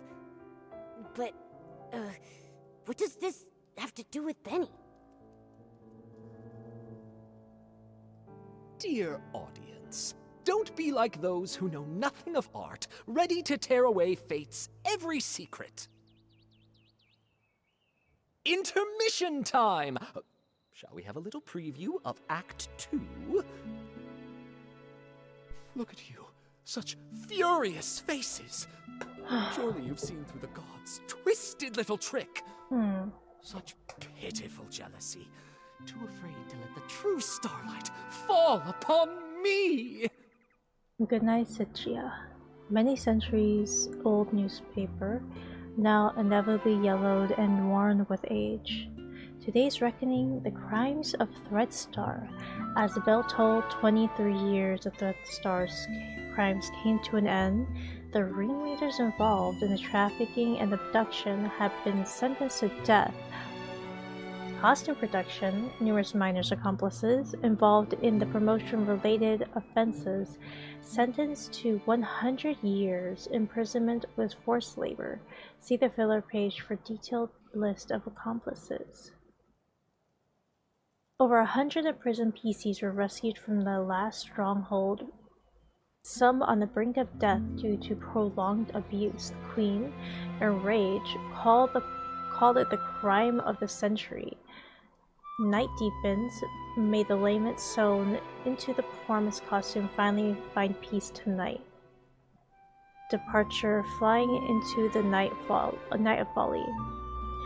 22 years, 4 balloons, a solitary journey. Mr. Leon carries the foolish submission. This is not a performance, it is an awakening. This one-man show, which he calls Genius Matredom, tells a story with pure authenticity shaking the very earth. Tour begins next month. Good night, and may each of us find the courage to release our balloons. Filler page. Dense list of Threadstar's implicated personnel, handwriting blurry and hard to fully read. Shockingly, many in the entertainment industry were involved, including Cersei's PC agent and others. Sending that evil messenger, Benny, with fake generosity and kindness, politely selling costumes to me, all secretly marked with the price of downfall. I mean, Benny was Cersei's only agent. I never suspected that he could possibly be one of the culprits behind selling all those stage costumes. This is truly shocking. And now it's clear. He really is connected to Threadstar. This is exactly the evidence we're looking for. Mr. Leon, thank you for your help. I never expected that you too were hurt by Threadstar, and never got to perform your solo show. It's fine, it's fine. Every step on stage I make now is rehearsal. All in preparation for the full submission. Just wait and see. The boy who fell on the platform will be back, carrying all the scripts rejected to expose this fake world. Nikki, can we finally take down Benny now? Let's expose Threadstar's whole scheme and reveal the truth behind everything they've been hiding. This suggests a link between Benny and Threadstar, but we'll still need solid proof that he's the one who stole the suitcase if we want to expose his secrets. Oh my gosh, my back. No one suspected Benny when we investigated the suitcase theft case before. Where do you think we should start digging from here? Miss Nikki. There were plenty of audience members obediently seated under the stage that day. Why not go ask them? You mean... Oh, right! We questioned Squeaky and Belford, but we got caught up with running around. We haven't even interviewed Leora yet. Maybe she'll link Benny to stealing the suitcase. Then what are we waiting for?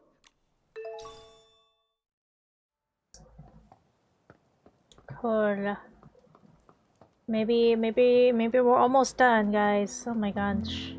Yeah, you know, I'm thinking maybe no Persona today only because I thought I'd only have like 2 hours left of this, but this is a very long thing, a very long event. I was here.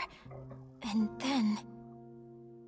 Leora, are you recalling what happened the day the suitcase was stolen?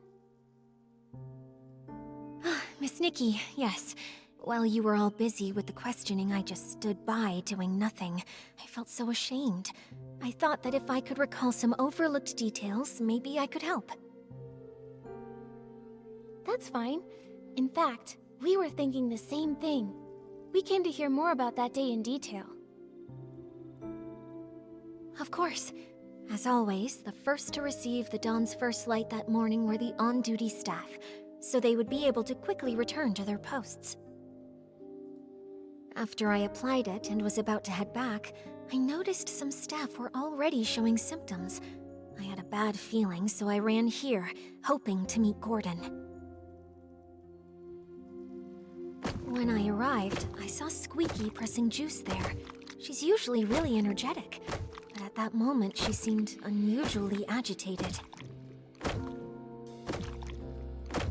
If you say so, it really sounds like she must have already been hallucinating back then. She was talking about flying fruits, runaway bags, all sorts of impossible things. At the same time, I saw Belford approaching. He carried a bunch of detergents, but was already unsteady. It sounds like Belford was about to hallucinate too. I wanted to help him, but I quickly started to feel dizzy myself, stumbling and bumping into him. Lots of detergent spilled. The smell was strong. Oh, this must be the fragrant fireworks Belford told us about. What then? Then I started hallucinating too. I can only remember some fragments. A yellow bullcat with 2 blue-purple horns, wearing a blue-purple jewel on his neck.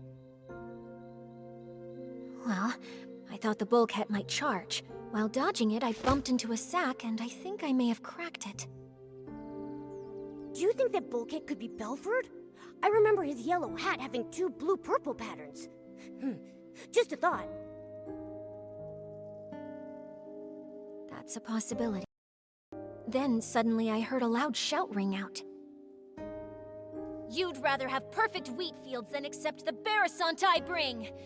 Something like that. That has to be Mr. Leon. I think your version of this line is better than his original. That was him. I was startled then. I saw the bullcat run away, felt danger was coming, and left quickly. It looks to me like both you and Squeaky were scared off by Mr. Leon's shout. When I came to my senses, I was at a remote water spot, soaked through, and there was no one nearby. So that's what happened. We met the other witnesses Leora mentioned to us, but I can't shake the feeling that something is off. There should have been one more PC there, the thief. They couldn't have disappeared without a trace. But what exactly feels wrong? Don't rush things, Miss Nikki. Maybe we can simulate an interrogation. Treat me like a suspect, find any inconsistencies in my story. Maybe the truth is hiding in plain sight. Great idea! We should get started.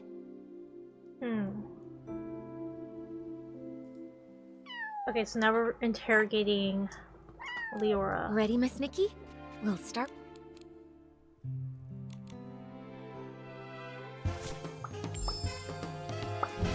Leora, could you please describe again what happened nearby that day? Especially the part where you saw Squeaky and Belford. Not a problem. When I arrived here, Squeaky seemed already caught up in hallucinations, pressing juice with wild agitation. Belford was on the other side, transporting detergent but already unstable. I tried to help but felt dizzy and accidentally bumped into him, spilling the detergent. After that, I fully slipped into hallucinations and fought with an imaginary bullcat. Well, I think that was a mistaken vision of Belford. Later, I was startled by Mr. Leon's passionate performance. With Belford pacing around nervously, we both left the place. That matches with Mr. Leon's testimony. I don't see any issues. Later, That seems to match After that, Belford was on the other... That's what Belford told us earlier. Is there anything that doesn't line up with the scene? Belford was on... Not... That info matches Squeaky's testimony. Not a problem. What Belford... That's what Belford told us earlier. Is there... Belford was on the other side, transporting detergent but already unstable. I tried to help, but... Got it. Leora testified that she bumped into Belford and accidentally spilled detergent all over the place. Since both of the hallucinating PCs left after that happened, there's no way they could have neatly arranged the detergents found in the corner. But last time we investigated here, we saw lots of organized detergent bottles near where they bumped into each other. Someone stood the bottles back up, and that PC who did so is very likely the culprit. Miss Nikki, please let me examine these bottles. Oh, this one's scent. It's Benny. Why do you think it's Benny? You sniffed it out and you knew it was Benny? You remember, but I mentioned when Benny was my agent, he was incredibly attentive, helping me organize clothes, even tidy my dressing table. Scripts I carelessly left lying around would be stacked neatly, and any makeup I may have spilled on my desk would be arranged just like these detergent bottles. I should mention, this detergent scent is the one Benny usually uses. We often see Benny washing his hands. It seems he always carries detergent with him. Yeah, although this fragrance he usually uses is quite common and very mild, when placed alongside these other nearly scentless detergent bottles here, you can still figure out the difference between them. Moreover, only this bottle has been slightly used, and the bottle's cap has an extra seal ring inside of it. That's Benny's signature.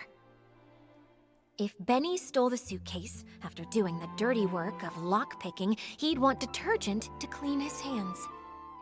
I now suspect that the big sack I accidentally bumped into, after being startled by Mr. Leon's performance while I was hallucinating, was actually Benny. Benny was washing his hands while he was also startled by Mr. Leon, bumped into you, and dropped this detergent? Exactly. That's definitely possible, but so far, it's just speculation based on Benny's habits. It's hard to prove. Exactly. And since this detergent is so common, Benny could easily blame another PC for leaving it behind. I think we'll need to dig a little deeper. This interrogation simulation has been really helpful to us, Leora. If you can keep assisting us while we clear things up, we would really appreciate it. It would be my pleasure. Ready, Miss Nikki? We'll start when you...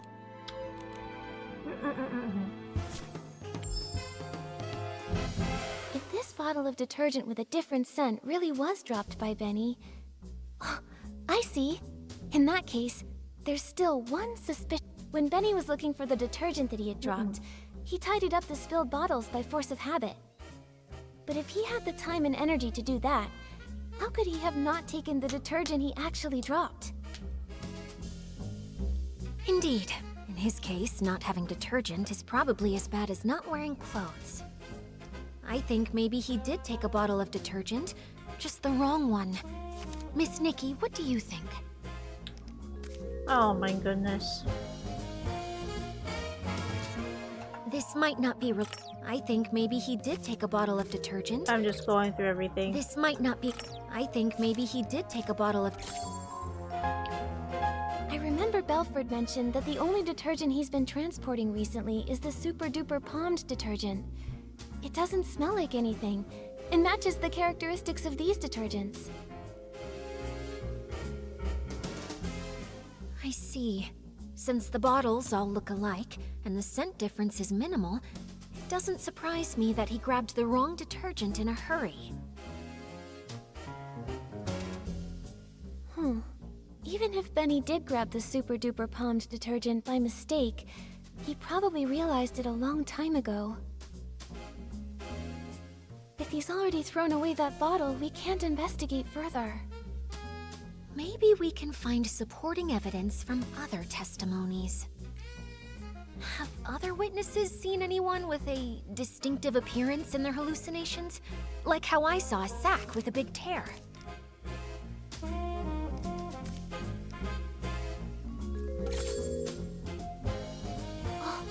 Squeaky said she saw a big sack split open after being scared by another noisy sack. Maybe what she actually saw was Benny, who got a big shock from Mr. Leon. That's definitely possible. Looks like I'm not the only one who saw a hallucination resembling Benny. So the truth has been right in front of us all along. We just didn't see it. Great! Now we have both the detergent he dropped and the descriptions mentioned in everyone's testimony. Nikki, can we go interrogate Benny now? I'm still a bit worried. Will these ambiguous pieces of evidence really make him confess? I also feel something's missing. From what I understand of Benny, the more stressful the situation, the more eloquent he gets. We've seen that behavior before. Even with a mountain of evidence, he just keeps arguing. Hey, could this be a trait of a showbiz manager? Huh, you could say that. In the ruthless entertainment world, it was a skill he really took pride in. Given his personality, when faced with this evidence, he'll probably claim he was poisoned and ran to the scene, but he'll firmly deny touching the suitcase. Yeah, I can picture that. Looks like we need solid proof to show he did actually come into contact with Madame Julie's suitcase. Leora, please help me one more time. Just one last interrogation simulation. Ready, Miss?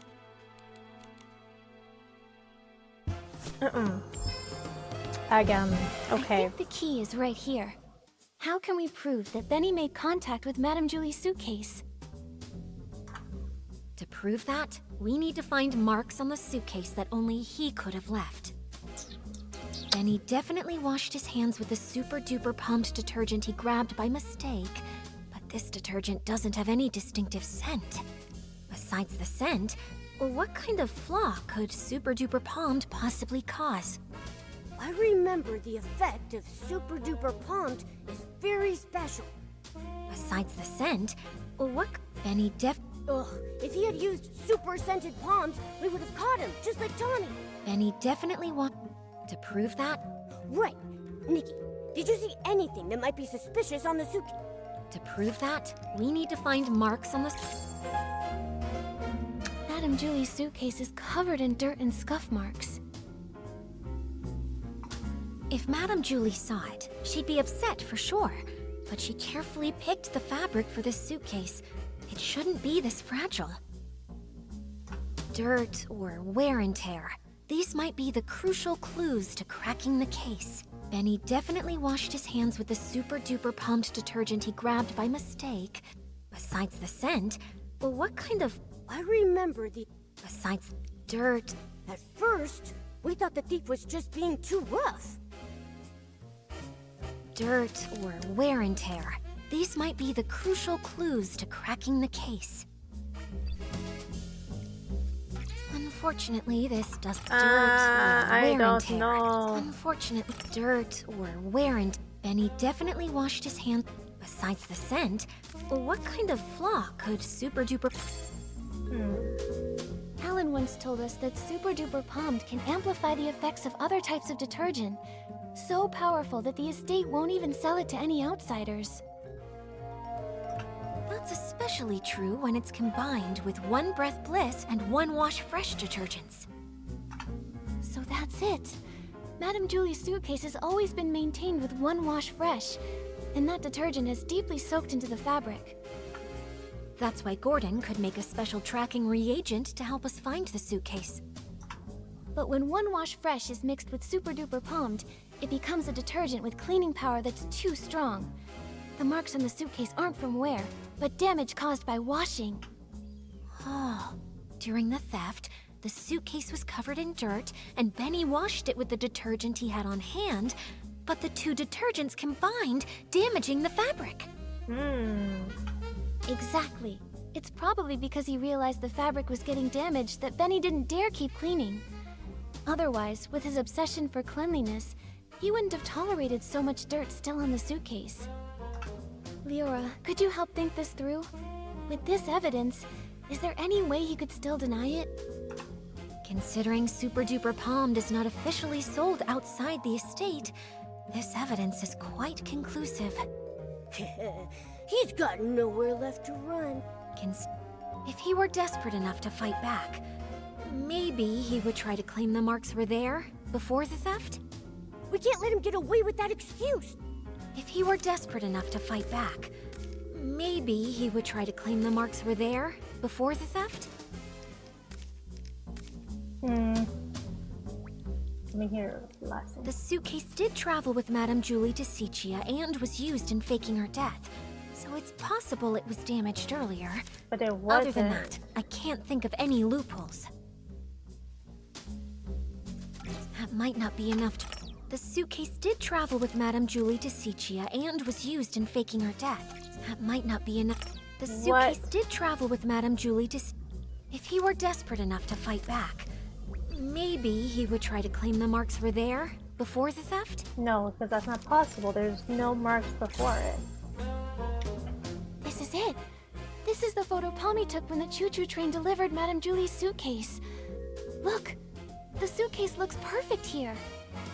Those obvious wear marks must have appeared after this photo was taken. Miss Nikki... No, Detective Nikki. You did it!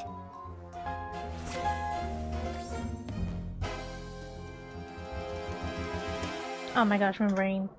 This is so much thinking. So this is what really happened that day. Yes, please, Nikki, explain to me. While everyone was hallucinating, Benny snuck onto the scene. No one knew that a new guest had arrived at that time, except for Colleen. After stealing the suitcase, Benny washed his hands out of habit, using the detergent he'd brought. Then, Mr. Leon shouted his lines, startling all the PCs. Leora knocked over Benny's detergent bottle. When he went to pick it up, he couldn't help but organize the scattered bottles. But he took the wrong detergent, the Super Duper Palmed, the one that Belford was responsible for transporting.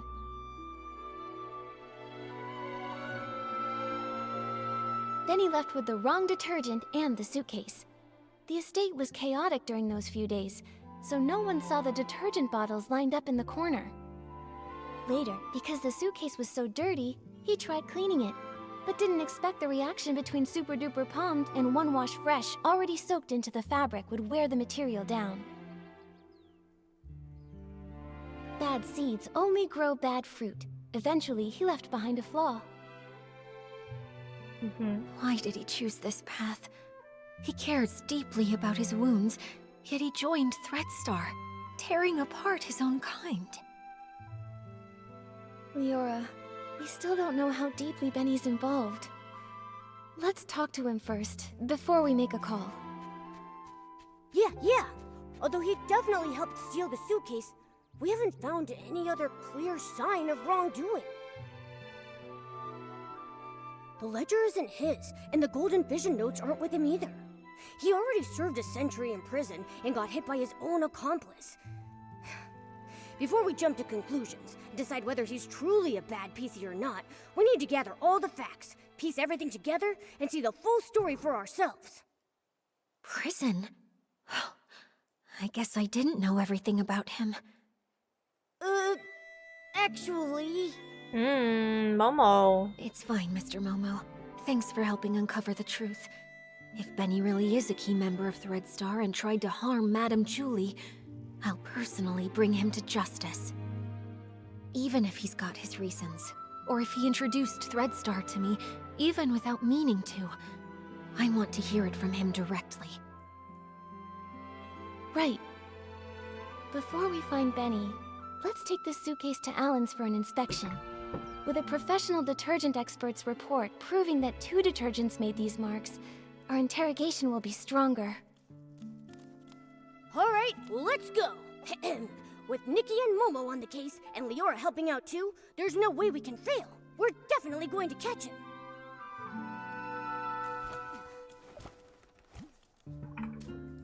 Where are we going? Over here, okay.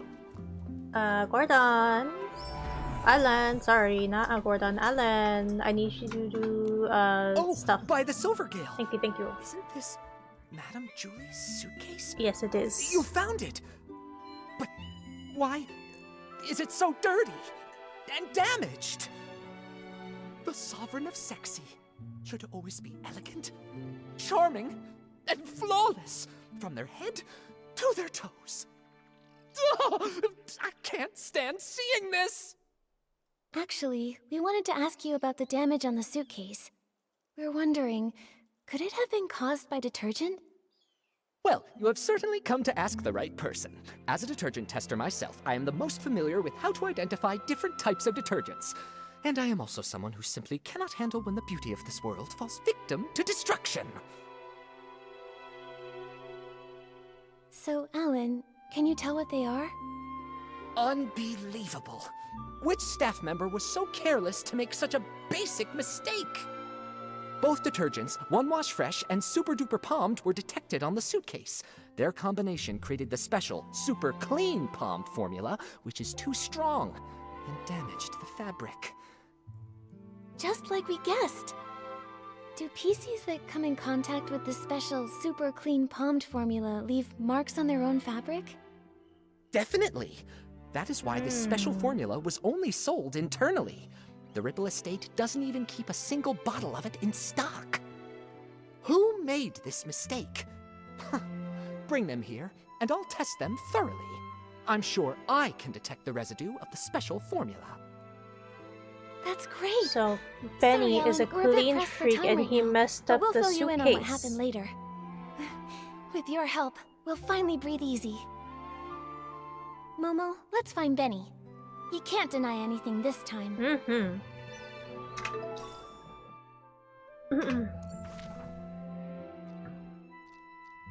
Benny, you're such a liar. Benny, you're lying to us, Benny. We're gonna be able to pin this on you, Benny. Wait, so then who's the one that poisoned everybody? Was it Colleen?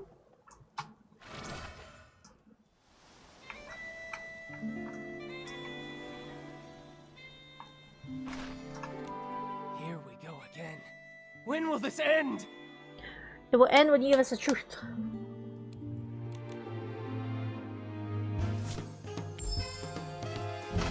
Benny, we've brought solid evidence this time. There's nowhere left to run. Tell us everything about Threadstar's plot. Yeah. No way. You're just trying to trick me. You really think I'd believe you? How many times do I have to repeat myself? I've got nothing to do with Threadstar. So desperate that you're spouting obvious lies? How many times? No way. How many times do I have to repeat myself? I've got nothing to do with Threadstar.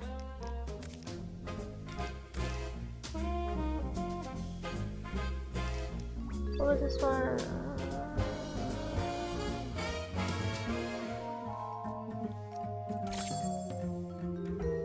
A minor offender involved in coercive sales and forced rentals, sentenced to 100 years in prison with compulsory labor. How did you find this? Don't bring that up. No! You served Threadstar centuries ago, and we should believe you're not involved with them now? Benny, if you keep this up, you'll only end up back in prison. And for even longer next time. Why won't you confess? No! An old newspaper can't prove a thing! It happened so long ago. How is that evidence?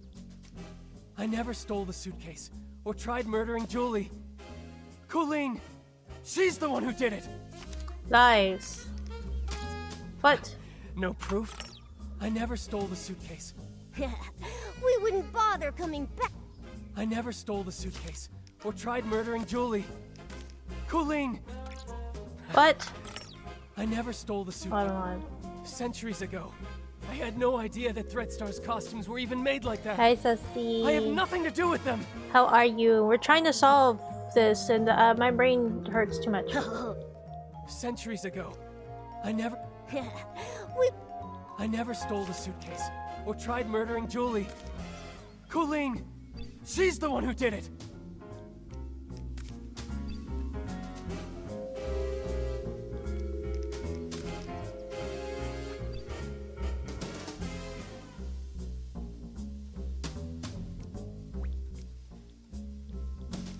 No! I never stole the suitcase, or tried murdering Julie. What? Colleen! She's the one who did it!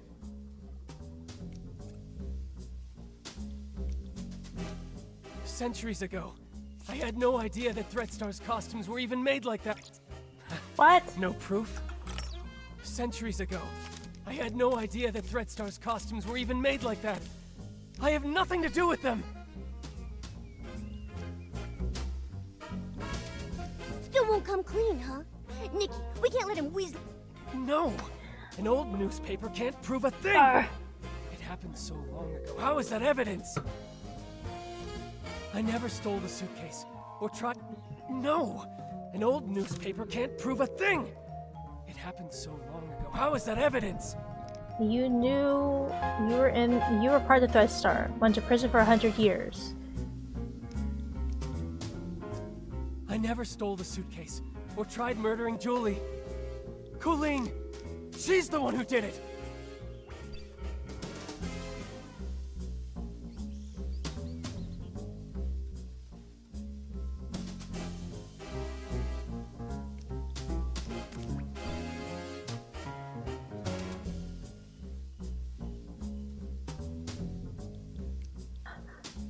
I don't know. Centuries ago, I had no idea that Threadstar's costumes were even made like that. I have nothing. I never stole the suitcase or tried murdering Julie. Colleen. I am No, I never stole the suitcase. frustrated because I don't know what it is. I failed. My brain hurts. What the freak? Here we go again.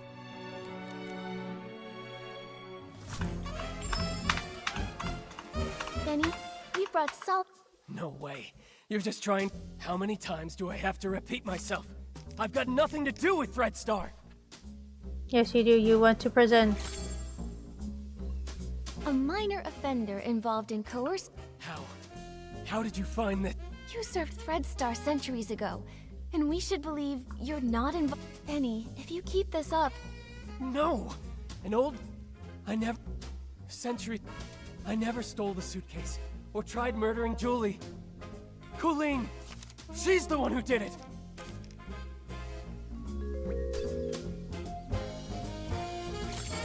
Oh my god, it was the first one. I thought I did the first You one. see it now, Benny?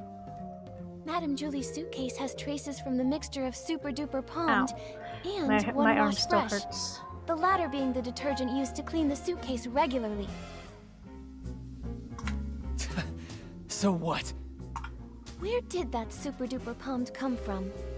The only explanation is if someone left their own detergent behind and took the transport shipment. And I think the culprit is you. No! Oh my god, my brain hurts doing these interrogations. Actually, we've got another crucial piece of evidence. If a professional investigator examines you, they'll tell whether you're truly as clean as you claim. Maybe you ended up just as over-clean as the suitcase after coming into contact with the same mix of Super Duper Palmed and One Wash Fresh. Enough! Enough! Stop talking about things I already know! I know I damaged the suitcase. I know I hurt the PCs. I know I'm an accomplice, but I've already tried to break away. Why can you just not let me go? Oh, finally done. You've gone to prison for a century and Almost. still don't get it? A bad seed always bears bad fruit. Some mistakes should never have been made. You don't know anything! What if that bad seed was just me being born? I love how he's What just if laying down like His that. dream was to be a perfect star, but an accident ruined his face. What if I was born from the nightmare wrapped in that damaged costume from such a disaster? That seed wasn't bad. Even with that scar, you're still an excellent talent scout, helping a country girl step onto the stage. And your insistence on prop safety spared her from the same fate. How? How did you know? Cersei? Yes. I've always wanted to ask her something. If I had not insisted on the original schedule that day, would she never have fallen? She was doomed to die. She was investigating Threadstar's costumes and was targeted. How come? No, I should have known. I rented those costumes. I just didn't dare to think about it. I always... After I got out, I was a ragged scrap with a 100-year sentence, shunned by everyone. Only Threadstar gave me a chance to keep creating perfect stars. So I told myself it was okay, that I was just a fringe PC on the sidelines. I stole the suitcase, but I didn't want to think about what was inside it. I kidnapped the PCs, but I didn't want to see what happened to them afterward. A crime is still a crime. No matter how you tried to dodge it before, this time you still bared your claws at Madame Julie and tried to kill her. Please don't say no. I didn't. I'm not qualified to do such an important mission. Coolin assigned my tasks. She didn't even tell me Julie was still alive. Julie was still alive. Leora, do you remember that when we were investigating in the Ripple wine cellar, Coolin said that too? She did. She seemed unaware that Julie faked her death. Oh my god, are you kidding me? The attack on Madame Julie. Could the real mastermind still be hiding in the abandoned district? We need to ask Coolin again. She won't cooperate. She joined Threadstar to find her missing twin brother. That's the only thing she truly cares about. Missing? What else do you know about Coolin? She'd rather talk to birds than to other PCs. Maybe because she once had a celeb crow named Cece. She's always been closer to those birds than PCs. Cece? Could it be... This scarf! Tommy said Mr. Simon and his sister once raised a celeb crow called Cece together. Oh.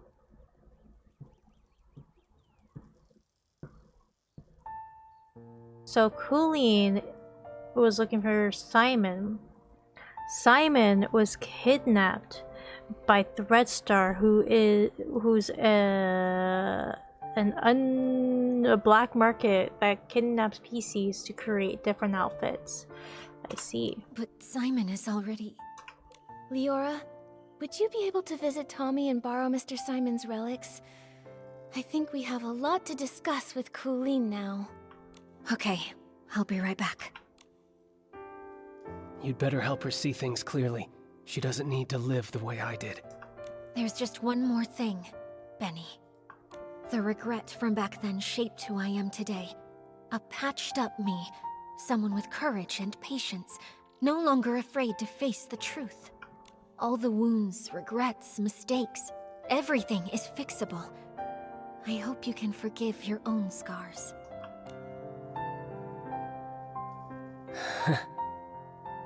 If only Leora had told Benny this sooner.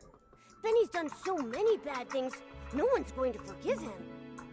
Maybe what Leora meant was that having regrets and flaws doesn't mean that life has to end. It's never too late to start mending, you know? Still, the worst of it is Threadstar. This time, we have to put an end to their crimes for good. Okay, I'm taking a break. I'm going to see the stars. I need to do a little bit of music. I need my brain to be a little bit more active, a little bit more active, because it's not active right now. I need to do a little bit of music.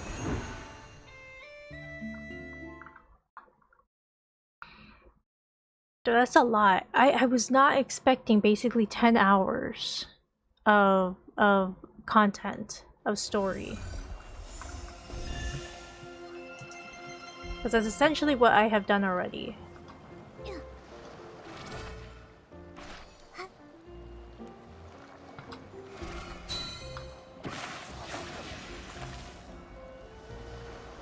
I need the neurons in my brain to activate immediately for me to pay attention to what's going on.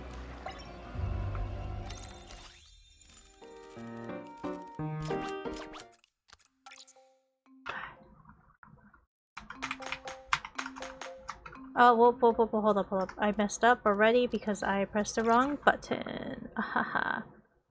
Ahaha.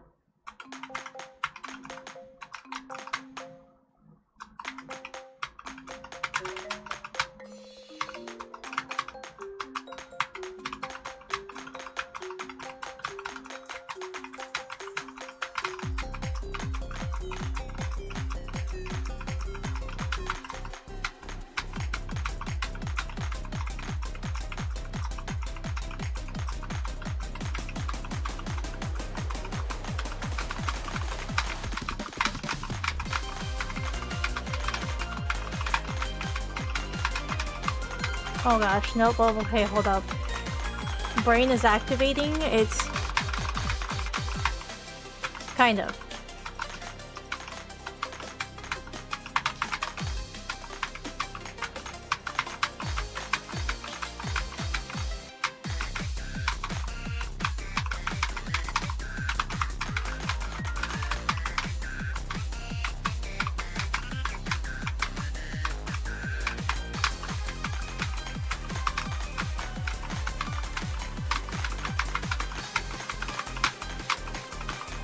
Oh gosh, there's a lot.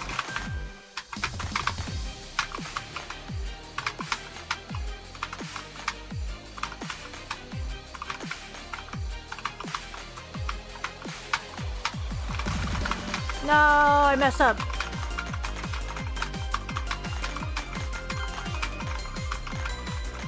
My brain, it's kind of activated. Hold up. Never mind, it turned off. Hold up, hold up, hold up.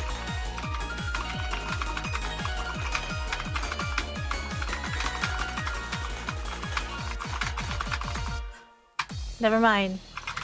Never mind, I messed up. I messed up, but that's okay. My brain is activating a little bit more. Keyboard ASMR, yes, because my brain. Hold up. I'm gonna do a little thing really quick. I need a music.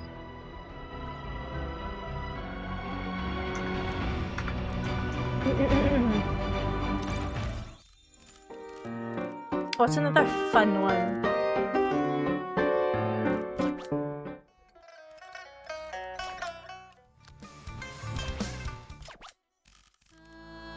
No, no, no, no, no.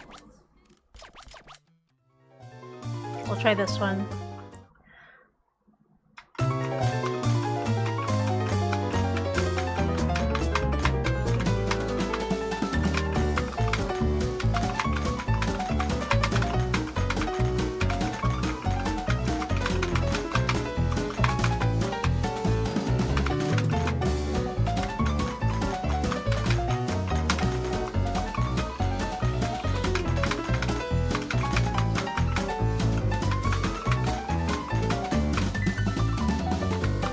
Oh no!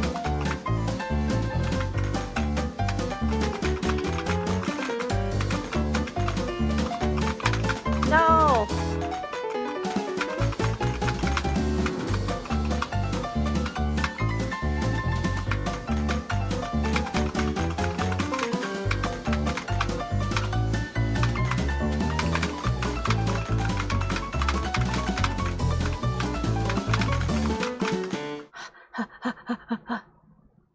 My brain needs to activate a little bit more.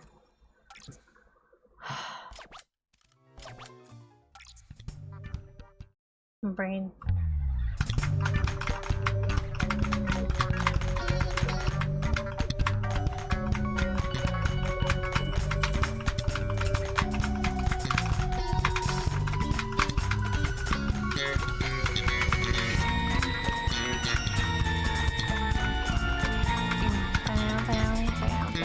Oh no!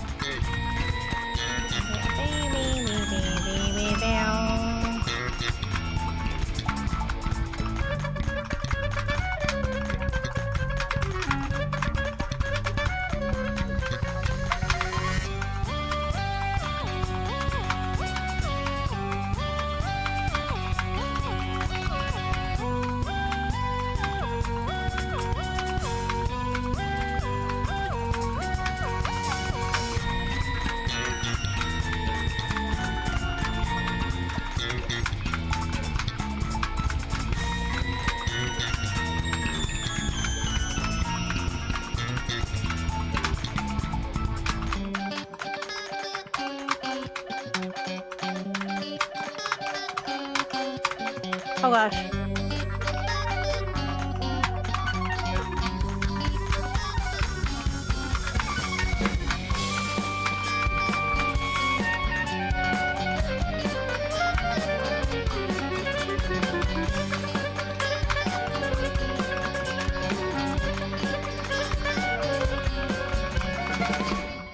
Dang, I messed up again. I messed up again. I get my stuff again, but I messed up. Oh.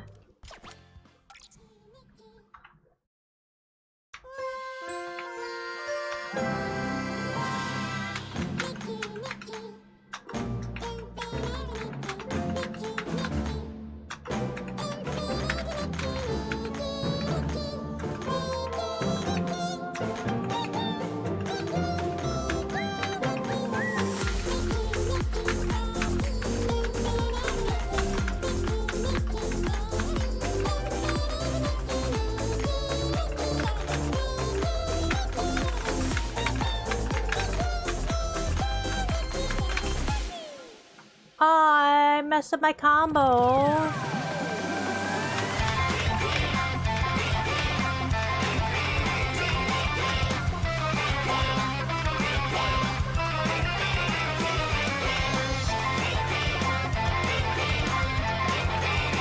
I messed up.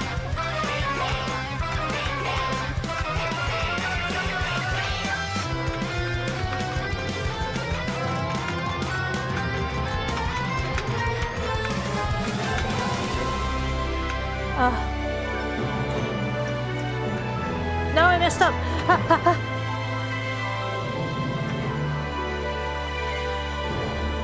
I'm messing up everywhere, man.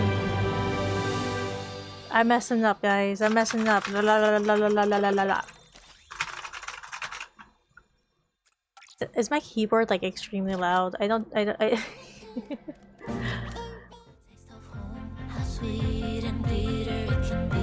What's another fun one?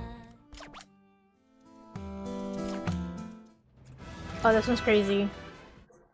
I know this has to do with work.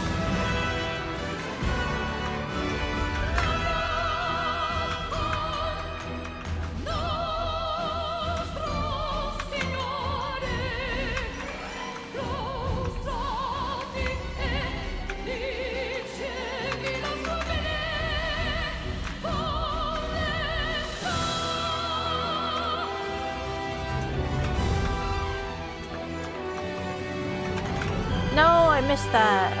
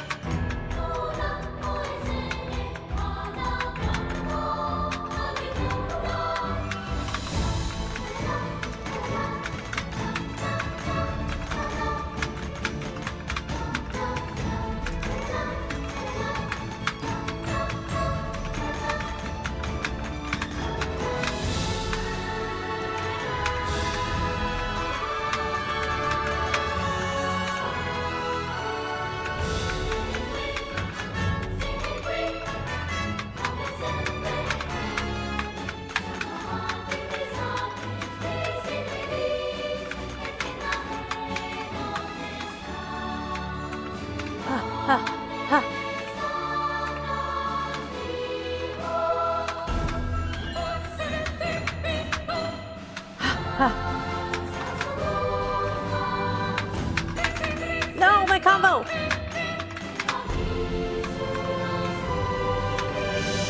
My combo! My combo.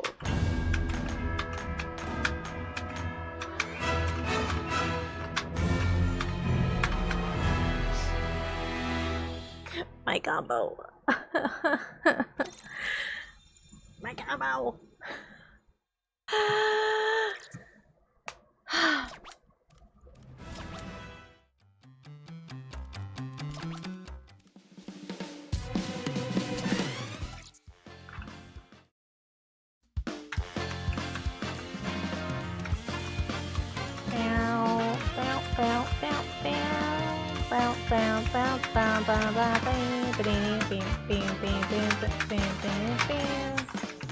Jump into this life, falling through the rings of sunshine, explore and fantasize, picking outfit for this ride, trying out all styles, and don't leave any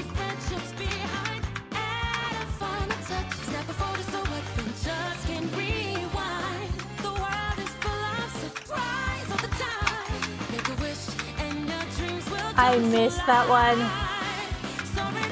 Lies.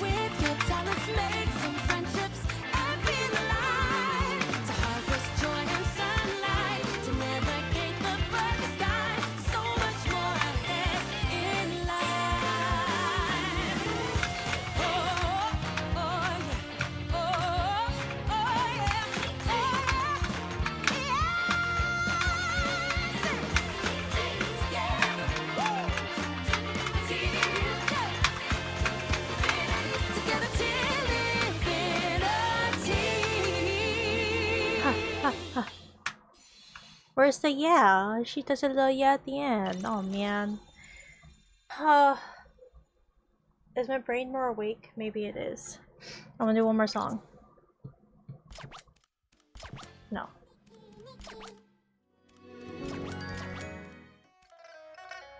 We'll do this one.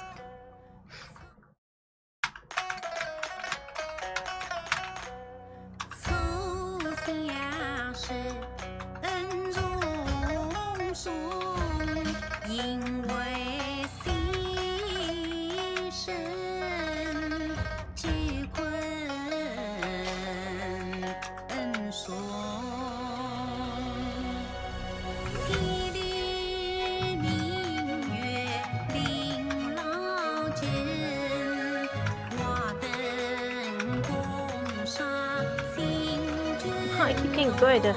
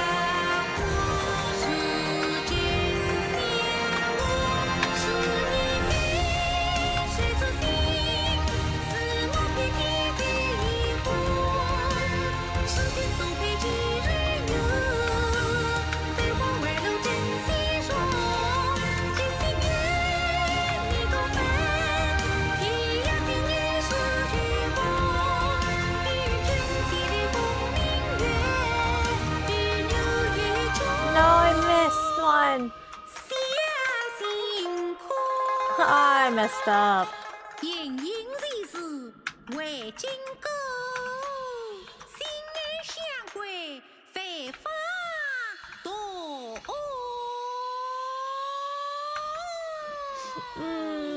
I missed one, and you know it's fine. It's fine. It's fine. My brain's awake. My brain's awake. Okay, we leave. We go back. I know, I was so close. I was so close. I'm so upset. Okay, but we're going back to the abandoned district because we have to solve a mystery somewhere.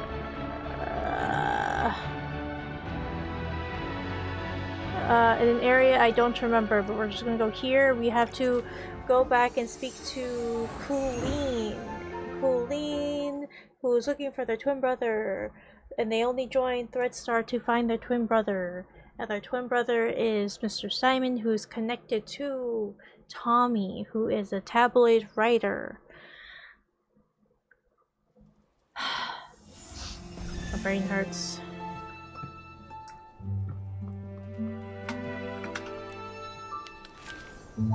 I like it. Then run away.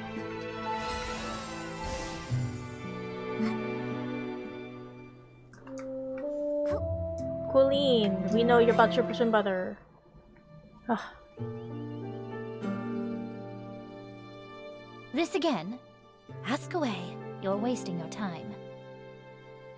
that's where you're wrong. We've discovered something we'd like to show you.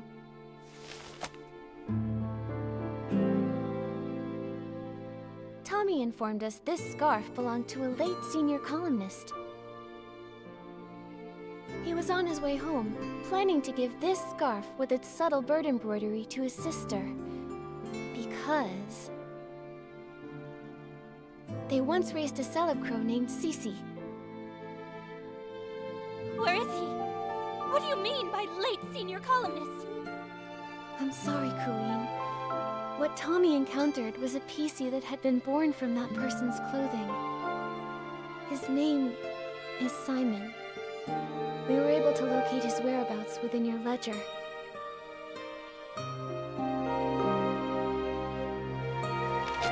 I forgot to turn down the music. It's so loud. I didn't know! I think this letter was meant for you. It's possible he may have taken on a new PC name to conceal his true identity, hoping to meet you again someday. But I'm sure that hearing that new name, it must have felt very unfamiliar to you. Dear sister, I finally returned to the Heartcraft Kingdom. Along the way, I've lost count of how many drafts I've written, imagining the joy, anxiety, and wistfulness of this moment. Yet, you see, now that I've truly arrived at a place where I could send a letter straight to your hands. Oh my god, this music is like so loud in my ears. Yet you see, now that I've truly arrived at the place where I could send a letter straight to your hands, I still have to write it all over again. I can no longer meet you as the person you know. After all, when the columnist chooses a tricky subject, danger will inevitably come chasing. Fortunately, I somehow became a PC born from cloths. At that moment, I had to start believing the rumors of Prosperville, that PCs are born from wishes. If that is true, then the wish that brought me into being must have been the desire to return home. Though it took me a long time to recover my memory and remember where my home is truly, in the end I remember that the day I left was the day before our birthday. How many birthdays have you missed? I don't know how to fully express my apology, but I do hope that from now on, this long life as a PC can give you enough companionship and care. I am very afraid, some marks crossed out. Are you well? Are you still living there? Will you still wait for me like a bird carrying stories from far away? I picked up a belated birthday gift, but I wonder, would it still suit the current you? Yours affectionately, Narento. I've been waiting for him to come home. I took my medicine. I took good care of Cece. I promised, even sick, I'd live longer than Cece, longer than him. I wrote the newspaper letter to every address listed in our book. Later, I went knocking door to door. None of them knew. He'd gone too far away. I then became a PC, and my brother. There must be another PC born from his closet. I waited and waited for such a long time. I kept all of his clothes safe. But why, brother, why did you leave me all alone? His strongest wish was to go home and see his sister. He only had the clothing he wore outside. The road home was too long. Why did you think joining Threadstar would help you find your brother? The final costume, the forbidden outfit, can capture every gaze and control every mind. So many people walk the streets of Sichi and beyond. There are so many cities that are just like it. I won't be able to find my brother in all of that. Unless the outfit's finished. Whoever wears it only needs to stand on the stage and ask one question for me. That's all. The forbidden outfit. So that's Threadstar's ultimate goal? That's absolutely crazy! You knew full well that it was an evil power. Beyond all that, you were fully aware that the PCs you ordered to be kidnapped had loved ones who would be devastated, their hearts broken because of your actions. Lock her up. You know that pain better than anyone. To hurt others for your own desires. That's incredibly selfish. Exactly, Momo. Lock her up, lock her up.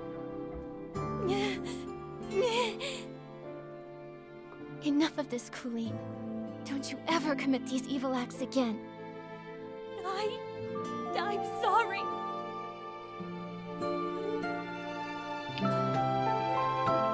Ask what plan. I'm hoping you'll help us to expose Threadstar's plan. The Forbidden Outfit is almost complete. Julie is a natural star, and the Golden Vision is aimed at using her as the final material. But I don't know who attempted to assassinate her, whether she actually died, or what the fabric I took was about. All I know is I was simply following orders to complete the mission. So, you're telling us there's a hidden boss giving you orders? We've been tracking the culprit all along, yet they somehow saw through Madame Julie's fake death and responded right away. They couldn't have reacted so fast without being at the scene. This matches the plan between Madame Julie and Leora. Right here, in the Abandoned District, lies the true mastermind behind all of Threadstar's evil plans. The problem is, we still can't figure out who they are. No matter how many accomplices they have, we'll catch them all! Right. Madame Julie got hurt, so she's probably still resting now. When it's daytime, we should talk to Madame Julie. Oh, I gotta adjust. I have to adjust the audio again because the music's way too loud. Okay. Madame Julie? Madame Julie, are you okay? Man, this I was not expecting this to be like a big wrench. Madame Julie, are you okay? Who is the accomplice that's tried to kill you?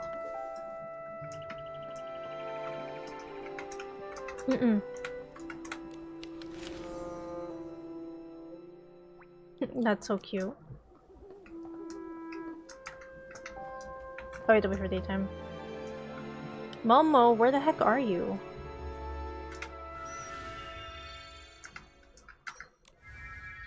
I guess we wait till daytime, which will be daytime in now.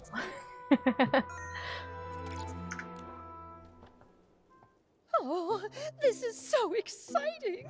What's next? But you almost died. Madame Julie, Leora, what are you talking about?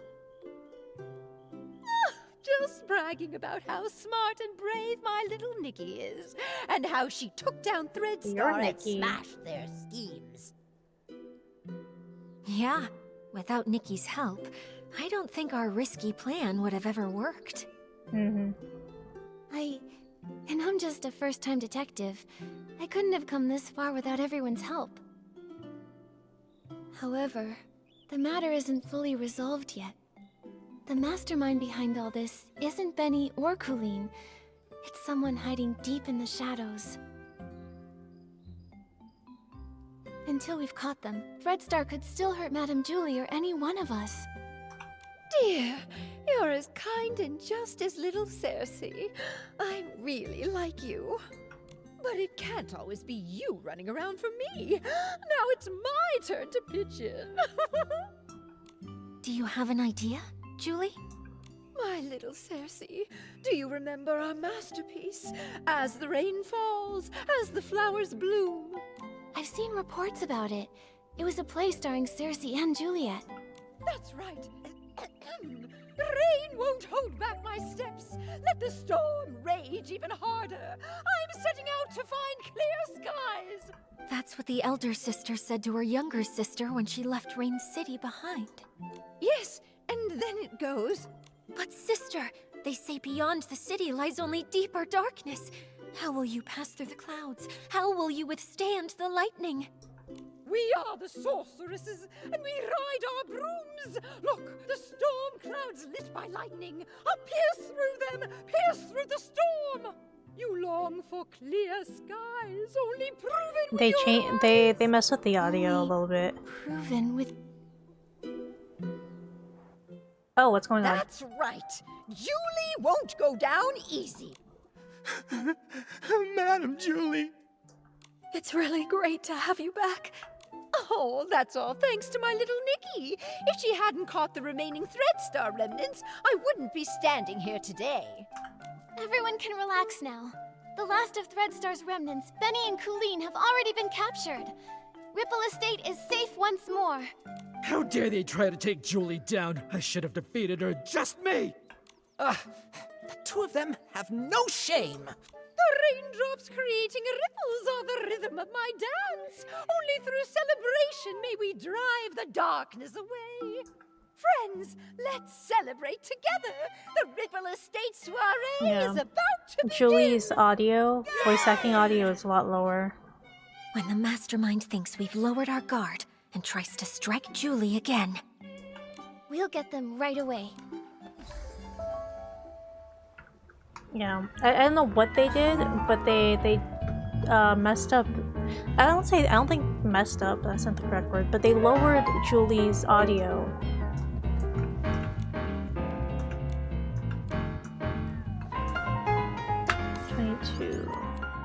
Wait, let me see. Can I actually? No, I can't. Oh wait, 22.4. Oh, wrong one. Hold on. Wait, no, excuse me.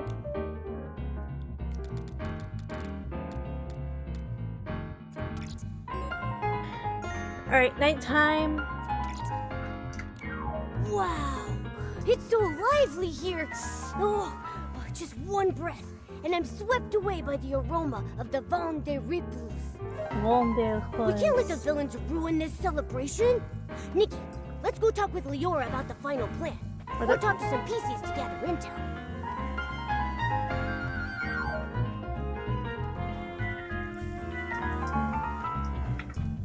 I want this one's hat.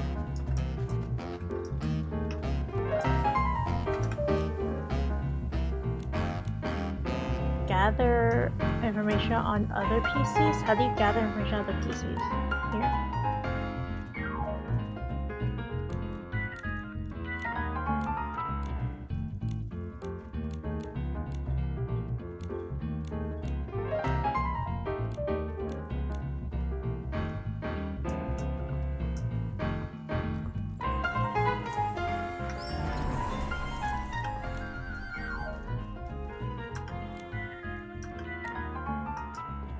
Yeah, let's just talk to Leora.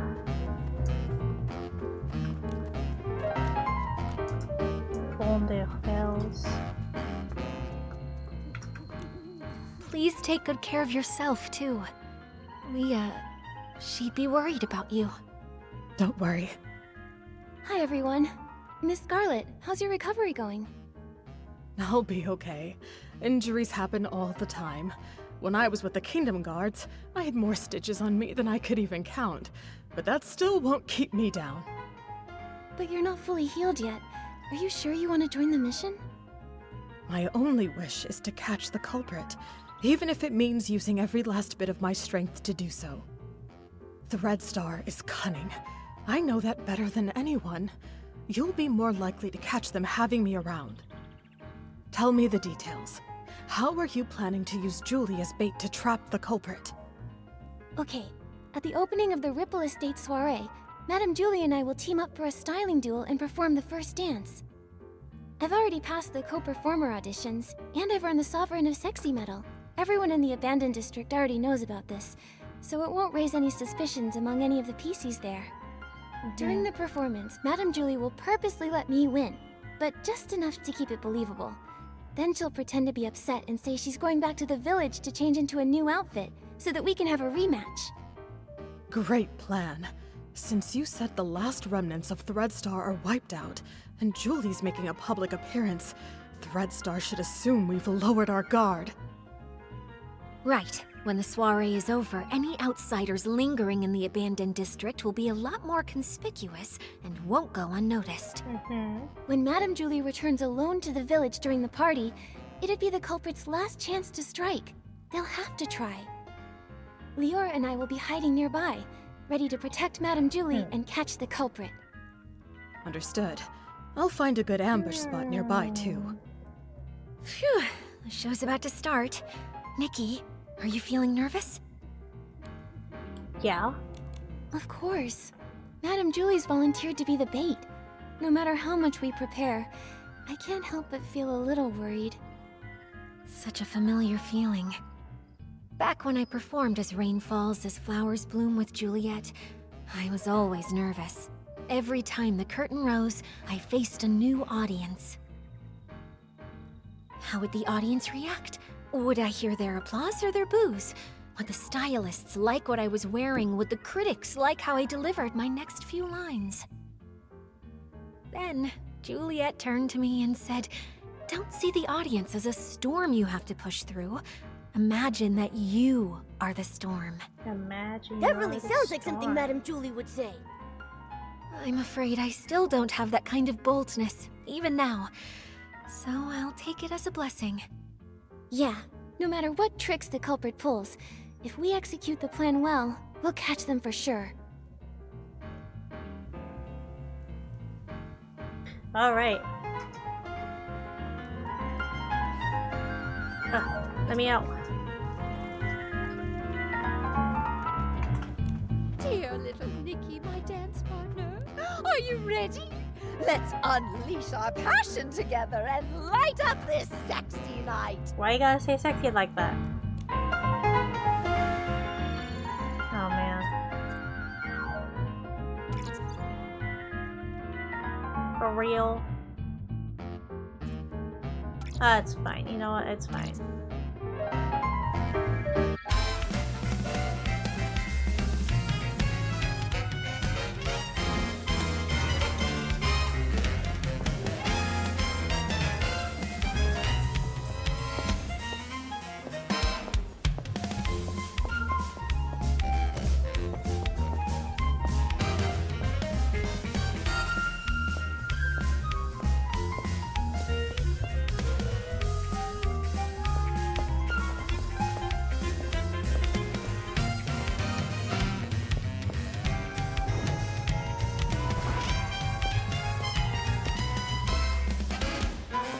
Oh, my screen froze. Oh, it's fine. Okay.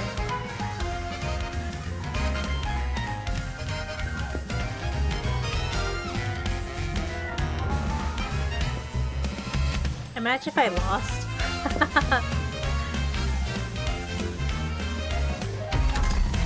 Whoa! The stage is rising.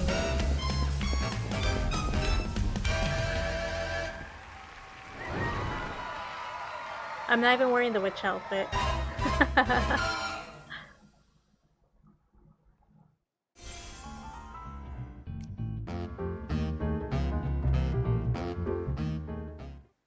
it's been ages since I've had this much fun. One more dance, just one more.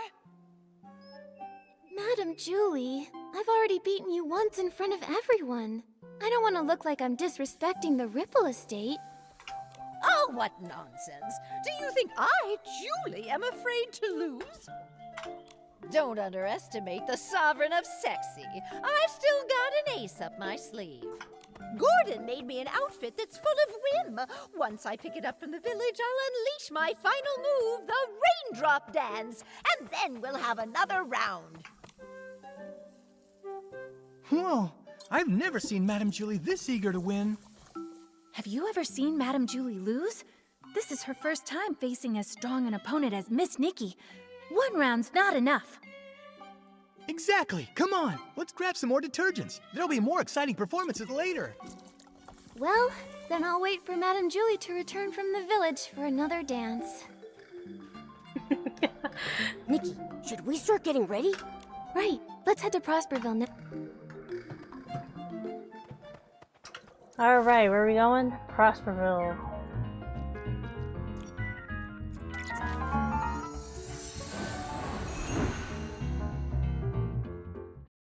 So we're still trying to figure out who was trying to attack Miss Julie.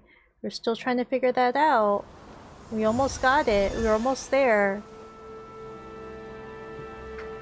Miss Julie? Miss Julie?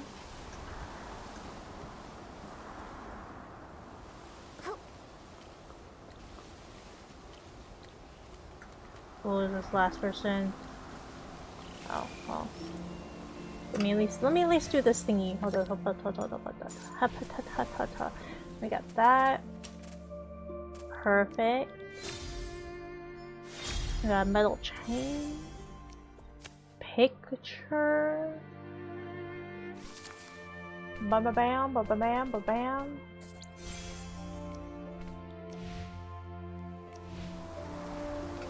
We're gonna ambush them. We're ambushing them.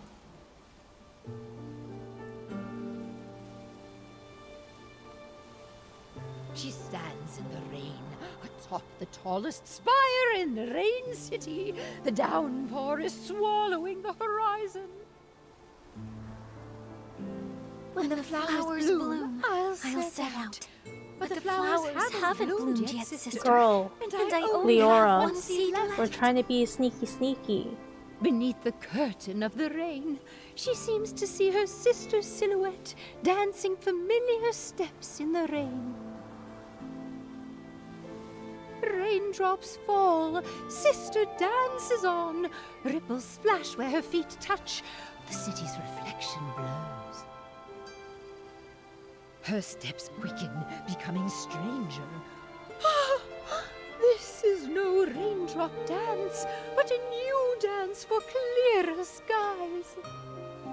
There are no She clear steels skies. her resolve, looks toward I'm the dark more- clouds, and grips her broom tightly. Madam Julie, please accept my interview! From the highest tower, she finally leapt.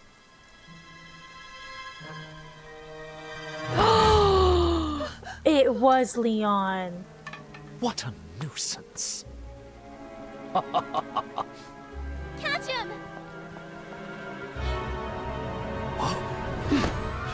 She will pass through the storm. She will find clear skies. Go, Nikki, catch him. After him. Rain will fall. Flowers will bloom.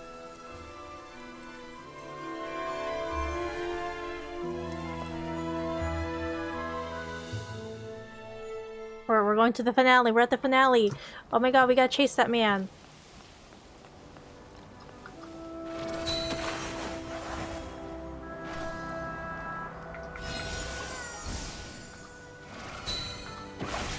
No, that's not what I want to do. Oh my gosh. More, just to give you TLDR of what's going on, Watch out, Nikki! Leon can summon S-lings! basically, there's a group of people. Look at your faces, so full of God, fun. You know, I'll explain afterwards. Perfect play! That's right! I am the founder of Threadstar! Of course, this is just the most boring cameo I I've can't use ever this. played. Miss Detective, do you really think pulling back the curtain means victory? No. I Even can't the see it in my truth game. is just a supporting role in my script. My kind gentlemen. This man. This ow, ow. Once more, let me teach these fools the etiquette of the final bow. Oh, rainy night, grant me forbidden knowledge. Oh gosh.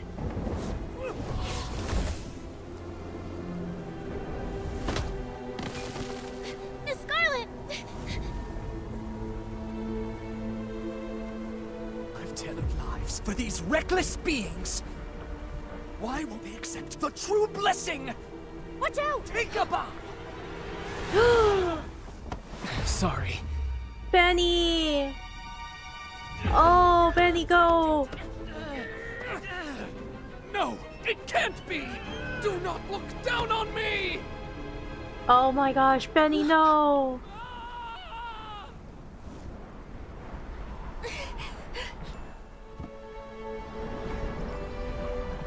Benny! I'll go find him! So... just like this. Oh my god! What the freak? Benny, no! Small flower braids in rows, the dreaming child with secrets glows. Wind blows soft on the ridge. Nikki. Sending our sorrows off the bridge. Birds leave their nest and fly so high. Clouds they will pass quietly by. Sing all day long this ancient song. Bro, what the heck? Benny is gone? No. Oh, what the heck? Okay, I will explain to you. Okay. The estate soiree ended successfully. Everyone okay? Nikki, looks like Leora wants to see us. Let's talk to her. Okay. I'm gonna give you TLDR what's going on, okay? More because I'm pretty sure you haven't been here since the beginning of this event, which I started yesterday, and I did like basically 10 hours of it, probably 11 hours of it.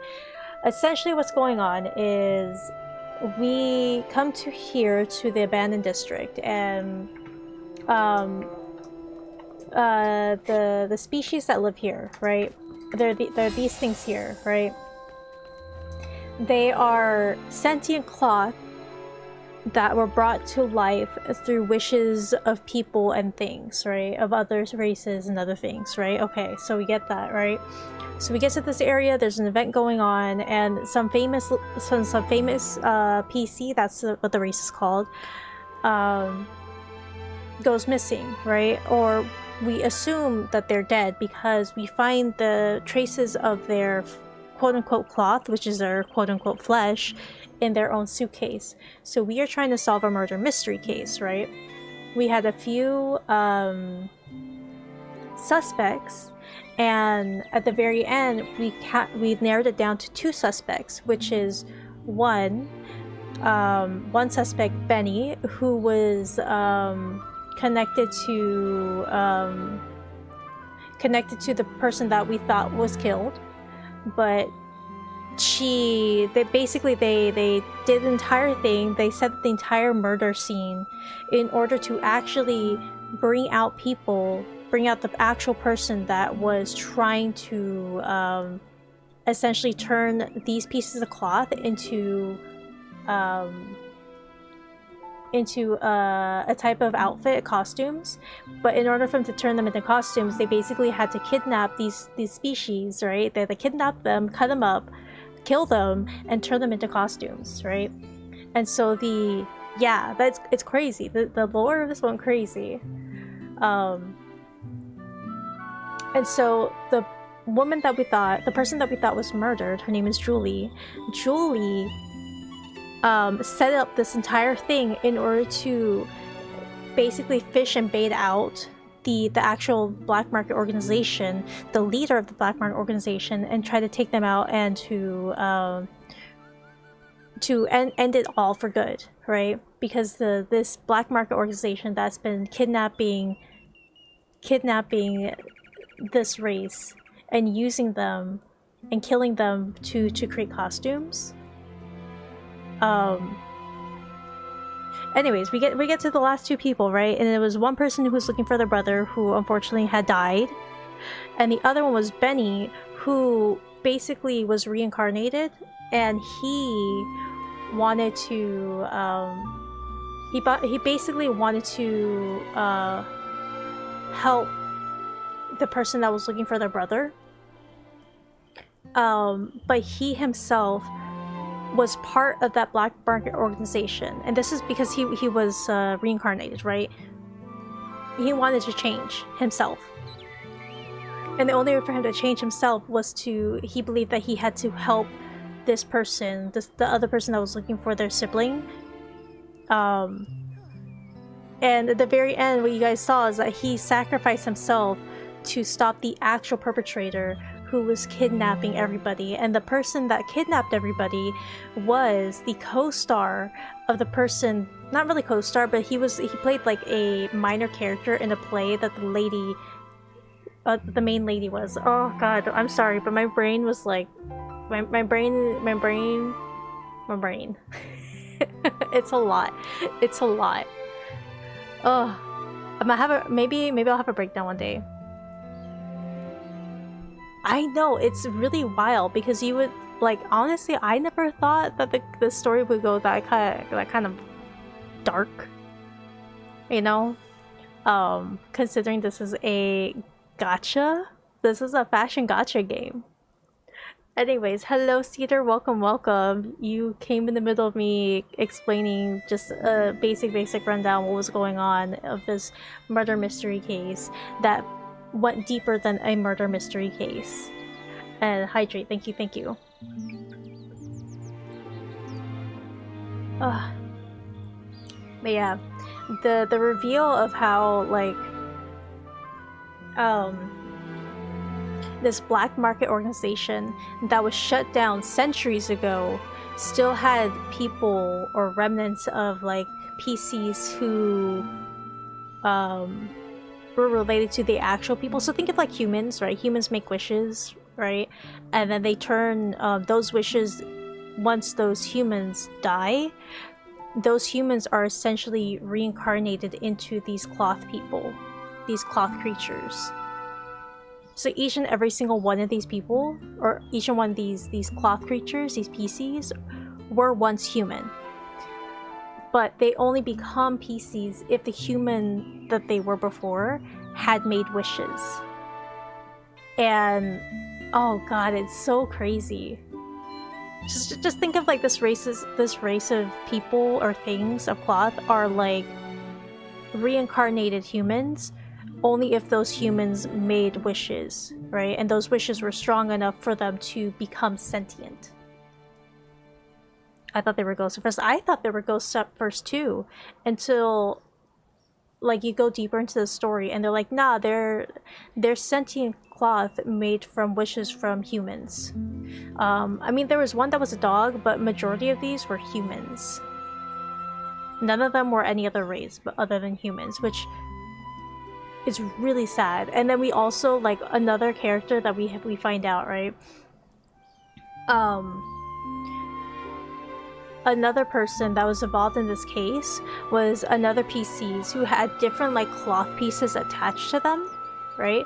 And each of those cloth pieces that were attached to them were essentially other pieces of PCs.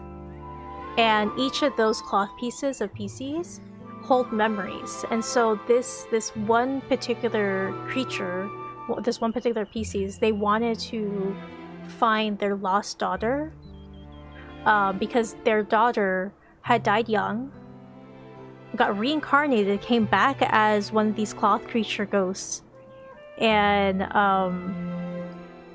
then got kidnapped by that black market organization. And so when the mother had died, became a PCs, she ended up going and finding, trying to figure out what was going on with this black market, and found out that her daughter was taken by the this dark black market organization. God, and the guy at the end, the bad guy, he wanted to... I don't remember what his motive was. I think maybe we'll figure it out. I don't remember what it was. I have to go through my VODs again to figure it out, but that's some interesting lore though. Yeah, that's why I was like, oh my god. I'm back. How's your wrist holding up? Hi, Destroyer. I think my wrist is okay. It's not the greatest, which is why like I'm not... I was planning on switching to Persona, but then while using my mouse, if I try to bend my, like, let's say like if you're holding your hands in front of you, palm out, and you hold your hand back to stretch it out, my wrist is still sore. So I opted just to continue playing Vinny Nikki just to finish this out. Because if I play this game, it's more dialogue heavy and I don't really have to think, don't have to use my wrists as much, not think, but use my wrists as much. I think because I played a little bit of Night Rain with Donut and then last night, I think that kind of hurt my wrist even more, so I'm hoping I'll be okay for this next month. Yeah. More brain in the movie, yeah. I need like this whole thing required a lot more brain power because every single time I thought one person was a suspect, it turns out they had an alibi or something corroborated their story, and so that suspect went out the window. But Destroyer, you were correct. It was Leon. It was Leon. I thought it was who was it? Kulin, the cute little creature PC that had like a really nice voice. I know you called it Destroyer. What the heck? You called it so fast. Hope it heals faster. Yeah, I'm hoping it heals faster. Like it doesn't hurt as much, but if I use it for a prolonged period of time, it does get sore. Not like my left arm. My left arm is fine, and it's mostly now it's like around my wrist. Before it was like mostly my forearm, so I think it is healing. But I think what's going on is because I was overcompensating things in my arm, I ended up using my wrist, and now it's like it's going back and forth. But I'm hoping that the way that I'm sitting at my desk right now, like I've adjusted a lot of stuff on my desk and on my seat, everything, in order for me to properly, like, what's the word, ergomatic. I don't remember what the correct wording is, but I had to adjust everything, my entire desk setup, in order to make sure that my arm ergodynamics, yeah. So I had to do that. Again, I don't have like the best setup, but I adjusted enough for my arm, specifically my right arm, to not be as bad as it was before. Because before, from what Donut told me, because Donut was at my place for a little bit, and they had to adjust, while I'm sitting on my chair, they had to adjust the height of the chair.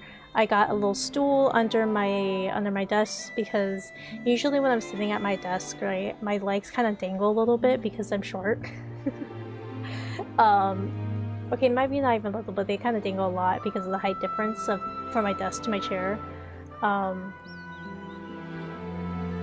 They had to scoot me in, and then they also had to adjust how my back is. So I have to constantly be aware of how my back is postured now. Specifically my shoulders. Like, I think my back was fine, it's just my shoulders.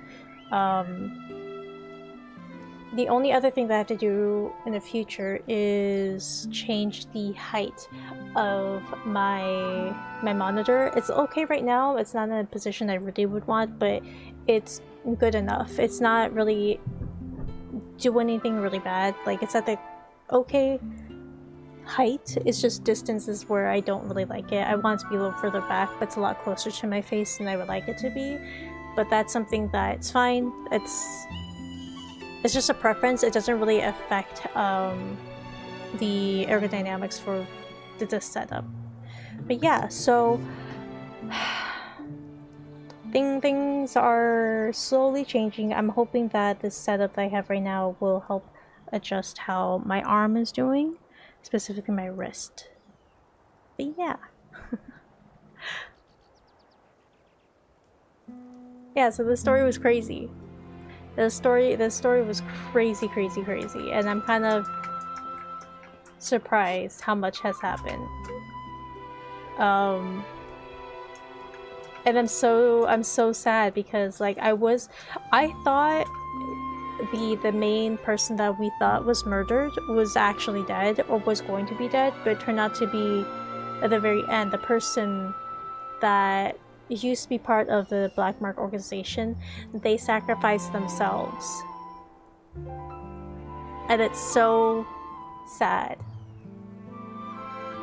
Because the guy that used to work, that works at the organization, I think in the previous life, I don't remember if he worked in the Black Market organization, but he was a talent scout who helped, who basically said, hey, I said to like this was back when he was a human, he basically said to the two actresses, hey, I need you to wear this because it would make you more popular. And that's what the outfits do. The outfits that were made out of these creatures, these PCs, the ghost-like creatures,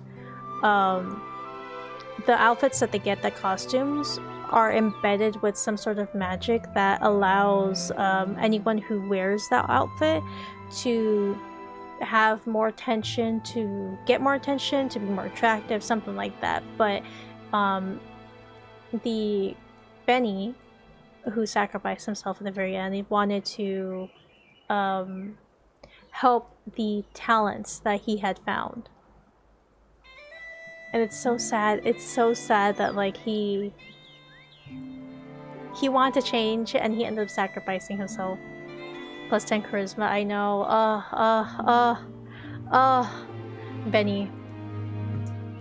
Okay, but we're gonna continue. Oh wait, actually, ads are starting soon.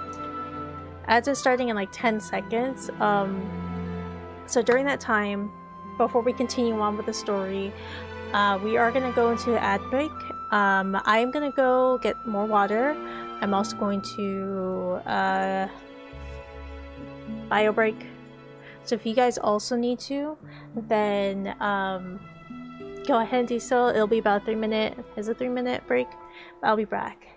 Okay. I can't believe it. Benny. Benny. Oh, he sacrificed himself.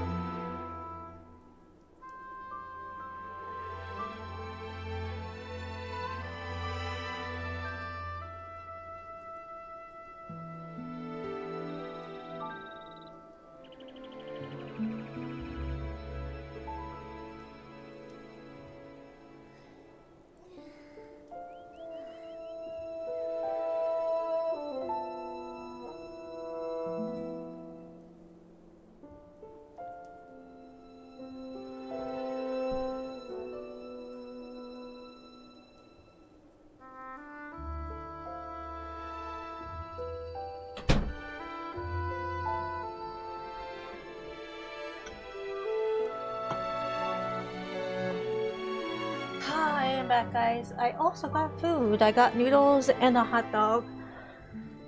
Ugh. Benny. I'm so sad. Oh. Let's go talk to Leora. So Leora is also a reincarnated human, but also has another piece of cloth from another reincarnated human. But that little piece of cloth is a reincarnated human little girl. The little girl passed away when she was young.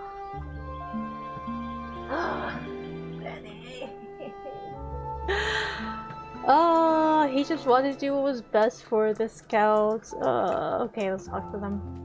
What I don't know is the motive. I have to go back and figure out what the motive was. Leora. Miss Nikki. Well, I'm gonna mute. It's so good that to way see I can both eat. you and Mr. Momo looking so lively. Thanks to Madame Julie setting up the barrel home, Momo and I both got a good rest. Oh yeah, dancing for 3 days straight at the Ripple Estate soiree really wore me out. Thanks to you, everyone is celebrating to their heart's content. Madame Julie is exhausted and resting at home. Not to mention the Forgottens who joined for the first time. Miss Scarlet insisted on guarding Colleen herself. She wouldn't even put a Oh my god, hello! detergent on the suitcase. Hey, I don't think I've seen Connor around either. Strange that he didn't join the Hello, fun. welcome. How's everybody doing? Hello. Hi, Corky. How are you? What you been up to? What are you doing? What were you up to?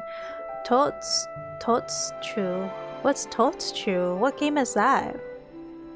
Also, everyone, hello Corgi, hello Raiders. If you guys don't know who I am, my name is Shira Lumina. I am just a streamer online. Let me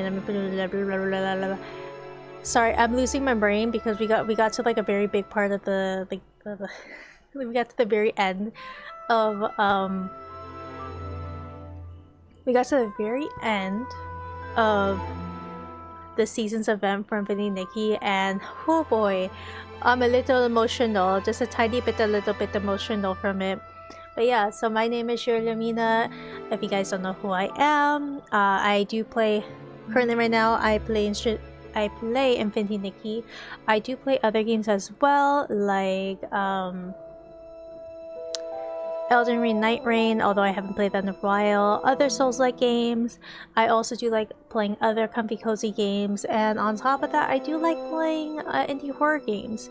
On the side, I sometimes do video editing. I haven't done so recently because a lot of personal things have come up, and also my arm kind of hurts right now. But yes, thank you so much for the raid, Corgi.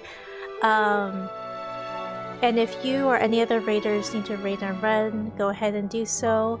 We are continuing the final story of this event in Infinity Nikki. So if you do play Infinity Nikki but have not done the event yet, I suggest you look away, cover your ears, cover your eyes, turn away, lurk, because there are spoilers.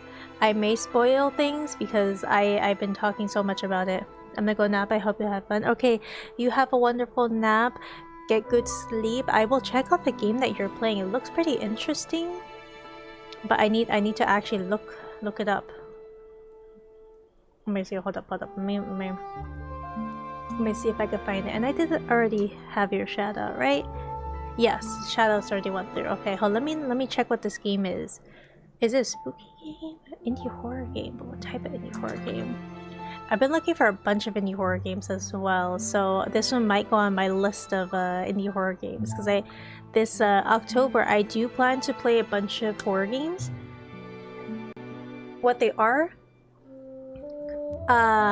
You got a horror game right here before this. I know, right? It's itch.io. I love playing indie horror games. I've been finding a bunch of them. Let me see. Totsu.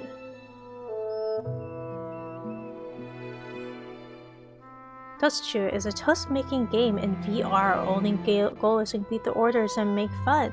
This game is currently in beta release, and there is not a release date or milestone yet. Oh! I started a day early because my work week starts tomorrow. Oh, okay. I see. You're starting Spooktober early. Looks like you're making some yummy sandwiches in a very on a boat? Was it on a boat? And you're on cheese. I see. I say it's cheese, but it looks like it the floor looks like cheese.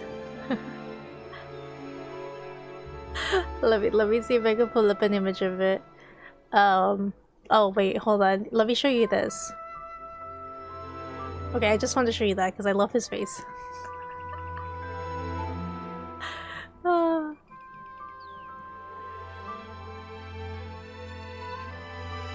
Oh my god, guys, you can make, if you guys want to play Toast True, you could play this in VR. Look at that, you'll be on a boat like this on a bunch of cheese.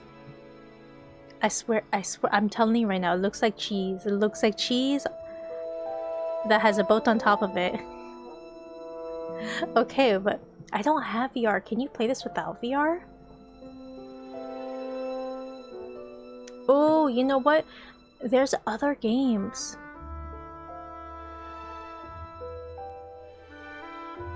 Is it free still? Let me double check. My library.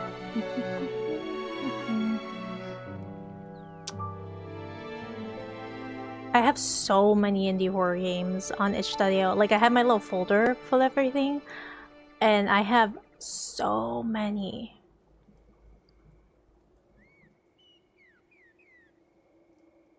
It does look like cheese, right? Like the old school drawing of cheese, but just it's kind of just stretched out.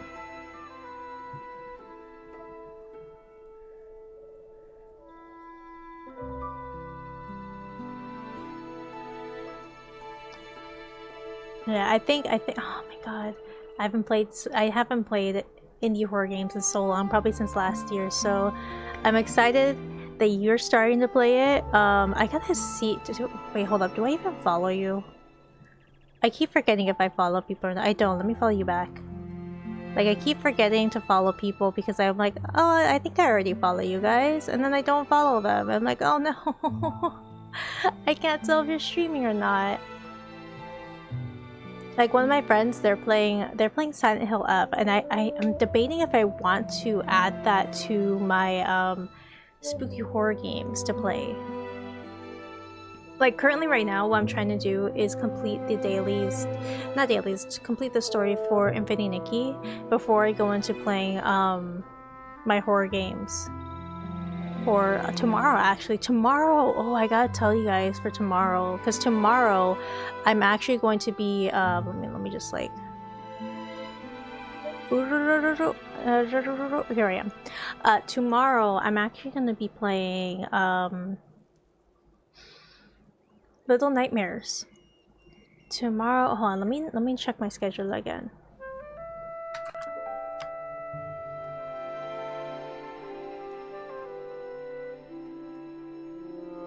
Where's my calendar? Google calendar. Calendar.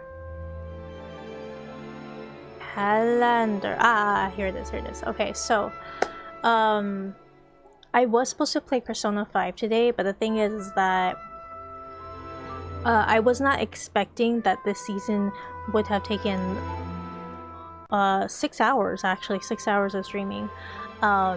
But tomorrow I will hopefully be able to complete Little Nightmares 1. Thursday I'll be playing Pokemon White 2 Soul Link with Kano, and then Friday I'll be playing Little Nightmares 2. I am prepping to play I'm playing those two because I'm prepping to play Little Nightmares 3 with Tazzy, and Tazzy is one of my friends. Again, I have to double check to make sure that they want to. I don't have the exact date for them for when they want to play, but I want to replay Little Nightmares 1, Little Nightmares 2 because it's been quite some time since I played that. Gatsby and Little Nightmares to make it into the release. Yeah, so that's why I plan on doing like a full stream Wednesday of completing Little Nightmares 1. I don't know if I'll be able to, but Little Nightmares 1 on Wednesday, Little Nightmares 2 on Friday, and if that doesn't happen, then I'll do Little Nightmares 1 on Wednesday and Friday, and then Monday and Tuesday I'll continue with Little Nightmares 2. It depends on if Little Nightmares does take multiple streams. And then Silent Hill F, I've seen things with Silent Hill F and I really like it, specifically one character. And then I also plan on playing Digicam, which is a Chilla's art game. And I'm guessing for like the rest of October, I will be going through the indie horror games that I have saved on itch.io. I have like an entire folder filled with short indie horror games. Some of them are gonna be like 20 minutes long, some of them are 5 minutes long, but there's a lot of games that I have set up. I just don't have like the dates for them, which is why I haven't actually had an actual schedule for October. A lot of it is just going to be up in the air and how my arm feels, because again my arm is still a little bit on the hurt side. Not too bad, but it's still not 100% healed. And I'm debating if I want to do like... I'm debating going back and forth on if I want to do morning streams or if I want to do afternoon streams for horror games. I kind of want to do afternoon streams for horror games, mainly because that is what I did last year. If you guys hadn't followed me last year October, I played horror games every single day of October. But this October is going to be a little bit different because I won't be able to play every day. I plan on just doing weekdays and not weekends, and there is going to be a week where I will not be able to play at all because I will be out of town. But I think it'll be very fun to have like basically a quote-unquote marathon stream. Not really marathon, but a challenge myself with horror games, because again I love horror games. It's the same reason why I love playing horror or watching horror movies. I'm holding myself back seeing spoilers Silent Hill F so I can watch you play first. Oh my god! Then I guess I have to play at a later time because you have to watch. Yeah. Again, I had to see the scheduling. Because literally, I have nothing else to do, guys. I don't have a job because I can't really get a job. Even though, like, I've been looking, there's really nothing out there for me to get. Well, particularly in the area that I live in. So, I've just been, streaming games, playing games. I should be editing videos, but I can't because of my arm. So, I just stream games I play. Anyways, we're gonna finish up Infinity Nikki. We're gonna finish off with this event. So again, if anyone here who does play Infinity Nikki and they have not started the event, I would suggest you look away, don't watch, turn off your ears, turn off your eyes. Look away, because there's gonna be spoilers, possibly.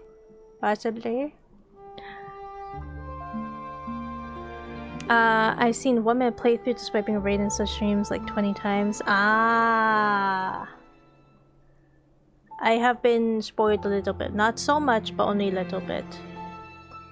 Well, we're gonna reread what they said.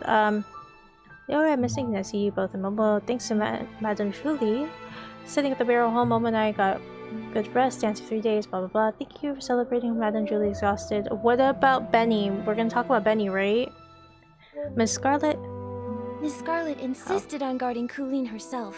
She wouldn't even put a single drop of detergent on just in case. Hey, I don't think I've seen Tommy around either. Strange that he didn't join the fun. Tommy is busy investigating Mr. Leon, saying he wants to write an in-depth report. Maybe in a few days you'll receive his first draft. I heard they found where Yarny is too. Luckily, he hasn't been harmed. Miss Scarlet contacted the Kingdom Guards and they'll bring him back soon. Miss Nikki, I actually stopped by to say goodbye to you. Wait, you're leaving already? Yes, now that Threadstar's conspiracy has been thwarted, and my wish to become a PC has been fulfilled, I've got no reason to stay in the abandoned district. How have you been these past few days? I'll be okay, Miss Nikki. I will remember Benny. I think he would want me to remember him in that way, as a friend who sacrificed himself for others. Benny. Not exactly good, but not completely bad either. Maybe I'll write to him. Who knows?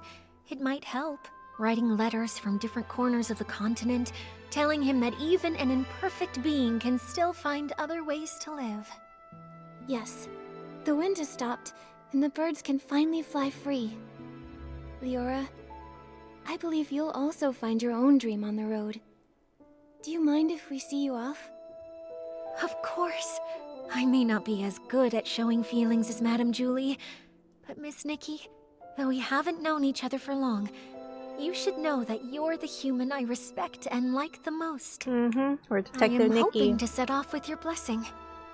I plan to leave before sunrise. Please meet me at the Ripple Estate platform. A journey brought by the train must also end with the train. God, I can't believe Benny died. A sacrifice. I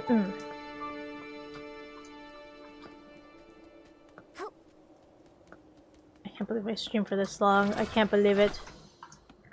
Also, I got this cute little outfit. She's so cute. Look at her. She's a witch.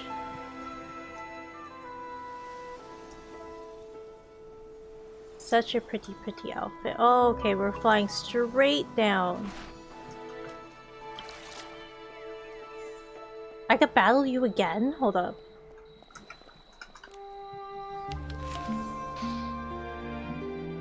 That's cute. Hold up, hold up. We're...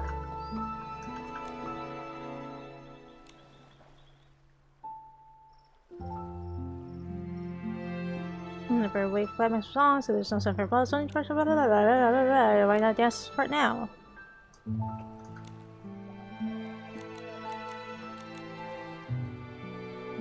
Okay. This is gonna feel like Spirits of the Way. I feel it. Oh, it's gonna feel like Spirits of the Way. Beautiful.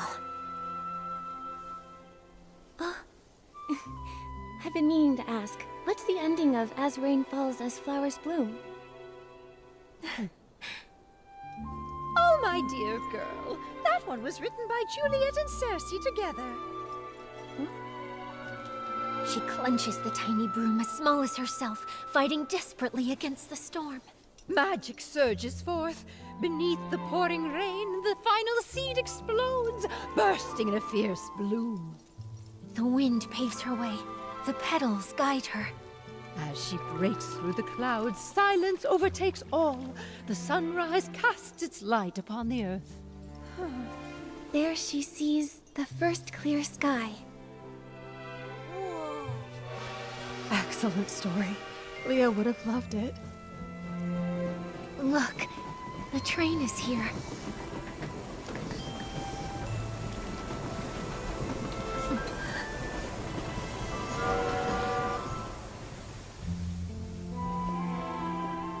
Goodbye, Miss Leora. Bon voyage. Travel safely. Right. Nikki and I will both miss you. You two. I'll miss you both so much. Oh, little Leora, at times like this, you know I always have too much to say. But I don't want to hold you up. I'll skip the fuss and simply wish you never-ending joy and freedom that knows no bounds. Thank you, Julie. Take care of yourself. Miss Scarlet, you know if you change your mind, I can leave it with you. Don't worry about me, kiddo. Take it with you. Take Leah to see the faraway places. This world is beautiful, isn't it? Let's go. Time to leave. Goodbye. Goodbye.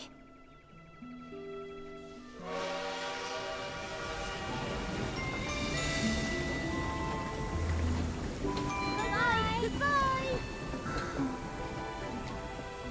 Why do I still feel so sad when everything is clearly over? It's because Benny died. It's all right, my friend. Tomorrow will be a brand new day.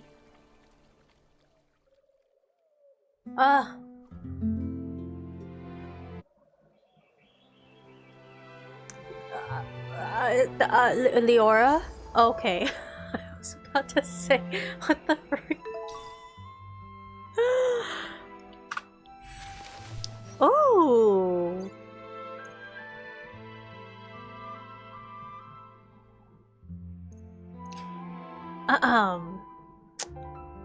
Nikki Detective Notes, Study on Golden Vision, Momo Revised Edition. Dear readers, allow me, as one who witnessed it firsthand, to paint a picture for you of the brilliance of Detective Nikki that day. The moment we stepped into Ripple Estate, our hearts brimmed with anticipation for Madame Julie's return, the famed sovereign of sexy, whose charm could make the laziest PCs rise and dance. Yet what emerged from the choo-choo train was not her dazzling appearance, but a silent, ominous suitcase. Meow. Our excitement instantly froze. PCs throughout the estate trembled, and even the columnists who cared about nothing but gossips conjured up a dark and frightening guesses. Yet, after initial shock, Nikki, our young but astoundingly clever detective, steeled herself with calm focus. Momo, she whispered to me, we absolutely cannot let this cruel culprit walk free. Her investigations moved like the most elegant catwalk. It was light and precise and landed squarely on every critical clue, navigating the guest who concealed various secrets. The case of the missing journal was the first thread. Charlie, who swapped shifts at the last minute, was certain it was gone, but when we reached the scene, the red-covered journal reappeared before us. The scent of the detergent betrayed the thief's arrival time, yet Detective Nikki fixed her gaze solely upon a group photo. She calmly remarked, "If you hadn't been at the scene, how could this item appear in the photo?" The thief's mouth instantly stammered like a rustic clock, unable to utter a single plausible excuse. Meanwhile, the case of the Poison Dawn's first light dropped like a massive stone into our carefully aged brew. Amidst the chaos, the suitcase containing Julie's fabric scraps vanished, stretching out the prelude to the Ripple Estate soiree.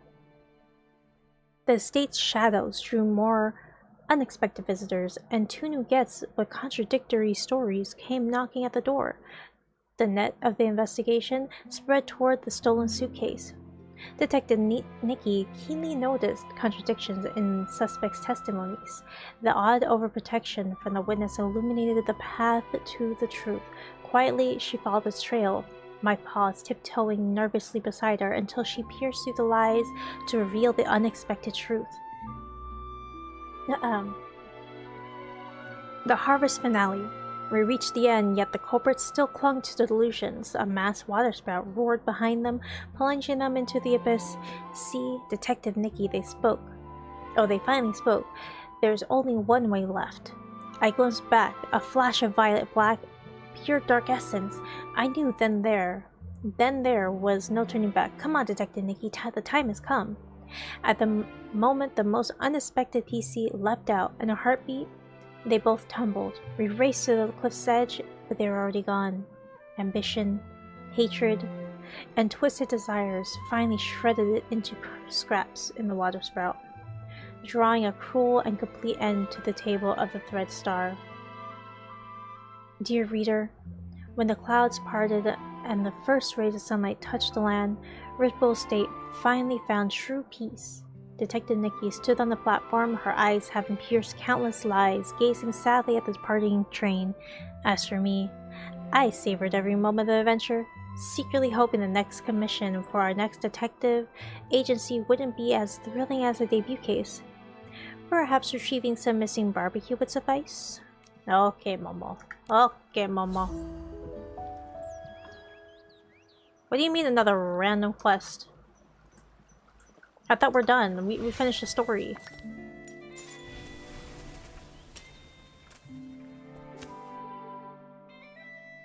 Since when was Momo so literate? I have no clue.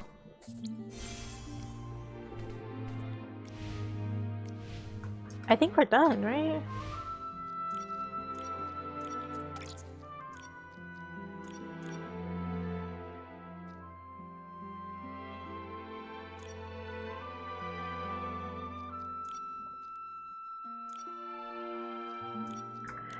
Oh my goodness. I think we're done, guys. We have completed. Oh gosh.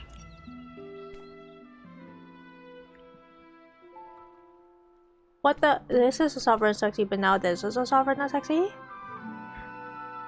And so we, yeah, for an hour mayhaps? Mayhaps. Mayhaps we do. Mayhaps.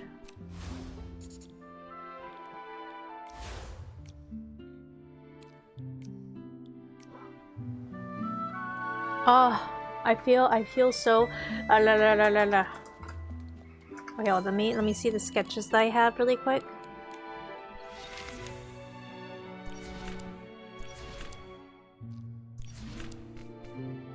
Ah, here it is. Oh, look at that. Oh my god, so pretty. We'll craft it right now. We got a pretty fur coat. Hold on, I gotta see. I mean, this is cute. This is for like Halloween.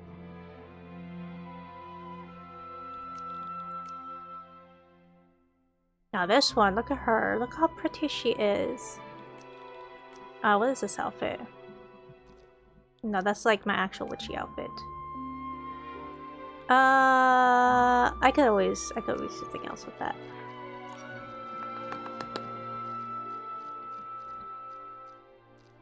Wait, where is it? Where is it? Where is she? Whoa! You can't dye it though, that's kind of sad. Levels? No, the recent.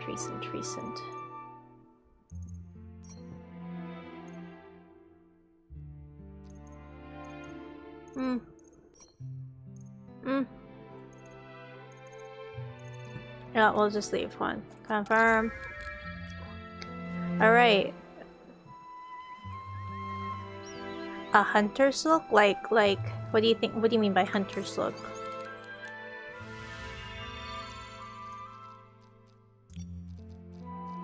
What type of hunter are you thinking of?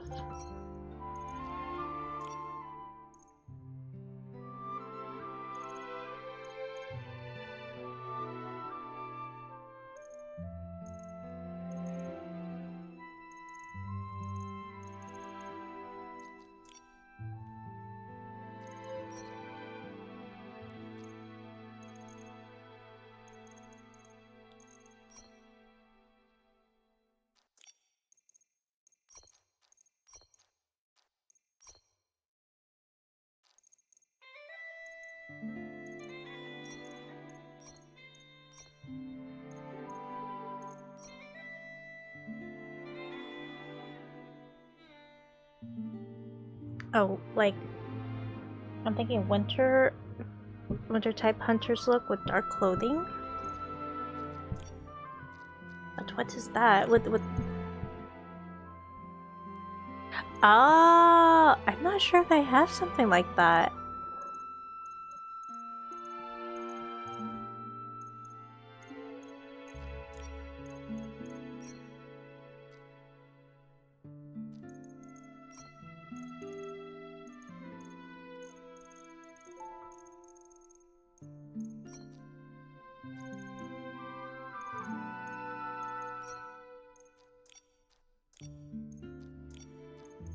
Because I don't really have like a jacket.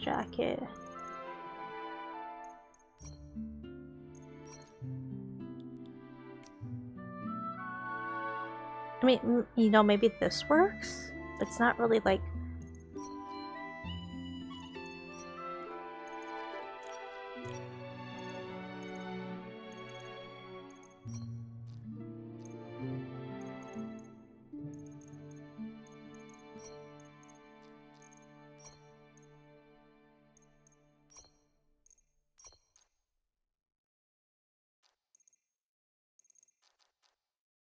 We'll come back. I'll come back and think about it. hunters, winter hunter look, especially since like, I mean, winter's not here yet, but we're in October. Let me go back to my bedroom chatting screen, so just give me one moment. Okay.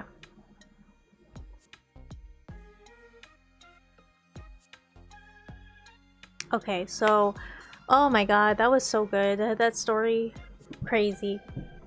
What's with the picture? Oh, I was showing off the newer Nikki that I've made, and I thought she was super pretty, super cute, and I really liked how she looked, because I got the new witch outfit, and... Oh, excuse me. I got the new witch outfit, and I decided to create something different with her. And I feel bad if I start like going into Mini Nikki and just start taking photos, because majority of the time me taking photos of Nikki take a lot of time. It takes a lot. Like I feel like it shouldn't take a lot, but for me it does. So like there's that Nikki, right? And then I haven't been able to take a lot of photos, but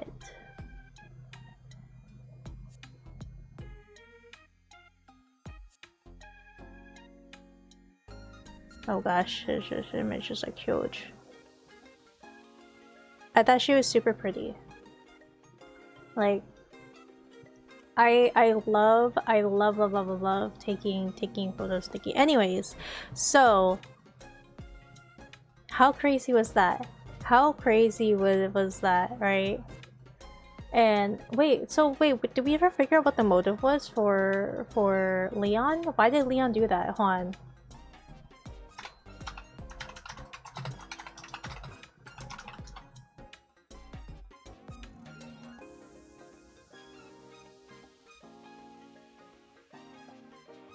Oh gosh, dang it. Okay, maybe I have to reopen.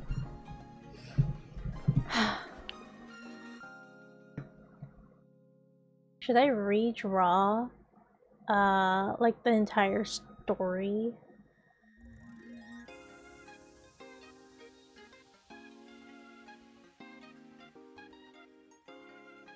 That takes so much work. It's so much work. Because then, hold on, let me go back to here, right?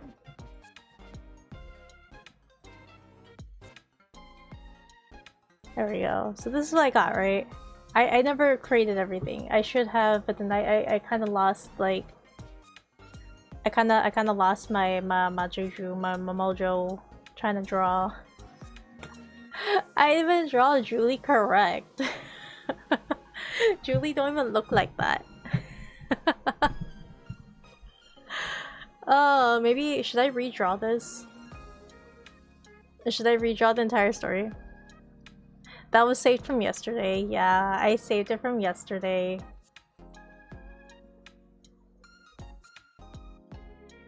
And I'm like, I didn't even get like the full entire story. I don't remember what everyone looked like or what they were called. Should I just do that right now? No.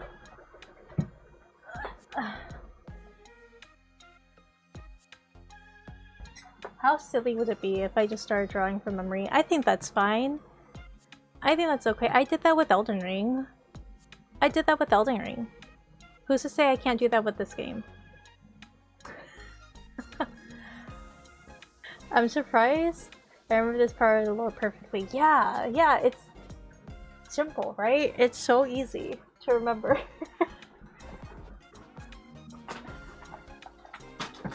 It's super easy. Especially with like my perfect drawing skills, right? I draw so amazing that like you don't have to remember. My drawing does it for you. Ow.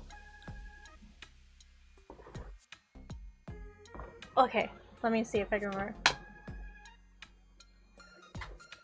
Yeah, Destroyer, you got the words. You can explain with words, I can explain with drawing. Should I just redo the entire— I think I'm gonna redo the entire thing. I think that'll be fun. I think that'd be really silly fun to do. You know? I think that'd be really silly. Okay, hold up.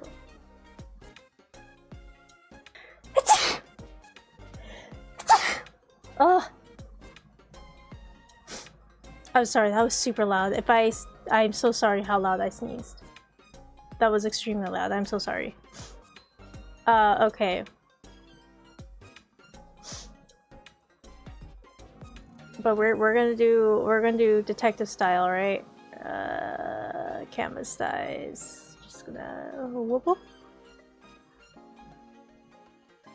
Should we still? Yes, I'm drawing Infinity Nikki right now. This is still Infinity Nikki because I'm drawing Infinity Nikki. Anyways, so we got at the center of this entire thing, right? At the center of this entire thing, we have, oh gosh, what's her name? Julie, right? God, how did we draw it again? I don't remember anymore. How did I draw PCs? Looking like a little goldfish. Hold on.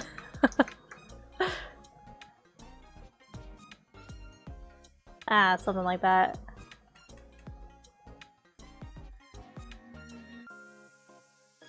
Right, okay, so god dang it, why is she's so big?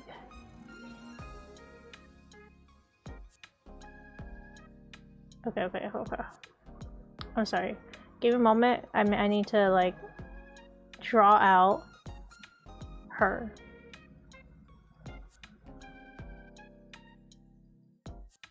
A stretchy? Okay, hold up. Let me stretch.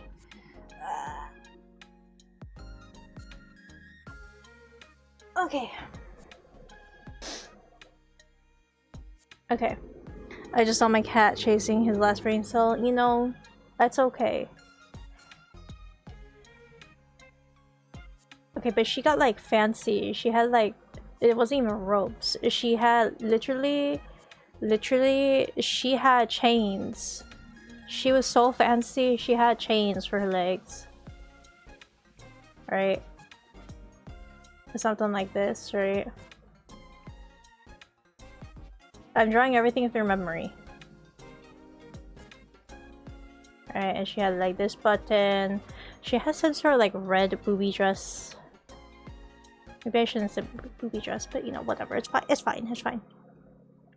She had some sort of like boob-like dress. Like that.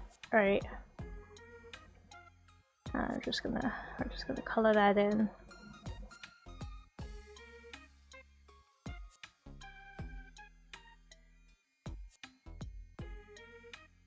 Let's see if we could remember everything through memory.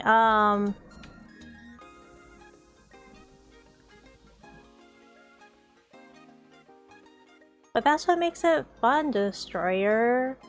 We're doing everything through memory. Okay, and then let me just do this thingy, right? And then something a little bit darker, like that. Perfect. That's going to be like the outline of the PCs, right? Something like that. And does she have blue eyes? I don't remember, but now she does. Alright, something like that. Oh, it's gonna look so janky. You know what? It's fine. It's fine.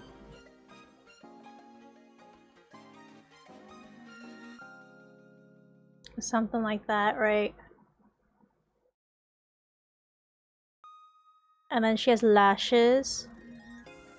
She got some lashes, yeah. Oh, she got some red lips. I think she had like red lips. I don't remember 100%, but she had lipstick.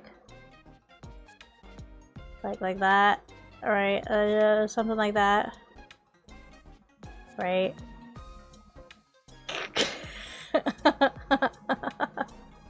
Okay, she needs a hat. She needs a hat. Oh god, she looks terrible. I mean, she looks absolutely perfect. What does her hat look like? Was it off on the side? You know, whatever. It's. I think it was a bow, not a flower, but it was like a bow or something.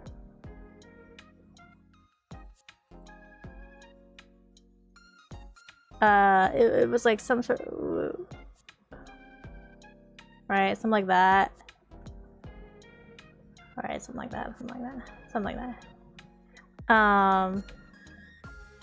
I don't remember it being a fedora.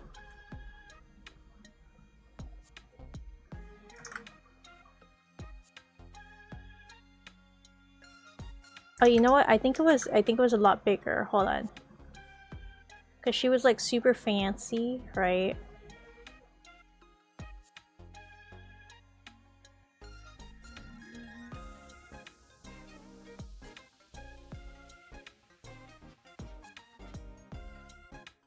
Okay, and then she had like a big... something like this, right? It looks something like this. And...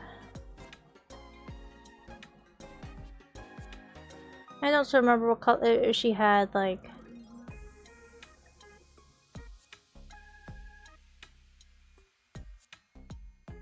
Right, did she have gloves? She might have had gloves.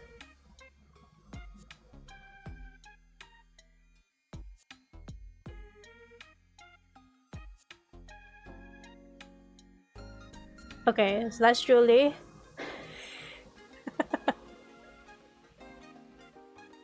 Wait, did she have a fur coat? Did she have some sort of like fur thing around her? I don't remember. Hold up. If she had like some sort of like a thing wrapped around her like that, right? Something like that.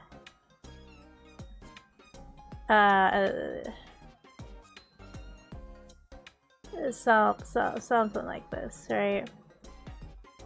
That's supposed to be fur, okay? That's fur.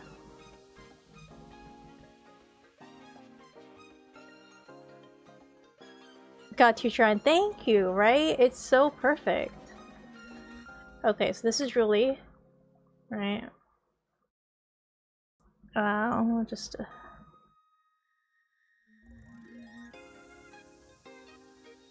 I know I should end stream, but I don't want to. I'm so bored I can't really do much, and I feel like drawing is helping because I'm not even using my arm as much.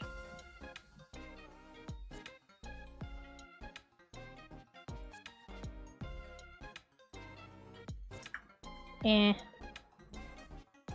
You know what?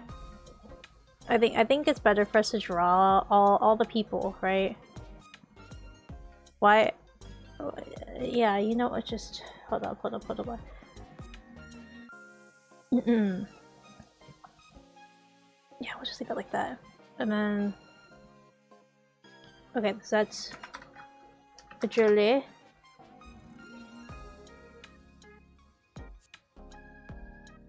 Perfect. Julie. We're gonna draw all the PCs. Okay, so there was Julie, right? Who was missing?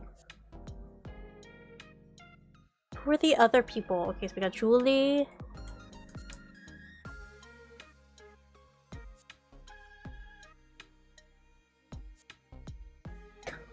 Who are the other characters? I already forgot.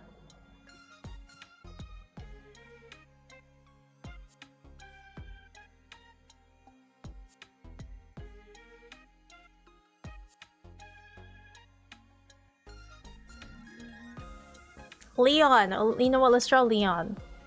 Okay, Leon is also gonna have like that little cookie shape.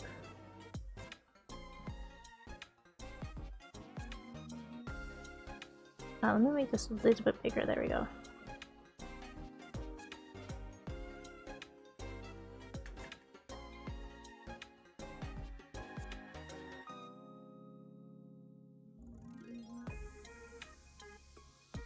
Let me make him like a tiny bit smaller. Oh gosh dang it.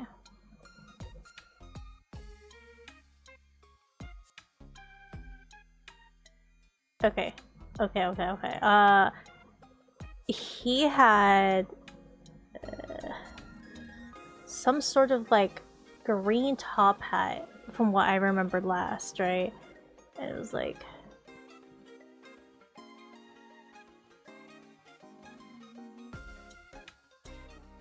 something like that, right?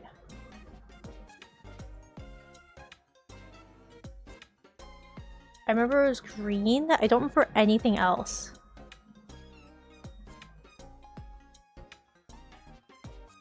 How do I think it had like diamonds on it.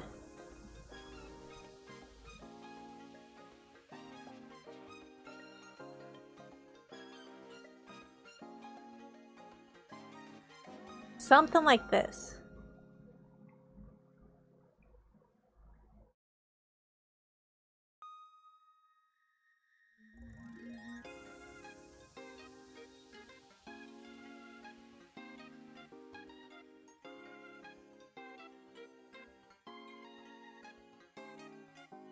Gosh, I'm not gonna remember.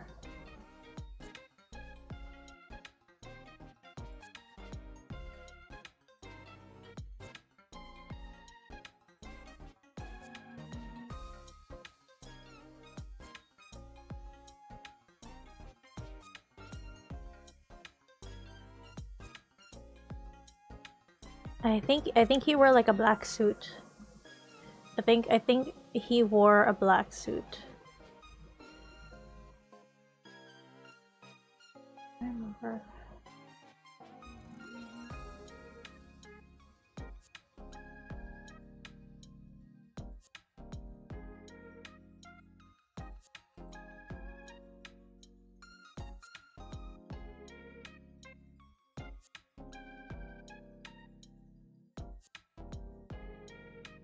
I don't remember if there's white underneath it.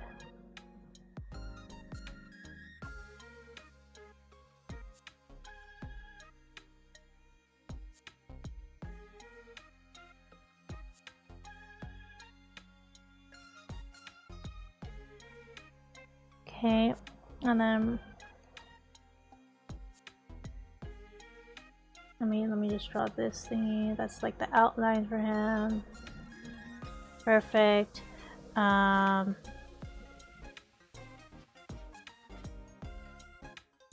think he had blue eyes. I don't remember the color of all the PC's eyes.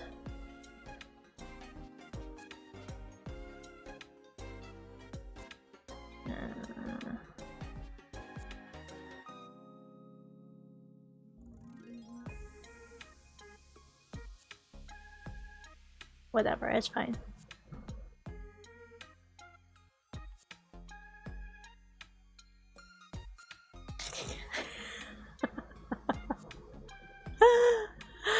Oh gosh, oh, this is terrible. That's fine.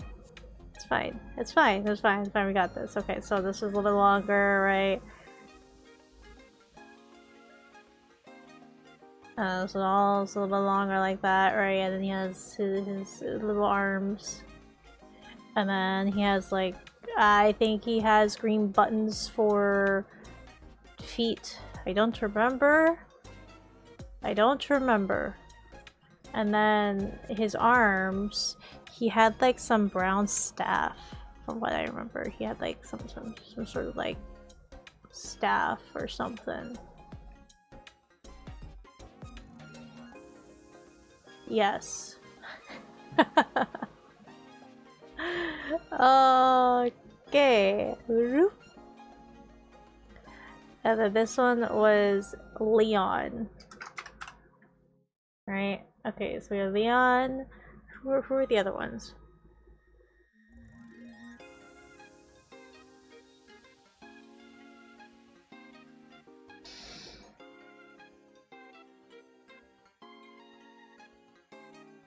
The other one I can remember, it was like a little tiny one.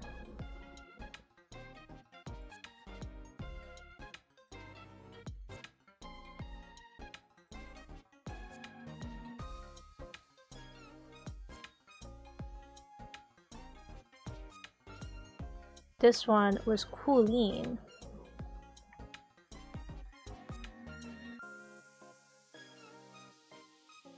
gosh, I'm drawing bows so badly.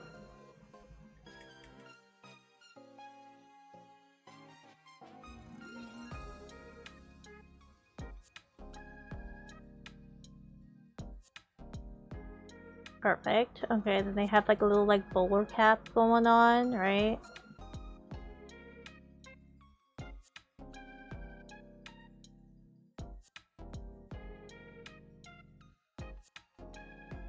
Oh wait, hold on, let me just... Ah, no. Redo.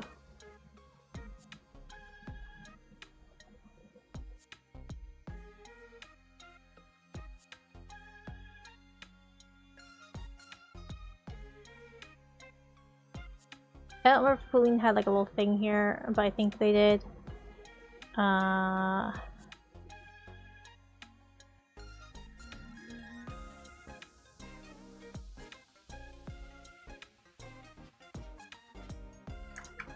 I'm messing up the circles. Hold on.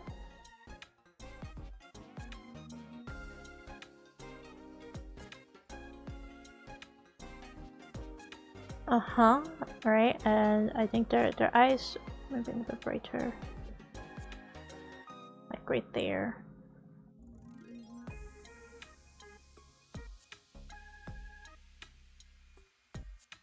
Perfect, and then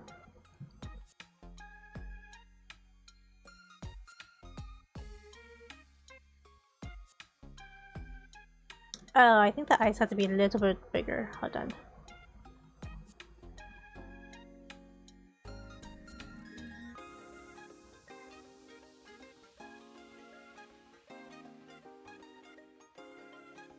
Yeah, their eyes have to be a little bit bigger, which is fine.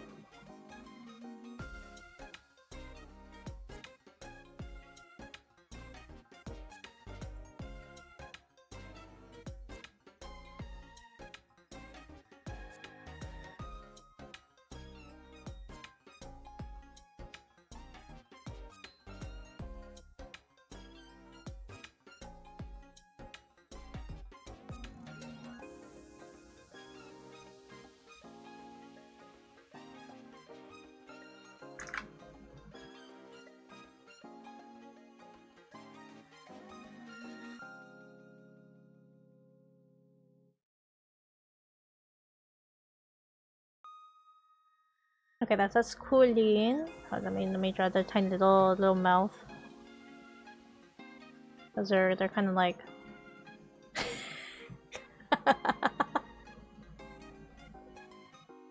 That's Colleen. Oh, that is Colleen.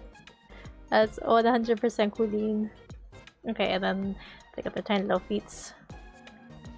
Oh, hold on.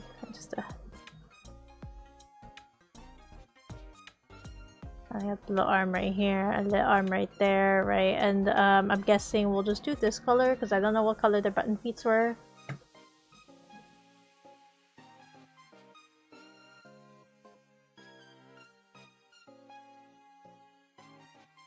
Man, this is a lot of work. Especially from memory. Colleen. That's their name. Don't wear it out. Colleen.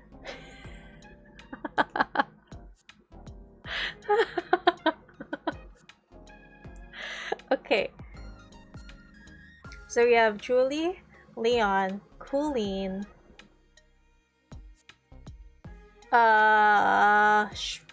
Benny. We gotta draw Benny. What does Benny look like?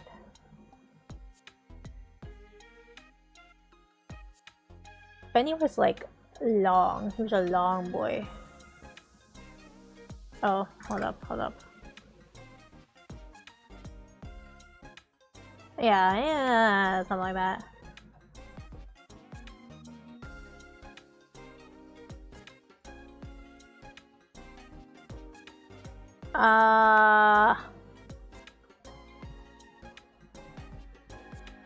I'm willing to draw the eyes. Very well drawn, thank you. It's so cool, right? It's like, you know, Art imitates life. Oh, I could show you. Wait, hold. Let me show you who Colleen is. Let me show you who Colleen is.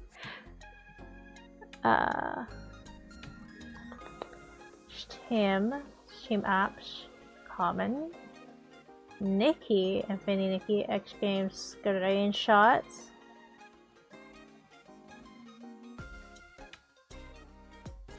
You know what? That is not bad. I was actually really close to Colleen. Alright, you guys ready? You guys ready for the reveal? Colleen.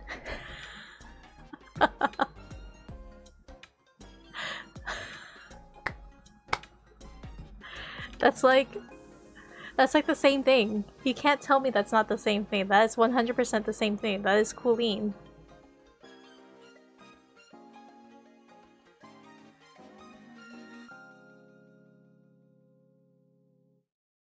I think it works. That's what you should be saying. Wow, Shira, that's such a good job. You made an exact likeness.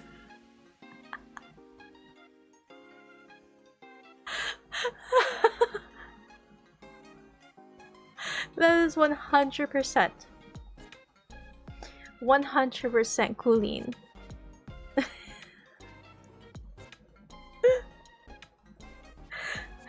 Oh, okay.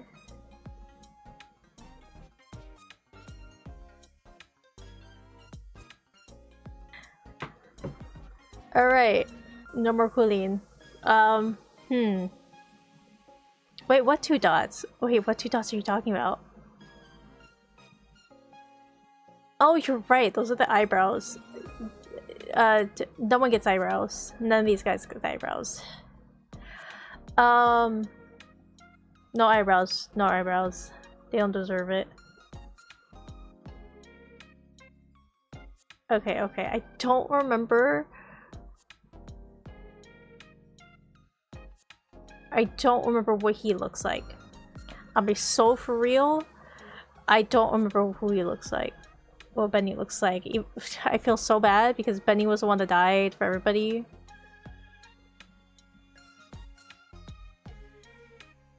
That's fine though. Benny looking like Benny kind of looking straight up like a fish.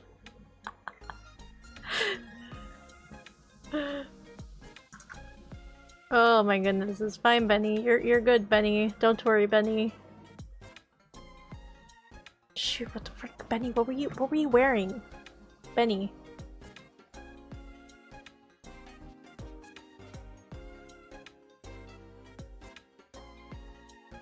Were you wearing anything, Benny? Literally, I don't remember, Benny. I think you were wearing glasses. I think you were wearing glasses.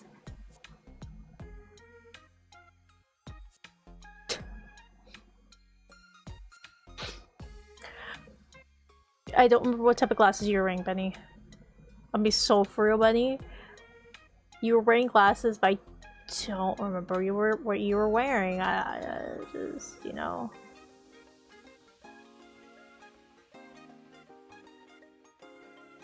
Something like that. Okay, but the biggest thing that you had, Benny, what I remember was that you had a scar. You had, you know, you had like some Harry Potter thing going on over here. And you had like some patches here or something like that. I don't remember. You had some sort of like scarring going on around your eye.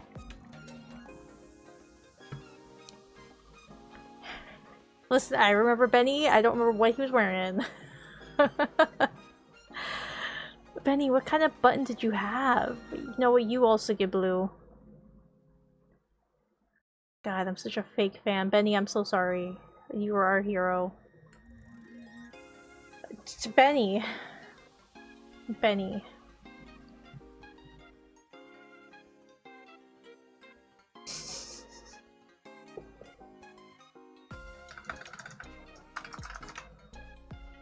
I don't even know if that's how you spell your name, Benny.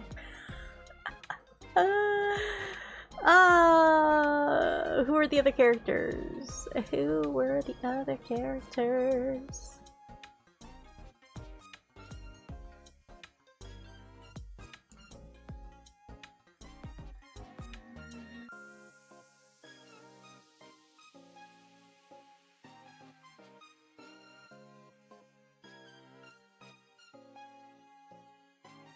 I don't remember nothing else. I remember nothing else. I think my brain is really fried. My brain is really, really fried. Because you have Julie, you have Leon, you have Kulin, you have Benny, you have Leora, who I don't remember what they look like.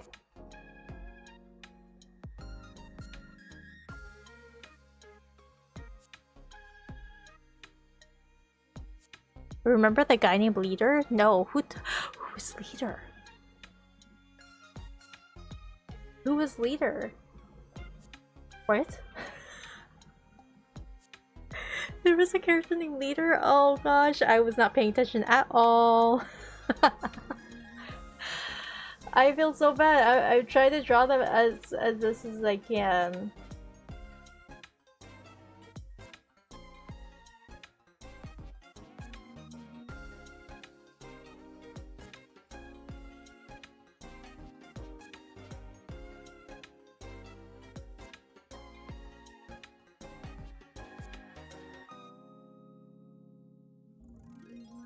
Peter.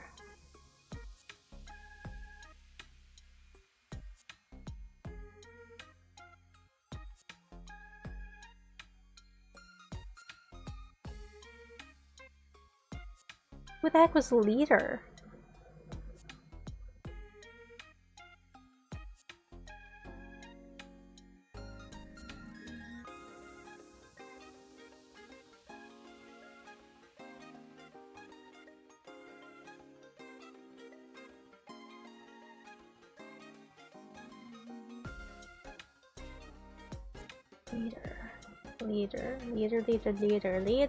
Leader.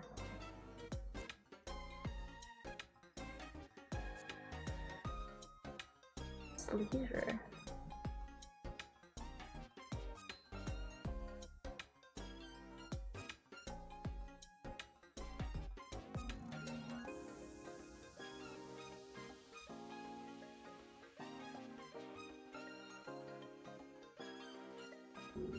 No, I don't remember who that was. I remember,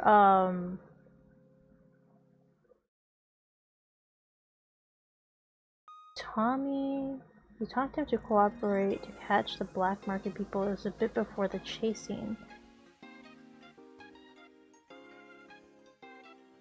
There's Raggy. I remember Raggy was helping. I don't remember anyone named Leader, though.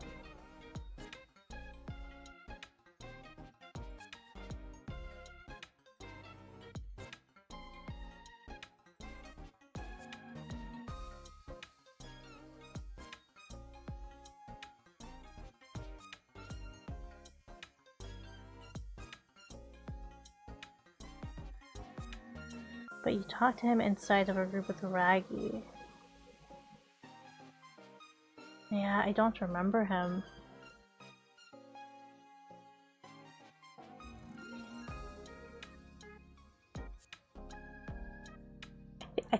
I think, hold on. This dude is missing, because most top hats have this thing.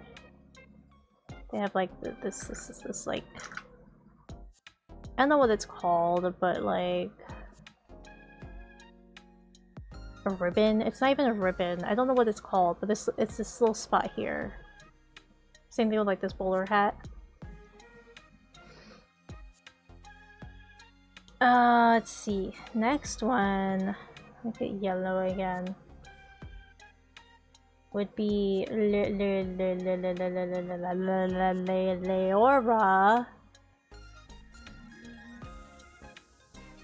The frick was Leader?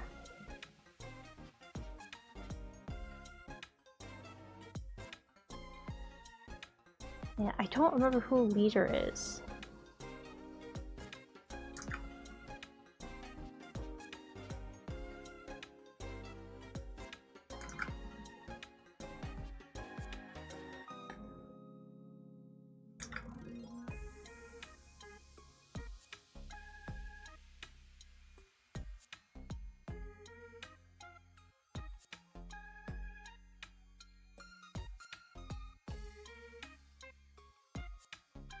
I remember this one, she had like some sort of like purple patch going on here.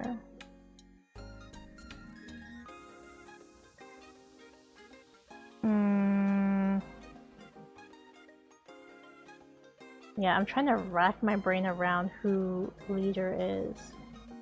And I don't remember who it is.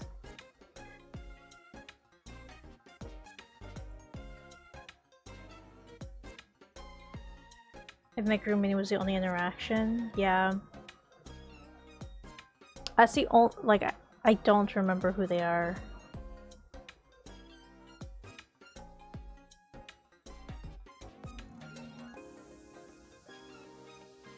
I think they also had the same thing. I think they had like eyelashes,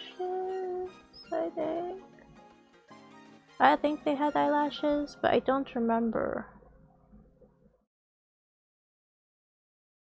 Cause I need to create some like separation, you know. I gotta create some like.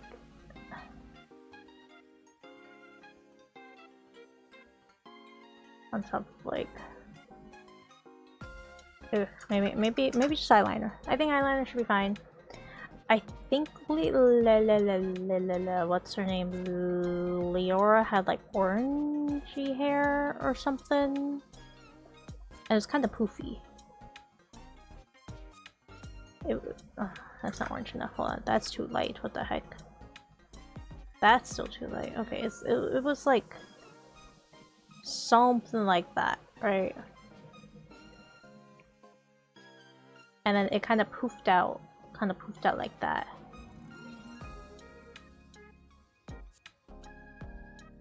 How it poofed out, I don't remember. It was something like this, right? Did they have hair back here? You know, I don't remember. We'll just draw that, right? And then they had a cute little mouth.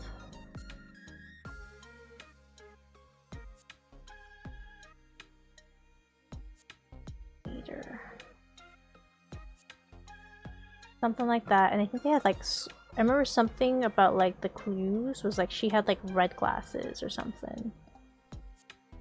She had like some sort of like, were they circular?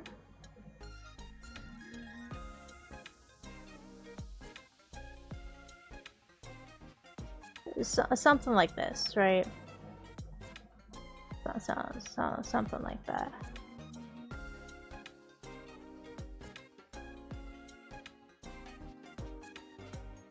There we go. Okay.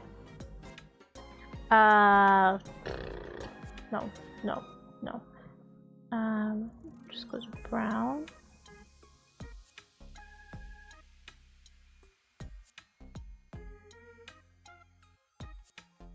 There we go. Just something like that, and then I think they had white gloves. I think most of them have white gloves or something.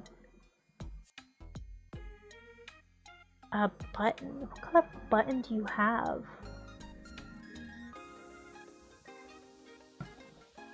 Blue? What color eye did I choose for you? We'll try to keep the consistency the same, so whatever that darkish blue color is. Yeah, good enough.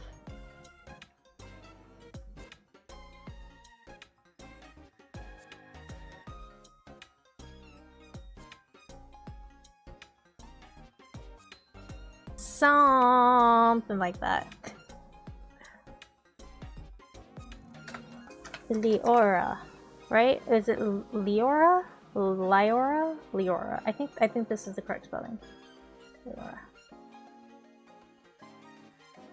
Duplicate that, and then we're just gonna merge that below so they all have the little space to go to. Okay.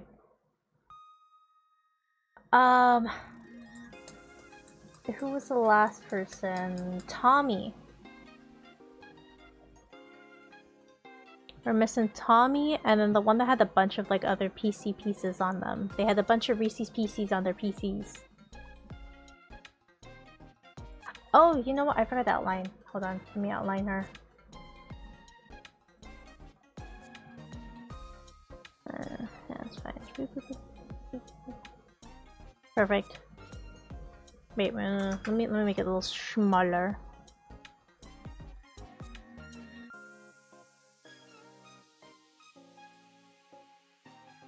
Perfect. Okay. And then we're gonna go for, who was it? Tommy? I think Tommy was kind of like mid-short, kind of, maybe. I don't remember actually. Oh gosh. You guys remember? I don't remember. I think he was tiny. I think Tommy was tiny. I think Tommy also had like some type of bowler hat thing going on, but I don't... Oh gosh, what color was it? I mean, I guess we'll keep it to black for now, because like I don't remember anything else. But they also had like some sort of like bowler hat thingy going on. Or maybe it was square. Maybe it was a square little hat. Yeah. I think it was square. No, I'm not gonna do Raggy because I'm trying to stick to like the main characters for everybody here.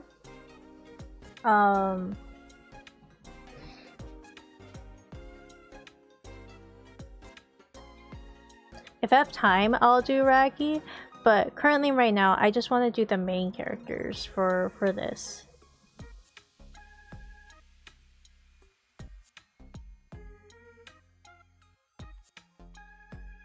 Oh, you know what I haven't done? Is it weird if I do pupils? Yeah, oh my gosh. And he had a camera, from what I remember, so let's try to do we'll just, bam. Just, whatever, it's purple, it's fine. He had, like, one of those old school type of cameras.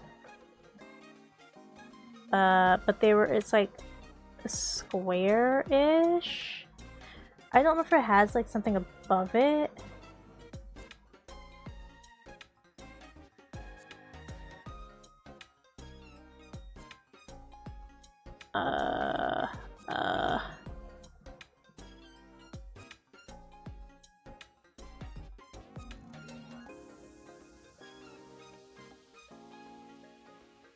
It was something like this.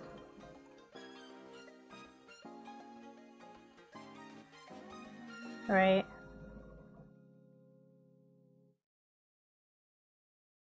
Something like that. I don't exactly remember what it was, but something like that, you know?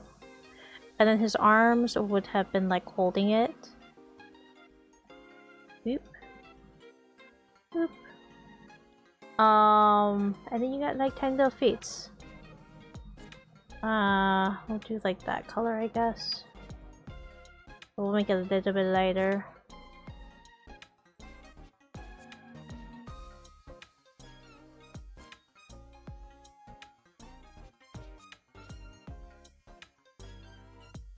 Oh, and I forgot his lips.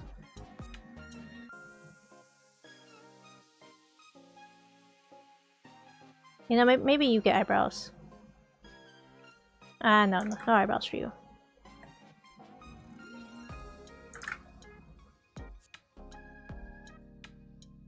He looks so happy, look at him. Oh my god, he looks so happy. And this one's Tommy.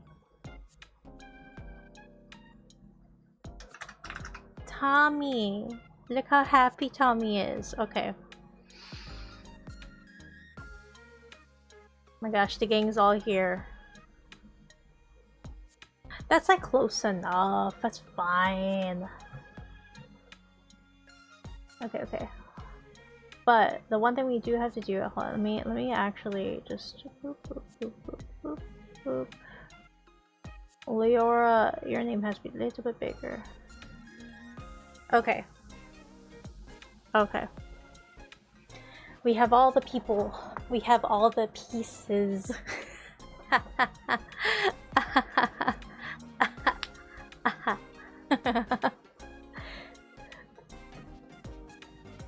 Alrighty. Is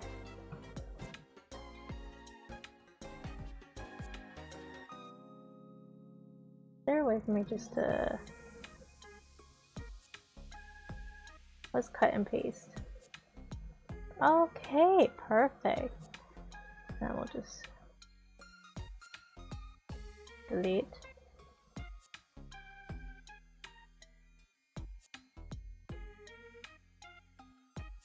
Cut and paste. Delete.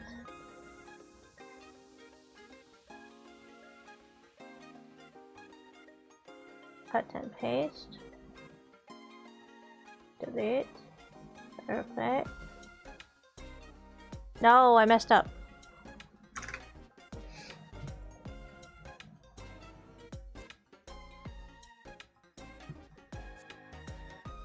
Cut and paste. Delete.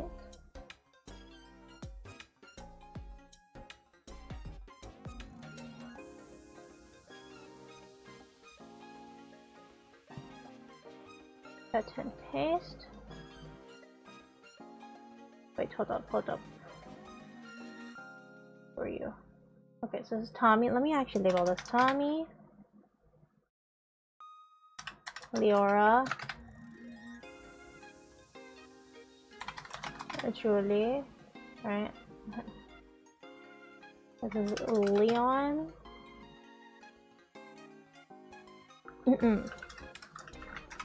Kulin.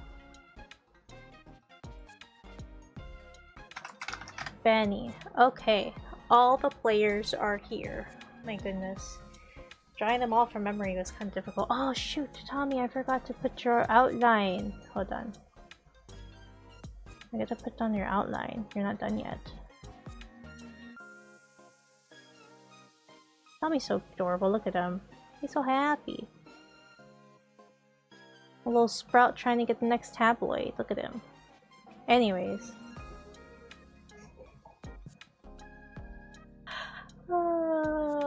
Okay. So we have all of our players. We have Julie at the center of this, right? We have Julie, we got Leon, we've got Kulin, we got Benny, we got Leora, and we have Tommy. Right?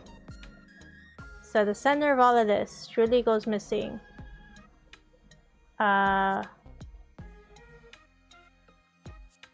the people that we suspect are this one, this one, this one, and this one. These two are tied together because they know each other. Maybe I do this later, but I finally have this. I could draw this on my own time. But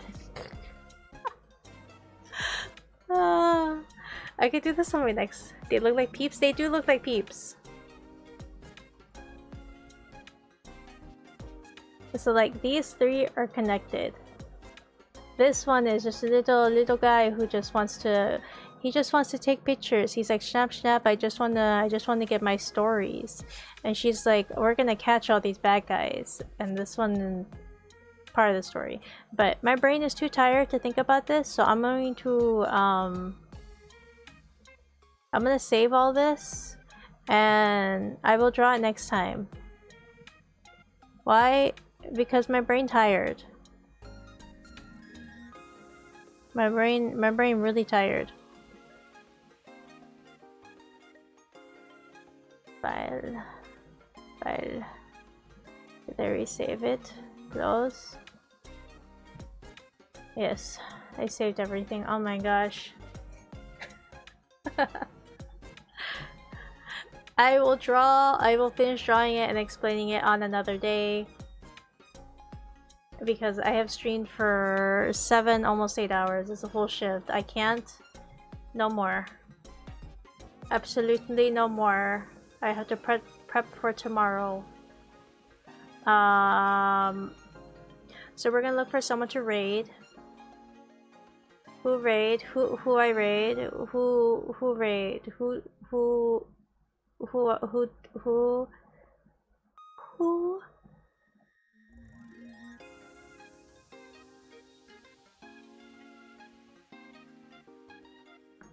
Wait, hold on. Yeah, for the full shift. No, I just lost 8 50% chances in a row. Thursday's gonna be great. What do you mean you lost 50% chance? What are you talking about, Kano? Kano?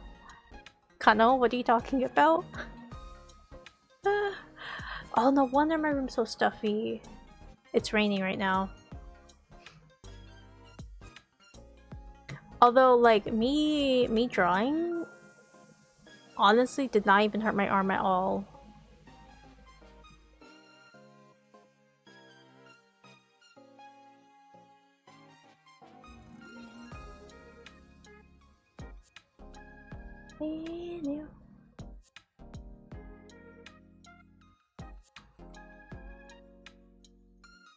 I had a buff in Expedition 33 that is 50%. I get 50% damage, and the other 50% 200%. I need to hit the 200 once. One shot took me 9 tries to do it. Oh, wait. So how long did it take you to do those 9 tries? Oh, oops. I was trying to close off a YouTube video. Oh my goodness.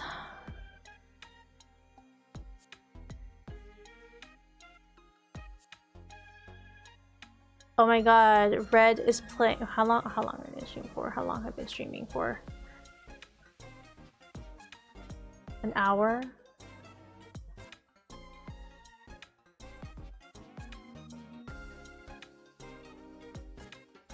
No, thank you for showing up. Thank you for hanging out. 2 minutes because I have to go through phase 1 every time to prepare the one shot because phase 2 is not fun. The mechanics are just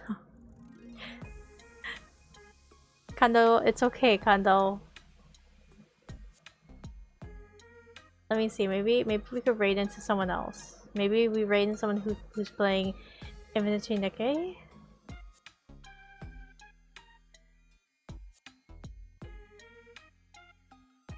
Am I the only one?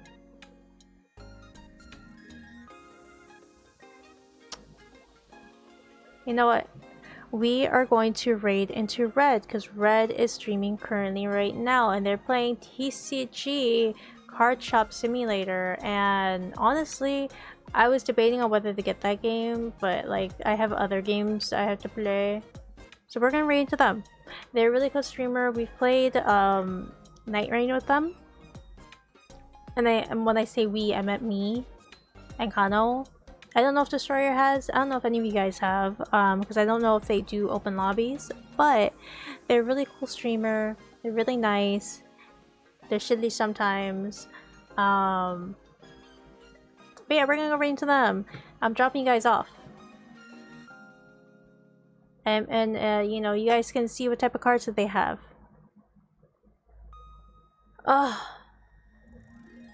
But I hope you guys have a wonderful day. I have to prep for tomorrow and for the rest of the month. Yeah, so thank you so much for being here. Once again, we are going to Radiance Red, who is currently playing TCG Card Shop Simulator. They're a really nice streamer. Played with them a few times. They caught me at my lowest against Draconic Tree Sentinel the first time I met them. Oh boy. But yeah. Jamie didn't stream last Thursday, I was only that day. Yeah, I needed time to rest. But that's okay because this whole, almost all of October, I should be streaming almost every day. Hopefully. But yeah, thank you so much for being here. Have a wonderful day, wonderful night, wonderful evening. Make sure you guys are staying hydrated, drink some water. And if it's cold in the area, please make sure that you guys are bundling up. And if you guys can do one thing for me, please make sure you guys are kind to yourself. We got 7 seconds left, so I gotta go, you gotta go. I'm dropping you guys off. Please be kind to them. Thank you. Bye.